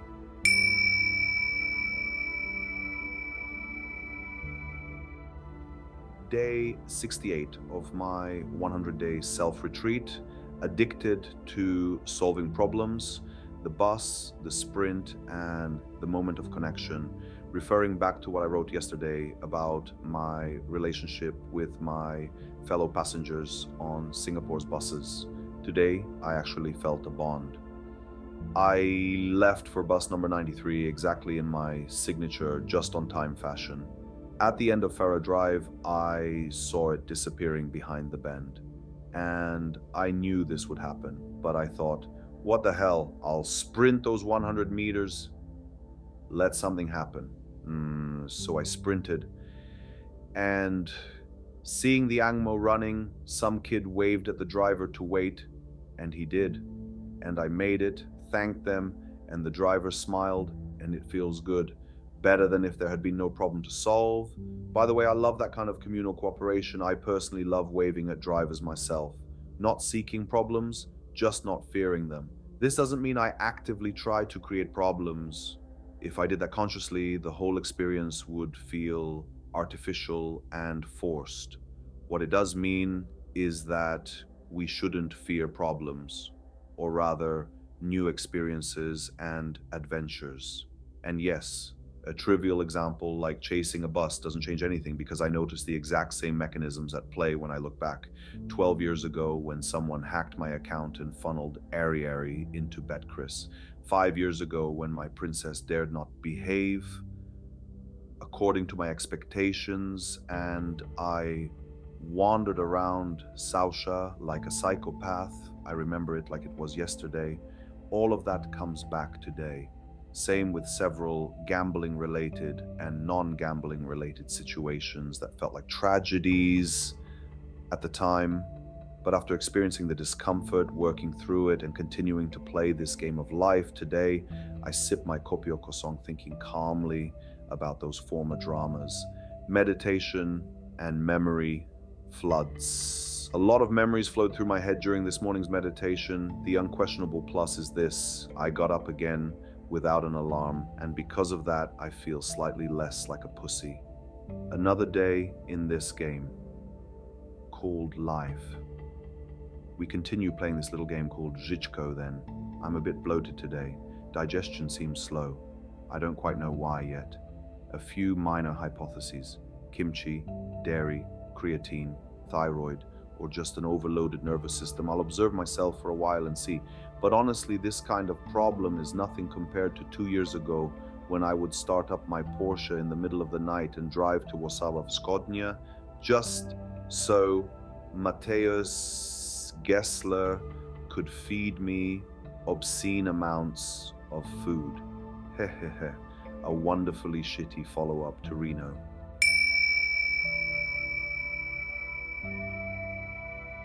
Day 69 of my 100-day self-retreat.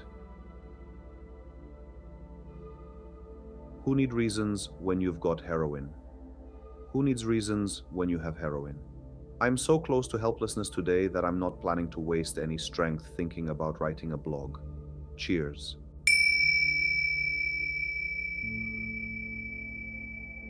Day 70 of my 100-day self-retreat. Poko to see Nogi Noko running on empty. I'm not sure whether it's the workouts, the lack of sleep, or the loneliness, but I am completely drained, totally empty. I take 20 steps and my willpower just shuts off. After 2 sets of deadlifts, I ended the workout. I wasn't feeling it at all. My form was trash, zero concentration, And honestly, why should I break my back for nothing? Turning to Alan, as always, when things get rough, I turn to Alan. We demolished a subway, drove to Farrer to quickly edit and upload an episode, then went for ice cream, but he dropped it, so we ended up getting a second subway. After that, we hit Starbucks, and later he dropped me back home. I took a nap, and then, with nothing else left, I crawled out of the apartment in a heavily depressive and exhausted state. The small joys. On the train, the highlight of my day appeared. A group of Vietnamese people enjoying the ride like it was an adventure. I respect that kind of joy, and I'm glad that I got to witness it. Eventually, I dragged myself to the bridge and lay down, staring at the sky, drifting without purpose. I approached a Filipina while her friend was taking photos. She seemed to know what she was doing with the lenses. I got her number, though I have no idea why. Then I went to Starbucks, again with no clue why. I didn't buy anything and walked out, also not knowing why. I wrote down what's getting cut, still no idea why. Pozdro, Nara.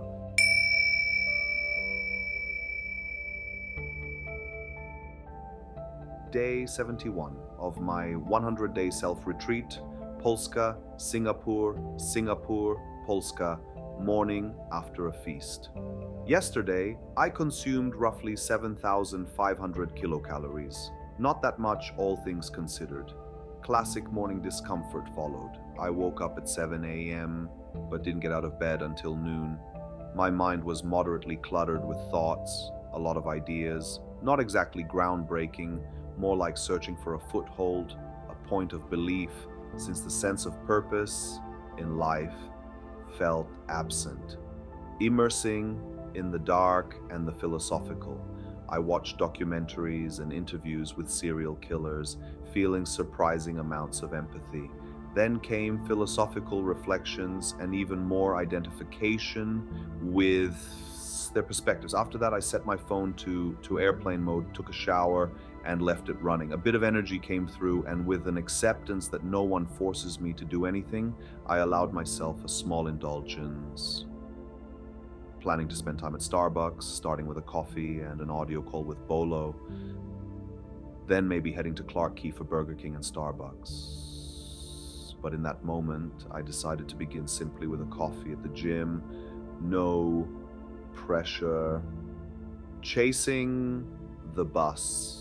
Feeling this moderate, fleeting sense of liberation, I hurried to catch the bus. It initially left without me, but I chased it, and just before it departed from the bay, it stopped. The small victory brought satisfaction, a perfect illustration of the joy in problem solving, as described in Addicted to Solving Problems.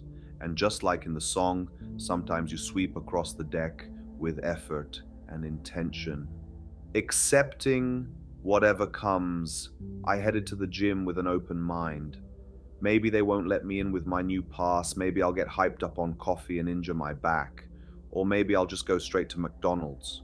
All of it is okay.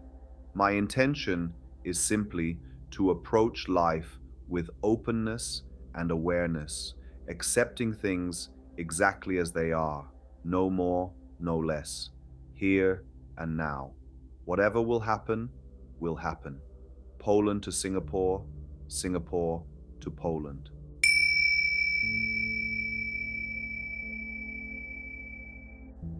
Day 72 of my 100-day self-retreat. Mr. Death. I could try again to stop playing and stuffing myself at Starbucks, but in return, life has a dull laugh for us. On the buses, I meet dull girls I don't even want to talk about. When in doubt, go to Bonson. Nevertheless, I managed to lift a bit. Yo. Day 73 of my 100-day self-retreat. Everything or nothing, or not reflecting on letting go. Today, as I was reflecting, I appreciated how, despite my usual all or nothing mindset, the process of easing off my diet went surprisingly smoothly. It was a little sad, of course, you know how it is, but overall, it feels much better. In fact, there's a good chance I'll get back on track relatively quickly. Opportunities and freedom. There are also good chances for a few other exciting things, but for now, I'm still in airplane mode. I'm binging series and not stressing about anything because I can afford it all. I'll live life to the fullest. Ticket bought. Let's go.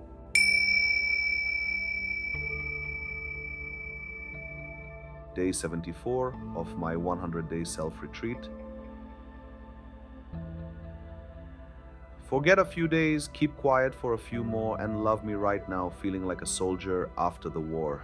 I feel like a soldier after the war. I still want to fight, but coach, I have no one to play with. On a smaller scale, 4 years ago, after 4 days of drinking, by 4 a.m., there was no one left to drink with. I went for a bath, packed a few things, and took a train to the seaside. I returned after 2 or 3 days in such a delirium that it's funny from today's perspective. The fun started in Opole when the conductor asked for my ticket, and I, waking from a 1 hour nap, had no idea where I was. In Poznan, as Lech Poznan had a gathering for a trip to Chozów, my friend Andrzej bought me 4 beers for the train, which I shared with a co-passenger 3 times my age. It was great. Sometimes I missed drinking. I was good at it. The solitude of excess, sleeping alone after overindulgence, is also familiar to me. This didn't start yesterday or 3 years ago. In this period, certain problems simply became more visible due to certain events.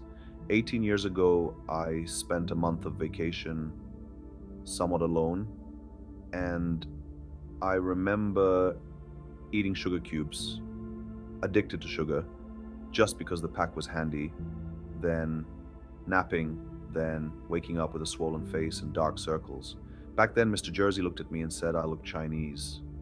I managed, but he thought he was teasing me. My yellow heart holds nothing but empathy for him today. The grind of training, I'm heading to do squats today, and maybe I'll manage it, but clearly the grind of heavy work is impossible to maintain in my current situation, and I have no bigger problem with that than I already do. Hunger for connection. I notice a strong hunger for a close companion who could train with me, cook some grains, hold the mirror while I plan world domination, buy new headphones, or even let me take a beating. My ultra-positive reactions to tiny glimpses of connection prove this. Yesterday, SK caught a follow-up to Crazy Day in an email. SH is beautiful, kind, and friendly, and I think I could take her to Buffett's every day while maintaining strict routines. Hee. KD chatted with me about nothing in particular. Even the day before yesterday, at Starbucks, I made a fun connection with a little yellow child. Buddha happy, child happy, parents happy too. Understanding, acceptance, and mathematics. These spontaneous moments show just how hungry I am for connection, or at least for heroin or dopamine-rich indulgence. If Dr. Gabo Mate ever looks for people willing to live in a cage for science, I'm in. All of this is fascinating. Understanding things better brings more peace of mind. Connections, conditioning, acceptance, observation, and after that it's just mathematics.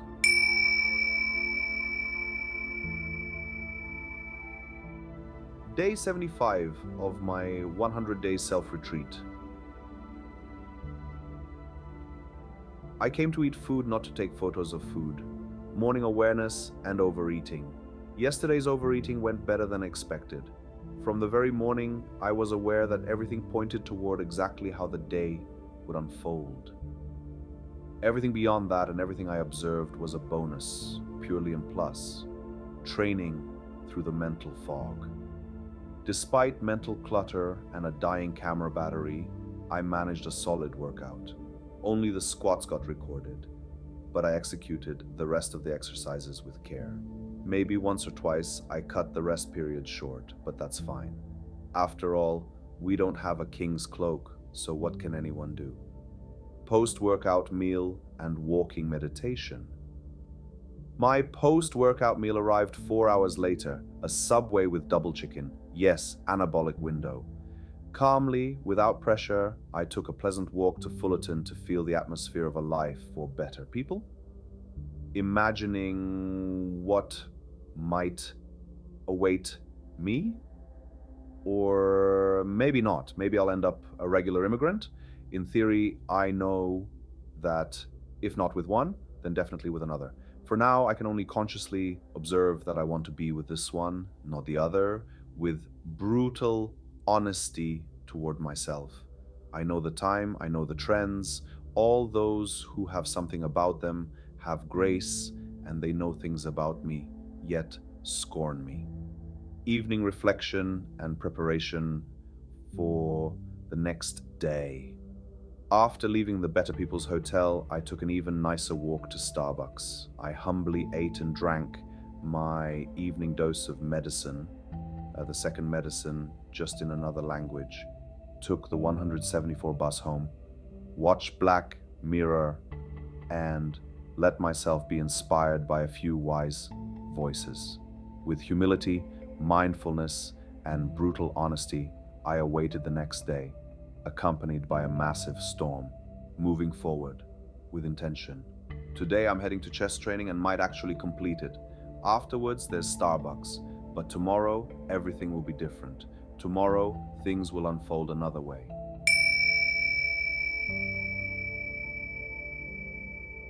Day 76 of my 100-day self-retreat, standing alone in the middle of the world, drinking Kopio Kosong, You've Got Nothing on Me, Harari, Happiness, and the Temptation of Becoming a Homo Deus. Professor Harari was right in noting that if medications improve the minds of the sick, there's no stopping the healthy from using them too, just to feel better. Why should I remain a European fatso and mere Homo sapiens when I could have peace of mind in my yellow heart and become a Homo Deus? My Adderall adventure featuring 60,000 steps and Bonson on loop. Adderall and similar stuff was supposed to treat ADHD. Me? Yeah, sure. I'm more likely to hook up with Doda. Someone offered it to me once, some time ago. By once, I mean 6 times, because you don't know my needs, and that's exactly why Wonsky took over the golden power in the city. I walked over 60,000 steps, listened to almost the entire Bonson discography while marching across Bohol Island to McDonald's and back, picked up 2 girls thanks to my bulk and beard. Well, one, the other one, originally the first, only changed her mind after a week, then drank some vodka, well, Jaeger at Clarkey, slept like a king, and gently returned to being Buddha. Respecting substances and learning from hunger, I try to respect the effects of every drug, stimulus, and medication. I try to feel and learn what something is and what it isn't. Why was I hungry for it? What else could satisfy or reduce that hunger? Ultimately, I'm interested in long-term solutions because I haven't arrived here yesterday. Usually the first time is great, third time is just okay. You won't fool an old sparrow like me with horse manure. Freedom is not the same as license, therapy, barbershops, and one of my best workouts. Before anything else, I used to see all kinds of therapists as well-fed, self-satisfied idiots. Yet sometimes, after those conversations, I walked out happier, more alive, less lonely. That's why yesterday, for the first 20 minutes of my workout, I stayed on the line with Eugene, who was waiting for his turn at the barber. They chatted about the weather, Marina's butt, and a few other butts nearby. It turned out to be one of the best workouts I've had here, not only because though, partly also because I felt strong, somewhat beat my bench press record, and in pull-ups I'm catching up to faceless. The Starbucks diet does its job. Shared reality, heavy lifts, and the illusion of fulfillment. Working out with people like Seb or Eugene improves the quality of my experience. It gives me a sense of purpose in my pursuits. We have our own intersubjective reality. I'll definitely write more about this soon. It's very important. Still, I see no way that lifting 200 kilograms in a deadlift, even with a natural smile, could ever have more meaning for me than earning my first billion Ariary. Once I had complexes about the fact that money mattered most to me, but in truth, it was never about cash. It was about the illusion of fulfillment. Besides, I never had a lot of money, only points, so there's nothing to pretend about. Loneliness as a necessary part of the landscape. In a paradigm where satisfying hunger is insanely hard and the world around us responds with dumb laughter, confronting loneliness becomes a necessary and natural step.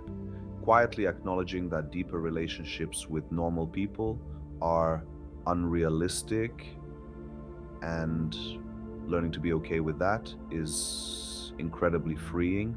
When the reaction changes from "why don't you understand me" to "I understand why you don't understand me," things start to feel good. Accepting hunger without becoming another smug idiot. Loneliness is unpleasant, or more accurately, it is what it is. But I no longer want to be the same well-fed, self-satisfied idiot as you, my brothers and sisters.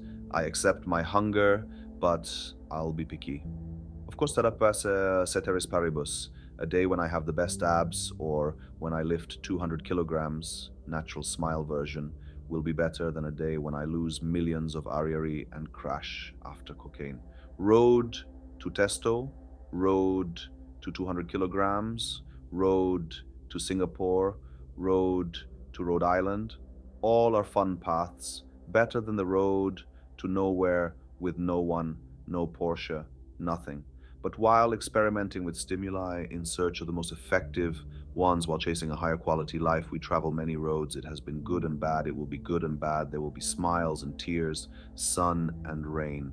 Choosing the road less traveled. Above all, the key is choosing the road less traveled. Props to Scott Peck, La Vida Loca. It matters whether you snort coke, whether you're a European fatso, whether you have great abs, whether you win millions of Ariary, whether you deadlift with a natural smile, whether you're addicted to AA, whether you're hungry or full, whether you're an ugly white guy or a cute doll, whether you have your own roof or a yacht.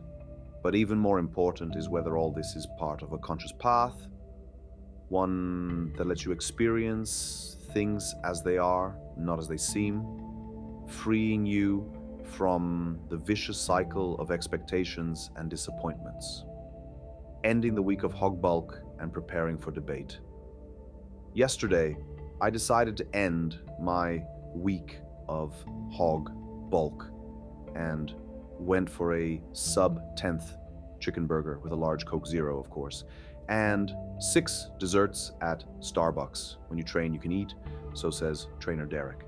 Today, I'm fasting without having a gentleman's coat.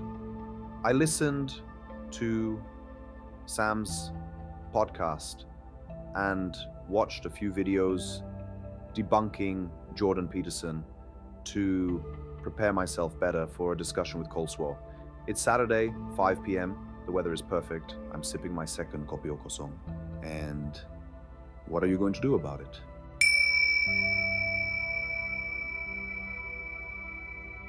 Day 77 of my 100-day self-retreat. Running doesn't cure depression. See what does video. The myth of running as medicine.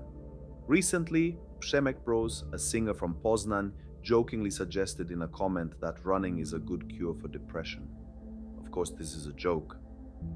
Przemek Bros isn't actually a singer, only a rapper, which is perfect proof that he was lying. Running doesn't cure depression any more than doing crunches will sculpt your abs. The real remedy for both problems turns out to be the deadlift. With a smile. Smiling the right way. The smile shouldn't happen after every repetition, it's only after the last rep in a set. For example, if my workout plan calls for 5 repetitions per set, I don't grin like an idiot after every rep. I only smile after the final one. This is a well-known truth in the Matrix, but it's never taught in schools or by psychiatrists.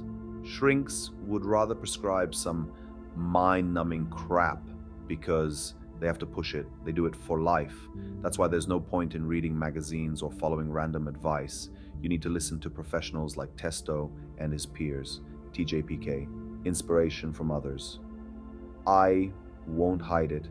During today's workout, performed in the 38th hour of fasting, I was inspired by a local girl who weighed around 50 kilograms, appeared between 16 and 60 years old, and alternated between, deadlifts and splits like a beast. Maybe she wasn't conventionally beautiful, but yellow people don't need to be pretty to earn my respect, just as white people, no matter how attractive, never will.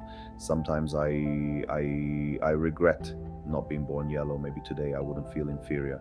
Returning to the Matrix, it's amazing to be back in the Matrix, having the audacity to do and say things that society doesn't consider normal. Sometimes I don't feel like acting wild, but thankfully, those moments don't last long. Psychiatrists might call me bipolar. Slovak police might say I'm simply crazy. For me, the real insult is being normal. Living like everyone else, not my style. Prescription for life. Listen, you must do squats, deadlifts with a smile, and exercises that require coordination and balance. These are the movements that build not just your body, but your mind and your spirit.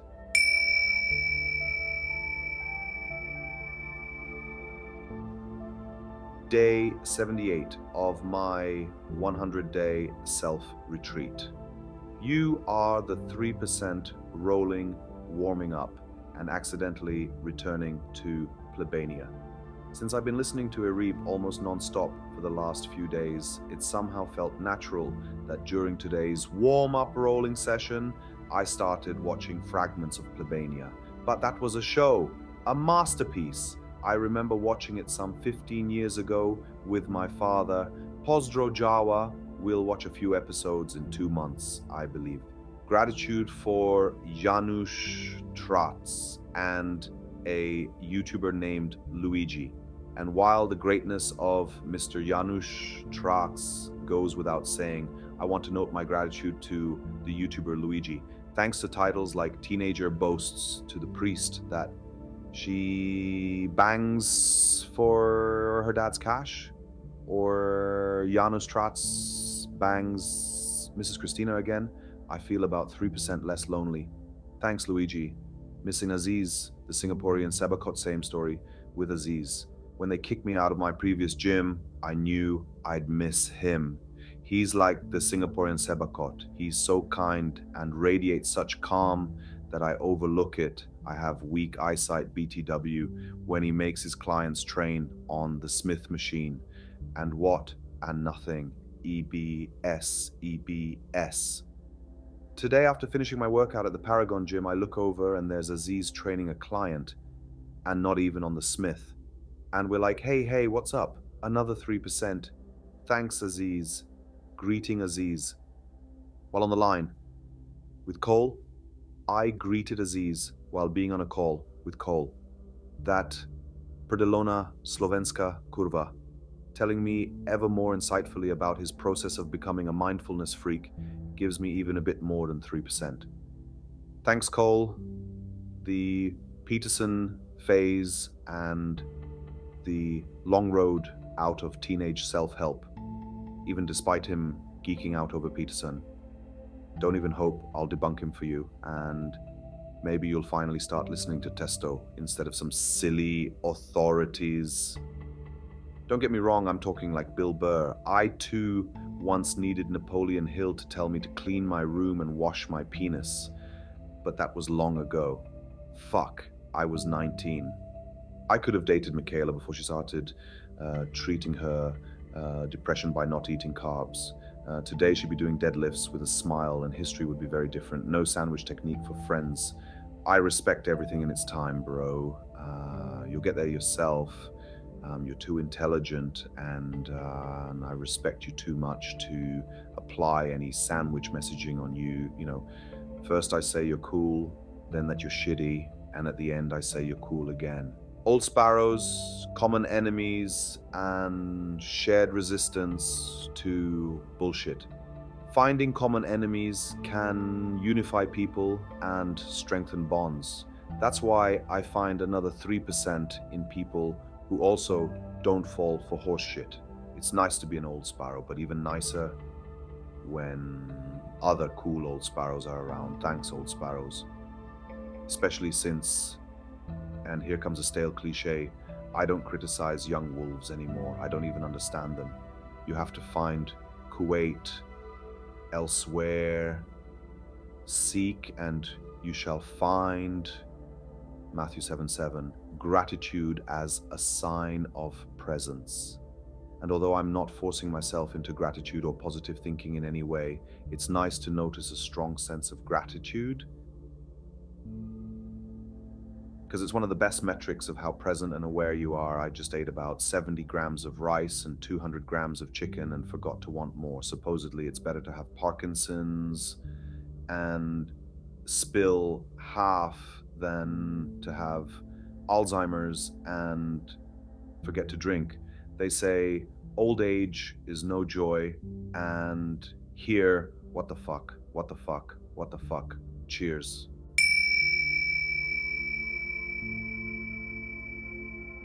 Day 79 of my 100 days self-retreat to my Badishsi. A million ariary dinner and the problem of enjoying good moments. Yesterday I had dinner at the Fullerton for a million ariary, and somewhere someone is dying of hunger. And that's sad, you say. And through Boat Kie to Clark Kie. And it was really nice. Of course, I've got it deeply wired into this sick head of mine. Not to enjoy good moments, but to tense up like our stars in diss tracks, trying to save these moments forever together. Or at least turn them into something almost lasting, long-term. Why make the bed if I'm going to sleep in it later and it'll get messy anyway? Go clean your room now. My first cocaine cost-benefit analysis. The first time I tried coke, they took me by surprise. Now, within 5 minutes, I called internationally to John Nowak, Pestle 2485-2493-873, to analyze the cost, quality, availability of the local product, potential benefits, as well as risks of legal trouble and health issues, addiction, suicide, and such, to evaluate whether it's worth doing coke.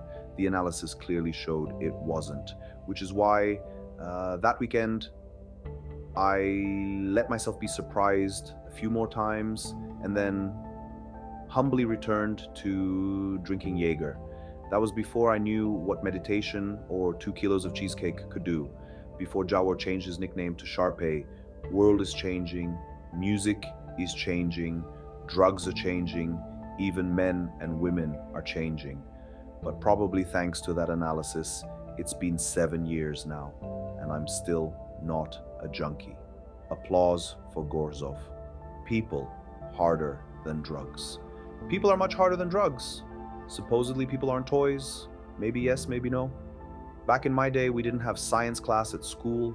We had environment, then chemistry, physics, biology, later economics, history, and the ethics of gambling. And in none of those classes did anyone teach me how to handle people, how not to be lonely on one hand, and on the other hand, not to crush others under the weight of my overwhelming insatiability. More, more.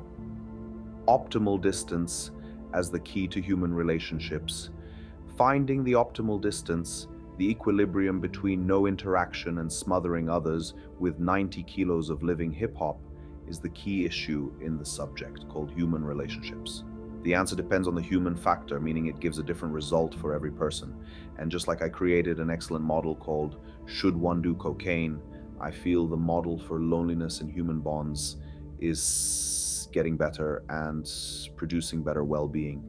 Even if the optimal distance with the vast majority of people is like from Chekhanov to Singapore, even if all we can give each other is that metaphorical 3%, I respect that metaphorical 3%, like a motherfucker, applause for Schwidnica, running, deadlifts, and the geography of discomforts. I'm 31, hello.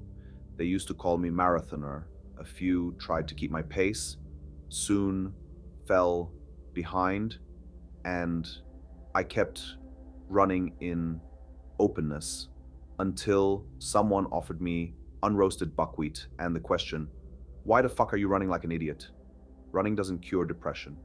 Do a deadlift with a smile instead, you fucking Polish whore. Meaning, if my behavior makes someone uncomfortable, that automatically creates discomfort in me.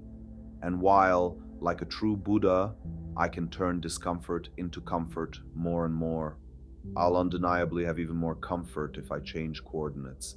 I don't need a sentimental dad figure. If he wants to run, let him run.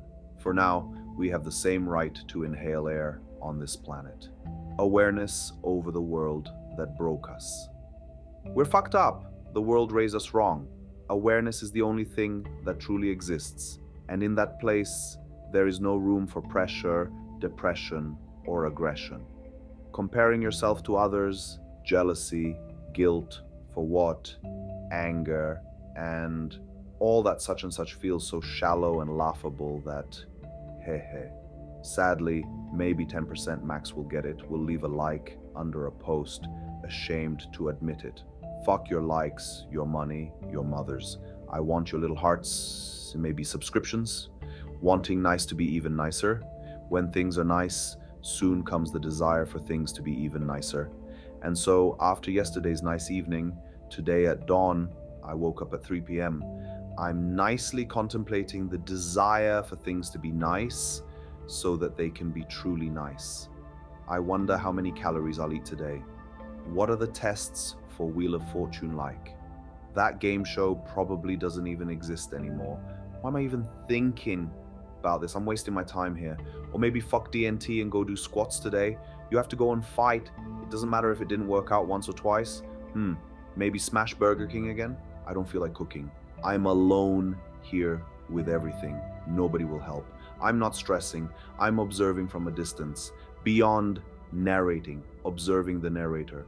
For us, it's more than being a narrator like Wojtek Sokol. For us, it's being, above all, the observer of being the narrator. For us, it's more than girls and money. I live this every day, and it has to be so. That's how one should live.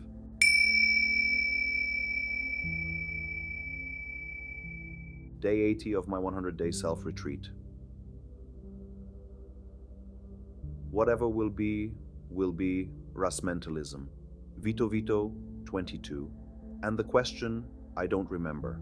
In the track with Vito Vito 22, Rasmentalism raps that you don't give answers, but at least I don't remember the questions, and as much as I stand behind Rasmentalism stronger than the palms in Cali, behind that particular message, because they rap, they don't sing, I stand like the palms in the Botanic Gardens, meaning there are no palms there. Revisiting an old conversation with Jan Nowak.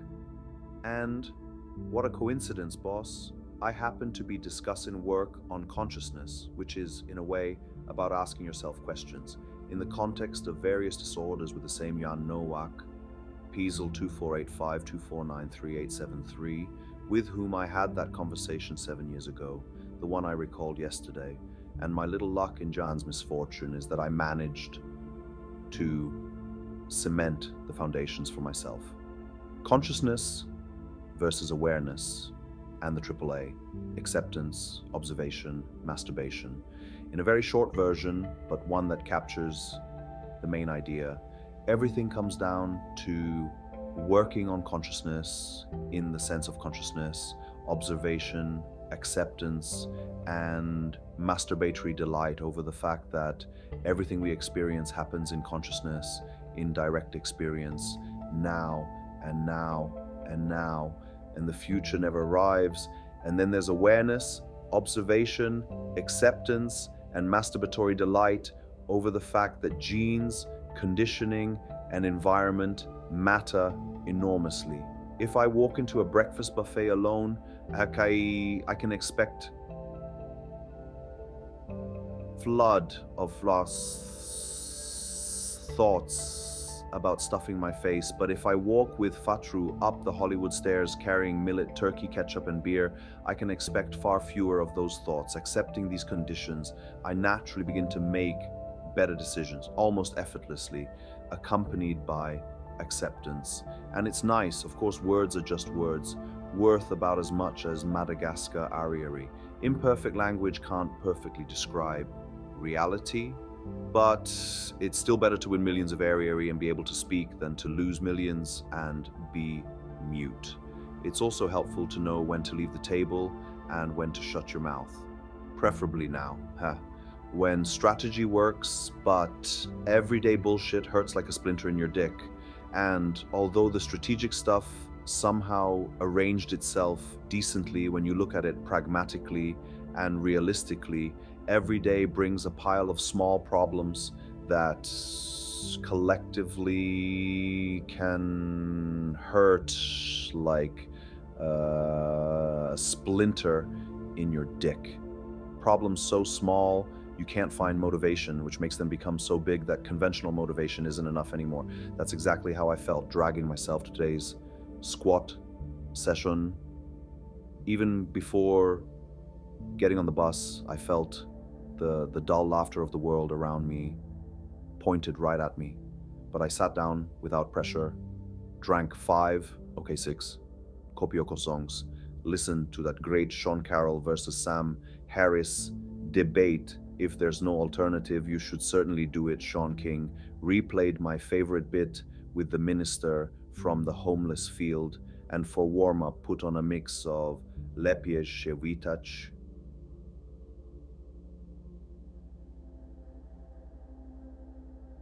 Fuji, which has never failed me, and I did the fucking workout. No fireworks, no splits, but some kind of stimulus hit, I believe. I'm learning regularity, reason, moderation. It's not easy, but I'm fighting. You have to go and fight. Fighting, but not always having the strength.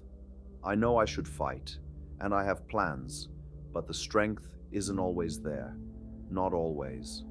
For now, I stepped out to McDonald's for a Zero Coke and have been watching YouTube and writing the blog for 2 hours. But before I came to McDonald's, I crawled in the blazing June sun from the gym to the apartment. In that post-training, post-caffeine crash, I skillfully picked out the last bits of buckwheat like a poacher scraping antlers, opened my last kilo of kimchi, but had no strength to fuck around with it, so I just dumped the whole kilo into a bucket, a plastic container, and ate it like early humans, parmesan, and half-thawed corn. And I felt like Daniel Sikora listening to Takona Fide, a little death, a resurrection, and an elderly walk. But it's cool, I'm still a nice guy. I died a bit, resurrected, and decided that despite my distinctly non-exclusive mental state, I'd go for an elderly style stroll and at least eat a Subway with double chicken from the lady who always smiles at me, liquid Prozac, meaning she doesn't charge me for Coke Zero refills. We like each other. It's nice. But as I approached Holland Village, I started feeling better and decided to extend the elderly stroll. I walked through the neighborhood where Stanley used to drive around as a kid to admire the houses. Now he's old and doesn't admire them. I'm old too, but not that old yet.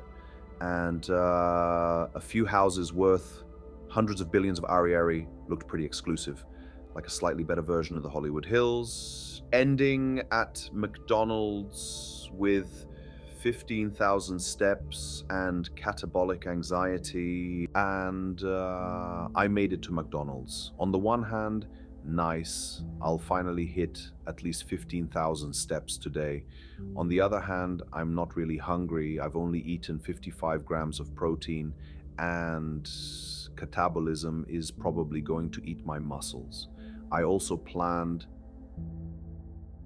good pull up result for tomorrow, but oh well, whatever will be, will be. We keep that in mind. And you? And you?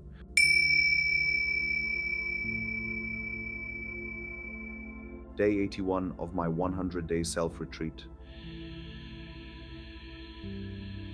I used to have better abs, the rise and fall and rise of my abs. Let's not kid ourselves, I used to have a better stomach.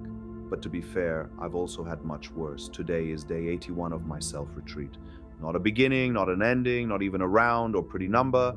I'm not cutting properly, and I don't have even a minimal surplus to optimally push my numbers. It's neither road to testo nor road to 200 kilograms. And so what? And so nothing. A whole lot of nothing. Suspended between extremes and happy about it. I tend to go all or nothing.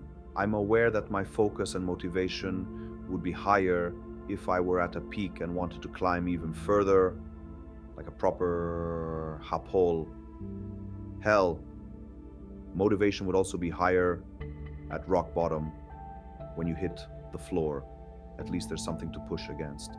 That's why I fully appreciate that in this strange suspension between two extremes where there's no chance of getting deeply into it. I don't freeze.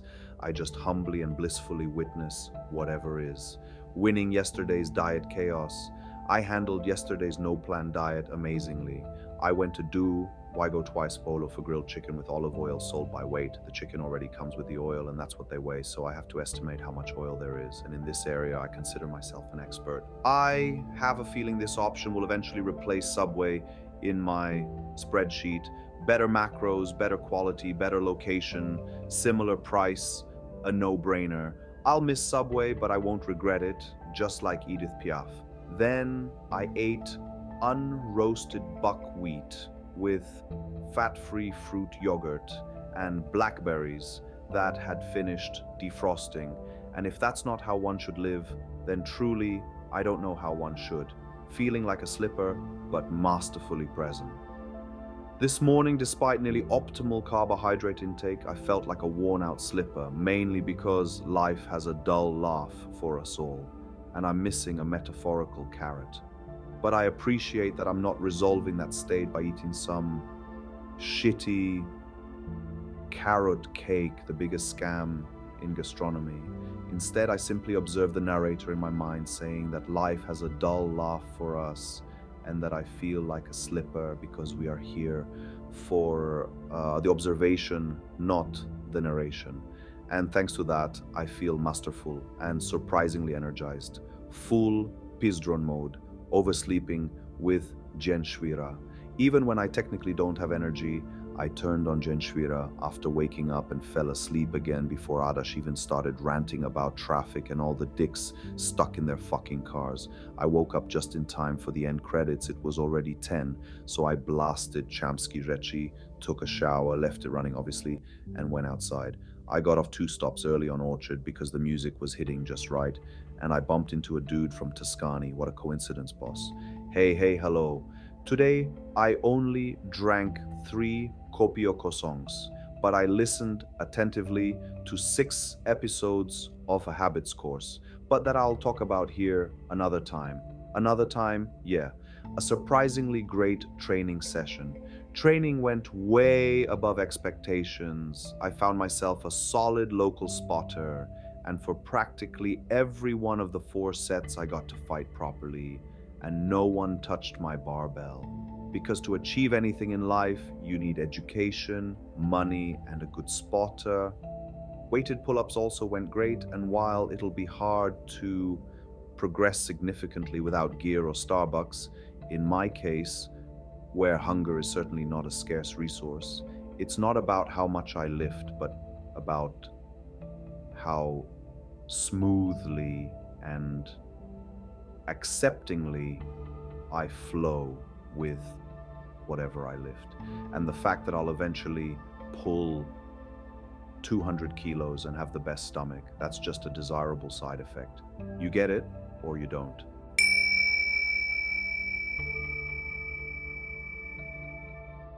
Day 82 of my 100 days self-retreat.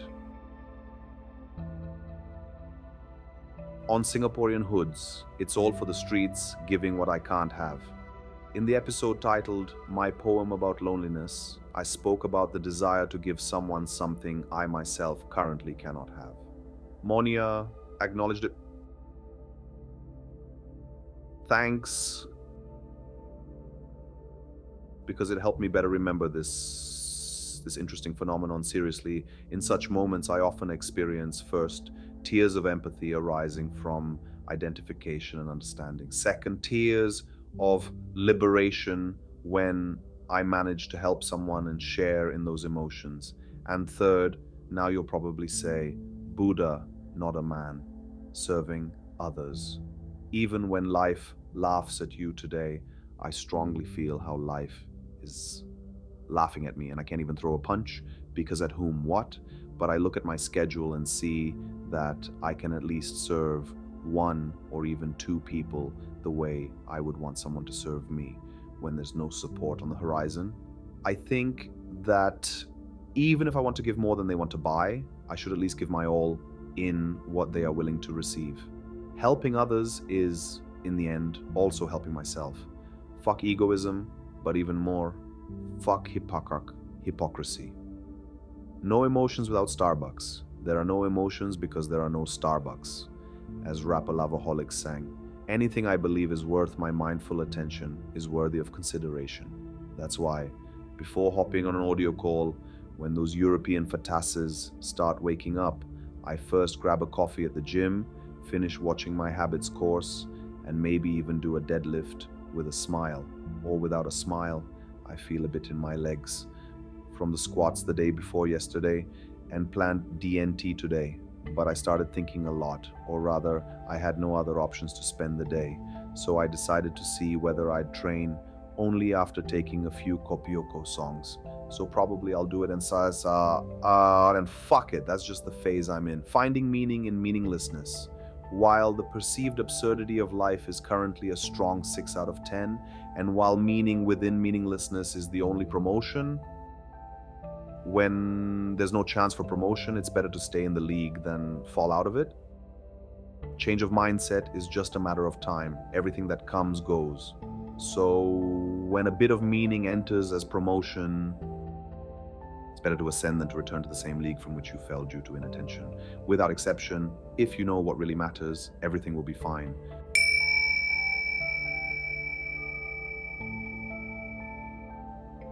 Day 83 of my 100-day self-retreat. High again, but it changes things for a moment. Calories, drugs, and cost-benefit analysis. I realized that at this moment, the main difference in my perception between drugs like cocaine and alcohol like Jägermeister is this. A bottle of Jaeger has about 2,000 calories. And for that, my dear, I could eat 8 Snickers bars, 10 chicken burgers, half a kilo of buckwheat floating in ketchup, or 5 kilos of Korean fermented cabbage, kimchi. Seriously, yesterday for about 15 seconds I considered getting hammered classically just to feel at least a bit like a full and self-satisfied idiot.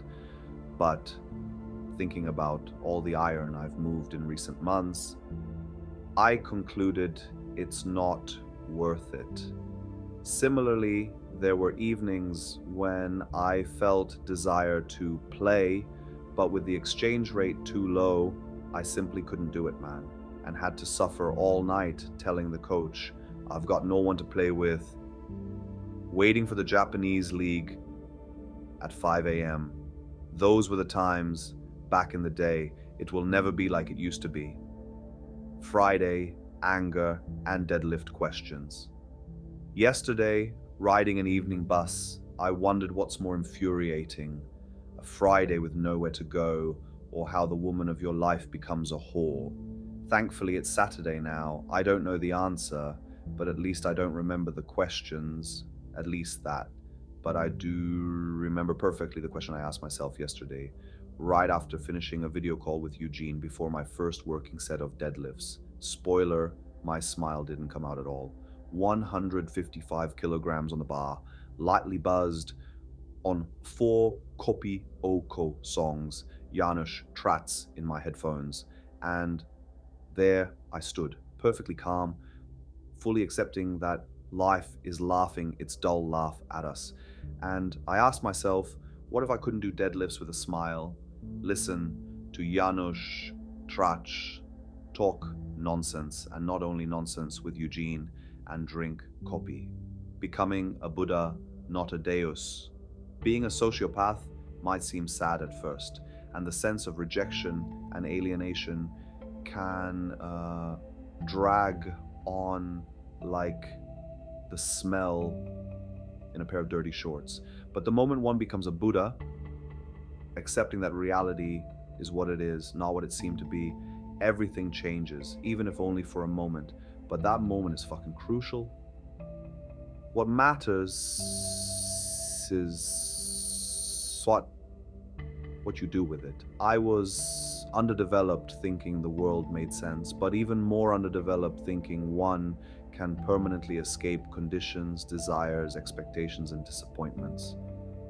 Being a Buddha means no longer being a Homo sapiens, but a Homo Deus. It ain't like that. Everyone stays who they are. I'm still a European fatty and a Homo sapiens, but being a Buddha lets me play this game on better software. Awareness as a tool, not a trophy. Awareness, observation, and acceptance should be tools to manage stimuli better, not goals in themselves. I could spend this weekend drowning in thoughts about how I should go out, eat like a normal person, listen to Taco na Fidi, and watch the World Cup. I could cry that I wasn't dealt 4 aces and a joker, but instead I decided to accept my current situation and play with the cards I have. A metaphor, you get it. Burger King enlightenment and the logic of senselessness. So when the evening came and both my current experience and the outlook for Saturday became a bit unbearable, I decided there's no point pretending to be a proper Singaporean citizen. I went to Burger King for a 10-piece chicken burger with Coke Zero, obviously to load up on protein in advance for today's fast. Turns out that within meaninglessness, meaning isn't the only kind of promotion. Then 4 desserts and a large hot chocolate at Starbucks, and my weekend plans became perfectly determined, reducing any potential thought overload to an absolute minimum. Everything neatly logged in my spreadsheet. This is how it's done. Allow non-minimal doses of your favorite substance to slowly trigger changes in your brain, while respectfully acknowledging their effects and consequences. 500 carbs, 480 protein, and riding the 174. Yesterday I ate 500 grams of carbs, 220 grams of fat, and 480 grams of protein. My dietitian and spiritual guide assures me I won't get kidney stones or a kidney skyscraper. Right after the last cheesecake, bus 174 happened to pass by, so I sprinted out of Starbucks, sat at the back like the cool kids on school trips with a clear head, turned on Mr. Trash, and it felt good, even if for a moment. I felt like Mike McDermott after beating Jackie Chan at cards, just like it feels good now to download my consciousness by writing this text therapeutically. Therapy, rape, reputically. And I don't intend, nor can I, thankfully, to let that good moment fully saturate me and turn me into a self-satisfied idiot. I'll finish my second Kopioko song, Today Calmly, and head back out into the world, open and sensitive to all stimuli, respecting their effects and learning from them with humility. Is all.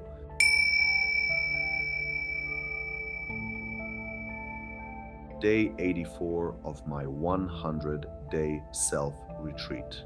Have a good Sunday post-workout lightness and the joy of a good session. Hey there, it's Sunday, 1 p.m. The post-training pump is kicking in and the weather is perfect for being alive.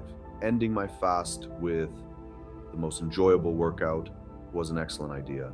Just like I didn't get kidney stones from all the protein, 40 hours of fasting certainly didn't kill me with catabolism, and my strength was at least at a satisfying level.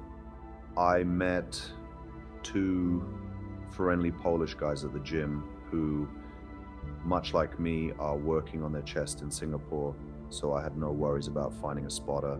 Sure, in the last incline set, I only hit 8 reps, but first of all, that's still progress compared to last time, and second, I fought hard for that 8th rep, so no worries at all. Just beautiful acceptance of what I had in me today. This is for those who don't understand that the gym is yoga, yoga is meditation, and meditation is life, real life. This is for those close friends of mine, because thanks to them, I profit. I get to know the world, avoid fake faces, growing spiritually through discomfort. Spiritually, I'm growing without a doubt. I observe myself in moments of solitude when I don't feel like going out, during fasting when the cravings hit and I start drooling over cheesecakes, when Lipsky steps into freedom, when in the same kinds of discomfort I feel increasing comfort. And in discomfort, comfort is the only advancement, as Focus from Pactophonica once sang. Easy questions on a hungry Sunday. Today's questions are definitely easier than Friday's. I'm optimally hungry with heightened sensitivity to any culinary stimulus. I have 600 grams of chicken, 900 grams of kimchi, 50 grams of parmesan, and 350 grams of blackberries at home. So, question, what's for lunch? Is practically not a question. Using a good mood. Wisely. It's not always Sunday, but since today it is, I'm going to use this exceptionally good mood and postpone watching the German series until tomorrow, which is basically doing the so-called mañana. I'll head into the city, walk around a bit, and give myself an excuse if tomorrow's squats don't go well. By the way, preparations for the meeting of Mr. Trump and Mr. Kim are in the air. Thanks for the tickets, Krizichu. Back to the Matrix, and yet not quite. Mr. Petal wrote to me after reading one of my posts that he sees I've returned to the Matrix, meaning that for some social group I'll be normal again. And it's hard to disagree. Sure, there are still brats who want to teach me about life, even though I'm not particularly bothered by them. But above all, I'm experiencing recognition, support, and gratitude. We've seen more, felt more, been higher, and when we greet rock bottom, it doesn't scare us anymore. We talk about the wire, lift weights, eat fruit for dinner, and know that we don't have to go and fight. And maybe that's exactly why we do go and fight. A simple wish, that's all from me. Do you have anything? Wishing you a pleasant Sunday. Cheers, later. Day 85 of my 100-day self-retreat. War. Part of the matrix is the unquestioned acknowledgement that my problems matter. In a moment, I plan to start my squat workout, and I'm having a huge problem deciding whether to draw motivation from Janus Tracks and the rest of the serial killers, or from Good Morning and the rest of Better Greetings with the F-huge edition. And in terms of direct experience, at this moment, this is far more important than a meeting between Mr. Trump and Mr. Kim, hunger in Africa, or even the Wheel of Fortune tests. Everyone has their own war, and for everyone, that war is the most important war. Today I'll do 4 solid sets and I won't cheat on the pauses. Chill, and there's still a surplus left. I wonder if I'll have to edit this post. Cheers, Shogun.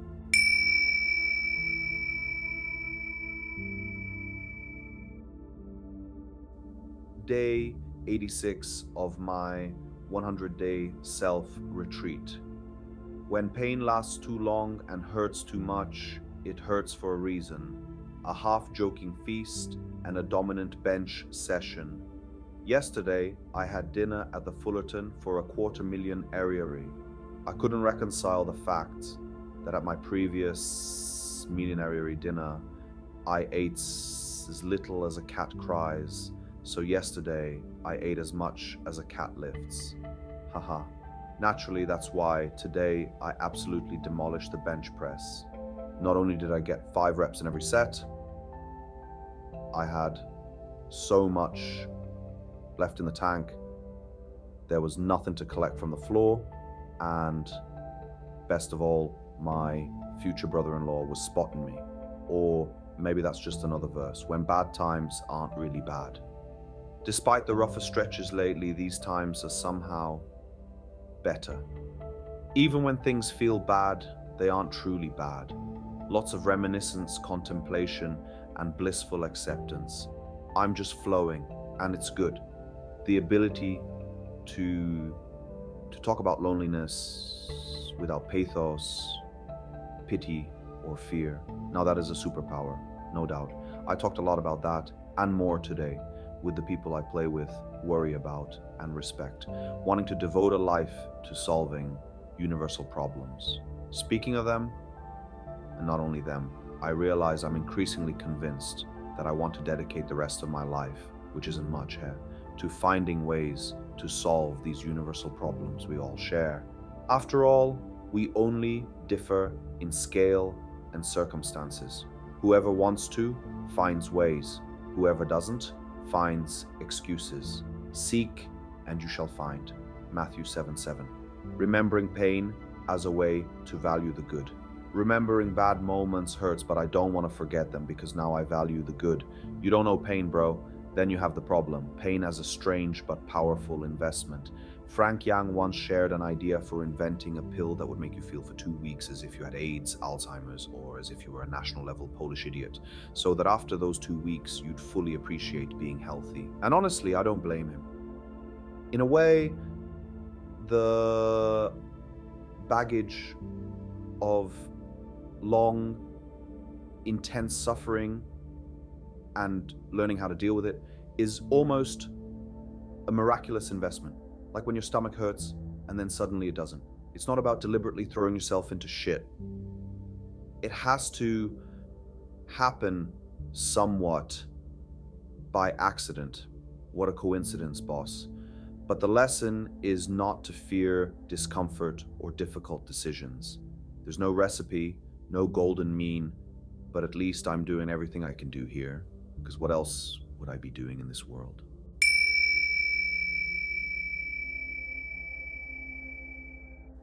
Day 87 of my 100-day self-retreat. Prefrontal cortex has been turned off, exhaustion from lifting and lack of sleep. My prefrontal cortex completely shut down. 3 consecutive days of heavy lifting, plus a night without sleep. Such is life, my friend. An endless test. Yet, getting up early today and heading to Changi was the only right move, regardless of the results. When the odds are 2.25 on the remainder, you play. That's it. It doesn't matter what comes up. The key is to respond optimally to the situation as quickly as possible. Wandering through Clark Quay and returning home after aimlessly wandering Clark Quay at noon with exhausted eyes, and after some Indian hustler tried to trick me with some utterly useless, much worse than Uncle's program on some TV fortune telling.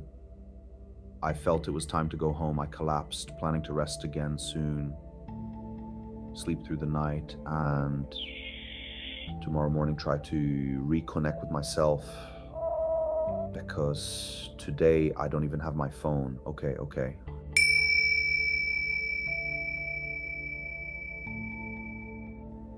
Day 88 of my 100-day self-retreat.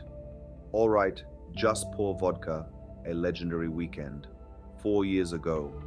4 years ago, during a May weekend, I experienced what was, at the time, one of the best parties I'd had in recent memory. Several circumstances align, and on the fourth day of drinking, actually late at night, in the second consecutive bar, when the yaga ran out and the dark specter of the night ending appeared, one of the more composed friends turned to the bartender and said with humble acceptance, "All right, pour the white. Just pour vodka. White isn't a bad team, although back then I preferred black. In hindsight, there's no doubt that yellow is playing in a higher league. The only question is whether I deserve to be in that league, and as Felicia Pearson once said before she got dismissed, deserve got nothing to do with this shit." Metaphorical Jaeger and the sense of control. In present times, I see the metaphorical Jaeger running out. Less metaphorically, it's the current, and even less metaphorically, it's a sense of security fading. The reward center is the command center of the world, and you won't win against it. Yet there's hope in the fact that you can play on the same team as this command center, not against it. For almost a full day, I recharged my batteries, though my head ached almost as much as life itself, and my rhymes felt weak. I can't hug mom, nor even Gabarmate. I know where in Singapore one could get heroin, but I also learned that the only Singaporean prison lacks air conditioning, and I'm not foolish enough to sit in that heat non-stop. Learning from discomfort, I feel like I'm learning a lot during this period, both on a macro scale over 6 months and in the micro scale of the last 48 hours. Yesterday evening, I woke up with moderate withdrawal pangs, but decided to endure them rather than go to 7-Eleven for sandwiches and ice cream. Despite the headache, I made it to morning, and by 11 a.m. I headed to the gym. Standard procedure, Kopioka song, listening to wise people, an audio call with a European friend from Slovakia, and then attacking 160 kilograms in deadlifts. 4 sets of 5 reps, and yes, a forced smile at the end. A smile for completion, certainly not from my soul. After all, I don't even have a soul reward and liberation from heavy lifting. I completed the workout. I consciously appreciated the reward that comes from lifting heavy weights. I felt such a sense of liberation that, I almost poured 100 plus 26 kilocalories per 100 grams of chilled substance instead of sparkling mineral water. But no overconfidence. One must know where the limit lies. The day is far from over. And what now? Is the day over? Has nothing else happened today? Not at all. It's Thursday, 4 in the afternoon, and the weather plus a 30-hour fast invite me to turn on anti-hype and listen to Sarius lying like only Sarius can, on the way to Fullerton. If catabolism doesn't kill me by then, at 6:30 p.m., the buffet arrives for 250,000 ariary, and the dancing ends. For the fate of the pigs, ask the butcher's sister. Endings and beginnings. Something ends, something begins, as President Andrzej Duda would say.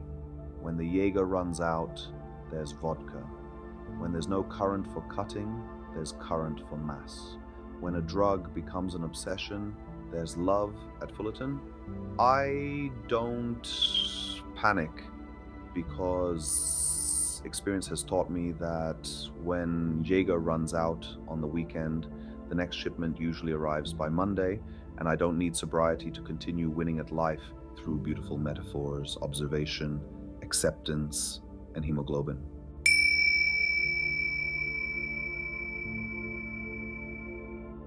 Day 89 of my 100-day self-retreat. Hello, what's up? The subway highlight. The highlight of my day was undoubtedly how the subway employee at Liang Court, without being asked, handed me a cup for my Coke Zero and prepared my sandwich without complaint, already knowing my preferences. I remember how 12 years ago I worked in a hotel and was taught to address breakfast guests by their last name so they would feel at home, not like just any random person off the street. Today, I understand that lesson 100-fold on an experiential level. This also confirms the idea that something which can therapeutically help those who are unwell can just as effectively improve the direct experience of those who are healthy. Checking in with myself, how am I? Average, and so what? In truth, it doesn't matter much. I'm holding up reasonably well, even though it frustrates me.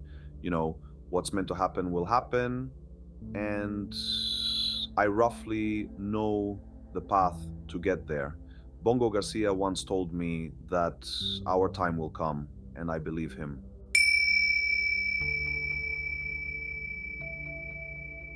Day 90 of my 100-day self-retreat. Bonson doesn't train legs philosophical club reflections. Today, I attended a philosophical club where I went off on a philosopher with other philosophers about antinatalism. Is it moral to bring new life into existence?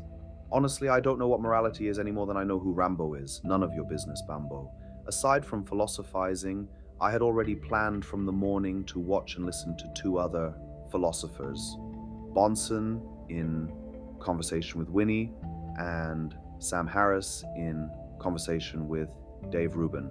Bonson's leg day disappointment. I decided to start with Bonson, but when he said he doesn't train legs, my motivation completely dropped. A few hours later, I ended up in Starbucks for my Saturday dose of dopamine. Happiness at home, business running better than ever, but why am I eating pastries again? Because I'm lonely. If Bonson ever starts doing squats, deadlifts, and exercises that require coordination and balance, maybe I'll stop shoving pastries into my face at Starbucks. Or maybe that's just one line. Inspiration from Sam Harris. Sam Harris, on the other hand, gave me a lot of inspiration, meditation-related insights, lessons that helped me process the pain of the world. As I told a skater from Copenhagen today, I feel quite at peace with my loneliness and even have some tentative visions for the next few months taking shape. I'm looking for a coach and Mateusz 77. Tomorrow is squat day, and strangely, I'm not even afraid of what's coming. Whatever happens, happens. Poland to Singapore, Singapore to Poland.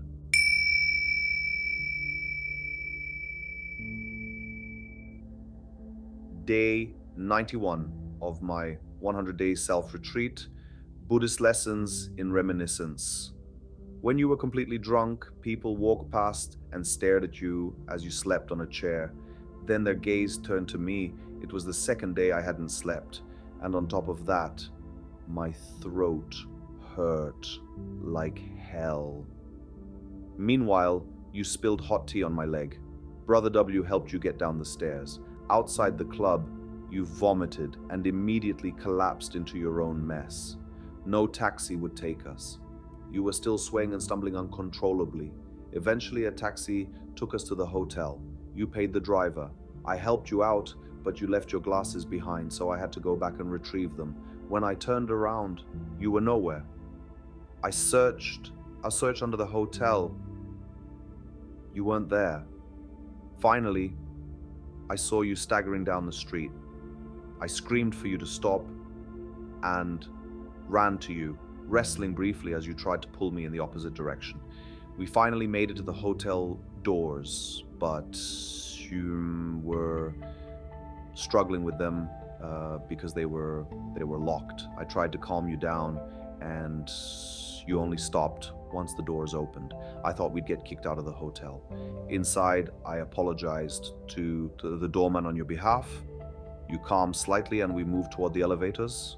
Unfortunately, you broke free, ran up the stairs, and almost fell dangerously. If I hadn't caught you, you would have fallen back onto the floor. I guided you back to the elevator, apologizing to the receptionist. In the elevator, I supported you against the wall until we reached the third floor.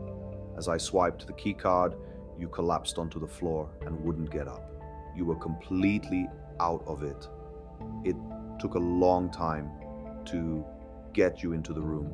I helped you undress, and you collapsed again, unconscious, on the floor.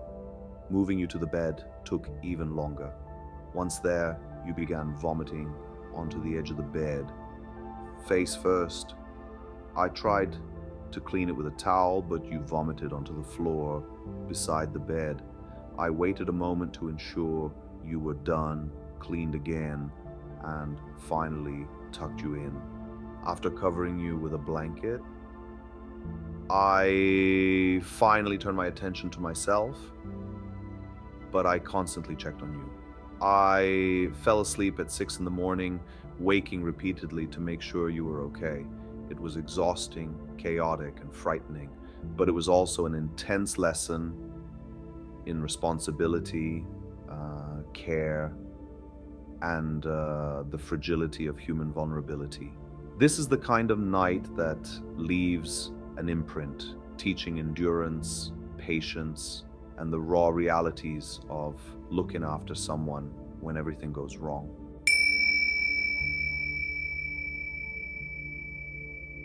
Day 92 of my 100-day self-retreat. Do not look for me. You do not want to be where I go. Embracing the moment, I'm not even ashamed. Part of my task is to get familiar with moments like these, to accept them as they are. Life doesn't wait for comfort, and sometimes the rawness of an experience is the point, the unexpected surprise. Of course, I didn't expect it to go this far. And then came a surpresa, as the underage Romanian titled his email when we blocked his account until he could verify his identity. There was a naked photo of himself. Adina was understandably a bit shocked. This incident underscores the strange and sometimes uncomfortable realities of modern life, moments we must confront, process, and move past, even when they shake us.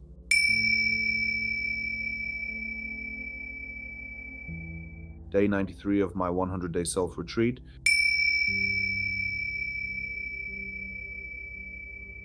Day 94 of my 100-day self-retreat.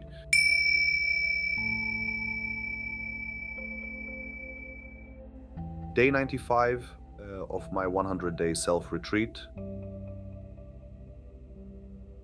Jaworaki, you will never be Singaporean. Good morning, I'll be fine. 15 in the morning. It's already 15 in the morning, and the evening will be worse. That's $90 gone, even though I took out 300,000. I'm not the one in control, and I can see the same in you. I'm sad, and I feel like I can't go on. And before those 170 kilos in the deadlift get smashed 5 times over, they lie peacefully on the floor while I sit in an armchair like a white man. Unfortunately,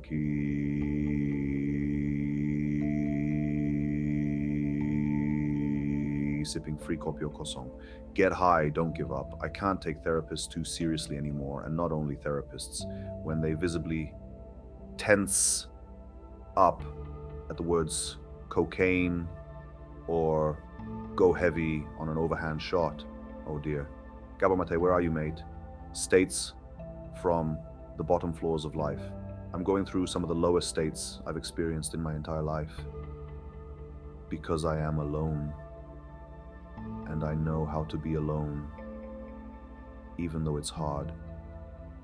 I haven't eaten for well over 16 hours, although I ate so much last night that I can afford it. And the only thing I could be afraid of is whether I'll get kidney stones or condo stones. I won't get kidney stones or condo stones, so there's nothing to fear, nothing to fear. Nothing to fear is actually a strong and important conclusion. Even if I don't lift those 170 kilos, it won't be the end of the world. Even if in 3 months I weigh 170 kilos, it won't be the end of the world. Even if I die, it won't be the end of the world. Even if I never become a Singaporean, it won't be the end of the world. In that context, even if the world ends, it's still not the end of the world. Even the darkest scenario, almost impossible, I getting kidney stones or condo stones, is not the end of the world. My own Into the Wild. I feel a bit like I'm acting in Into the Wild, except in my version, I survive and return with Einstein level conclusions. I'm watching how, with growing loneliness, I'm losing the ability to perform simpler and simpler tasks, and I understand exactly why that is. The experience itself is very bad, and yet I'm aware that it's just a temporary picture, some sensations, a few overinterpretations, and soon enough it will be first class times again, happy like four aces in poker, getting there somehow with someone. I still don't know how I'll get there or with whom, because going alone is rather difficult, or even if I'll get there. But we'll recover that figurine. And even if we don't, that's still not the end of the world. Now, don't get me wrong, like Bill Burr says, accepting potential so called failure doesn't mean striving toward it. It just reduces pressure and fear of, oh dear, what if things go bad? And as a consequence, increases the probability of neutralizing the threat.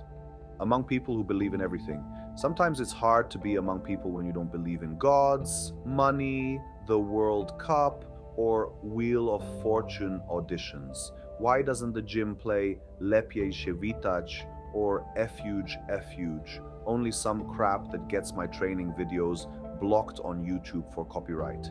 And why is no one but me smiling after the last rep of a deadlift? Aside from the fact that most people here do crunches and some don't train legs at all.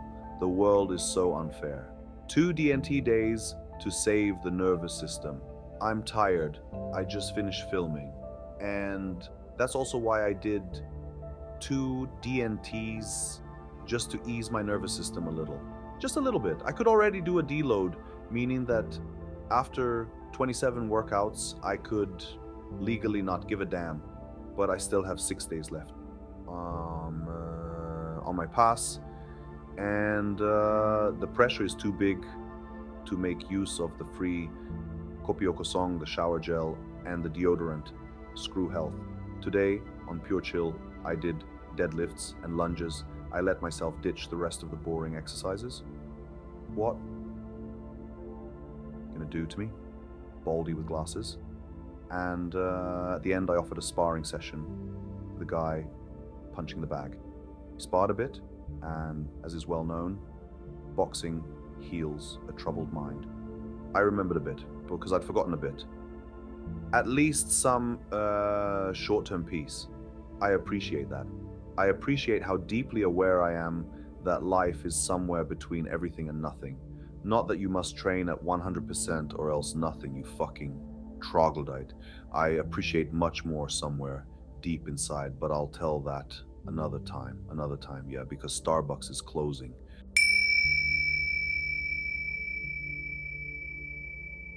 Day 101 of my 100-day self-retreat. I lost 2 kilos in 3 months. See how discovering Rogel DDL.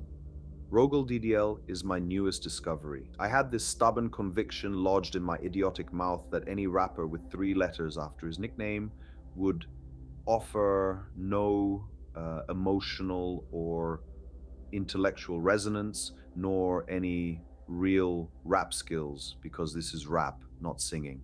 And yet, surprise, I only had $4 left on my transit card, so I put anti in my headphones and walked properly on footpath, circular yoga, taking the scenic route through through the Botanic Gardens. Numbers don't lie. I usually do an average of 1,150 steps per 10 minutes. Today it was 1,260. How I ended up listening, interestingly, I reached for his music after seeing rapper Niznani Clarence post a link to a negative review. Someone commented, "Wow, he really told him," so I decided to check it out. Check, check. Thanks. I'm grateful and will try to return the favor. I invite you all for salmon in good company. I estimate Rogel's level of awareness somewhere between Conor McGregor and Frank Yang. From the tracks I've heard, I've already learned that Rogel is coming for Julchik. If this were the era of Nlog, I'd link to the 8 minutes 34 seconds mark of Rogel DDL / Mizin / Redot / Lahandra. But hey, 2018 is not 2004. And in 2018, I often feel like Rogel DDL surrounded by Hirkas Ronkas and Jakub Julčiks. I don't know the difference between them. I do know the difference between Jakub Julčik and Timek Pasierbiak. I'd read Timek's book like Harari, Vegan, Jewish, Vegan Again, and my favorite author, at least until Timek publishes his next one. A parallel world that could have been, honestly, if I had discovered such incredible techno earlier, instead of spending hours sipping Kopioko song at the Singapore gym, I probably would have been drinking Jaeger at a third bar. Guarek wouldn't have closed, and history would look very different. But what can you do? Nothing. History took another path. Over the past 6 months of my Singapore adventure, I've trained loneliness, squats, deadlifts with a smile, and exercises requiring coordination and balance. Finishing a 100-day retreat, I designed a 100-day self-retreat, and honestly, amazing. Yesterday was the last day, so today is the first. You understand? You don't understand. I consumed 368,116 calories, 20,496 grams of protein, 12,372 grams of fat, and 42,766 grams of carbs. Over 3 months, I lost 2 kilograms. See how video. Nutritionists and therapists hate me. I used to hate them too. Today, I'd call it compassion. I didn't develop kidney stones. I didn't do any sit-ups. I played about 15 local football matches, scored around 30 goals, and got into 3 fights. I meditated only when Pari told me to. I got kicked out of Vipassana, same as from my previous gym, and as Schweik from the Madhouse. Diets, training, and small victories. I ate like a Chinese yin yang symbol, some grains and chicken, some 7-Eleven and Starbucks. I tried various kimchi types. The best are the 1.5 kilogram boxes from Fair Price. My tiny candy realized with her slanted eyes that I'm a European fat guy. Good call. But hey, still a nice guy. 6 days ago, I deadlifted 5 by 170 kilograms. 3 days ago, I squatted 1 by 165. Yesterday, benched 1 by 125. 130 was definitely within reach, but I spent too long in the sun the day before, slept poorly, and lacked just a bit of strength. Details matter. Observing more than narrating. I was more an observer than a narrator. I listened to Michael Gervais, Sam Harris, Yuval Harari, Bill Burr, Łukasz Stanisławowski, Sebastian Kot, Jenny Aiko, and Kolesław Bujakowski. How does it feel to be at my best? How does it feel to be me right now? a curious collection of experiences. Being at a millionairery dinner and not feeling like eating. Being at a $250,000 buffet and knowing they definitely lost money on me. Feeling as bonded as on coke, while Sarius lies like Sarius.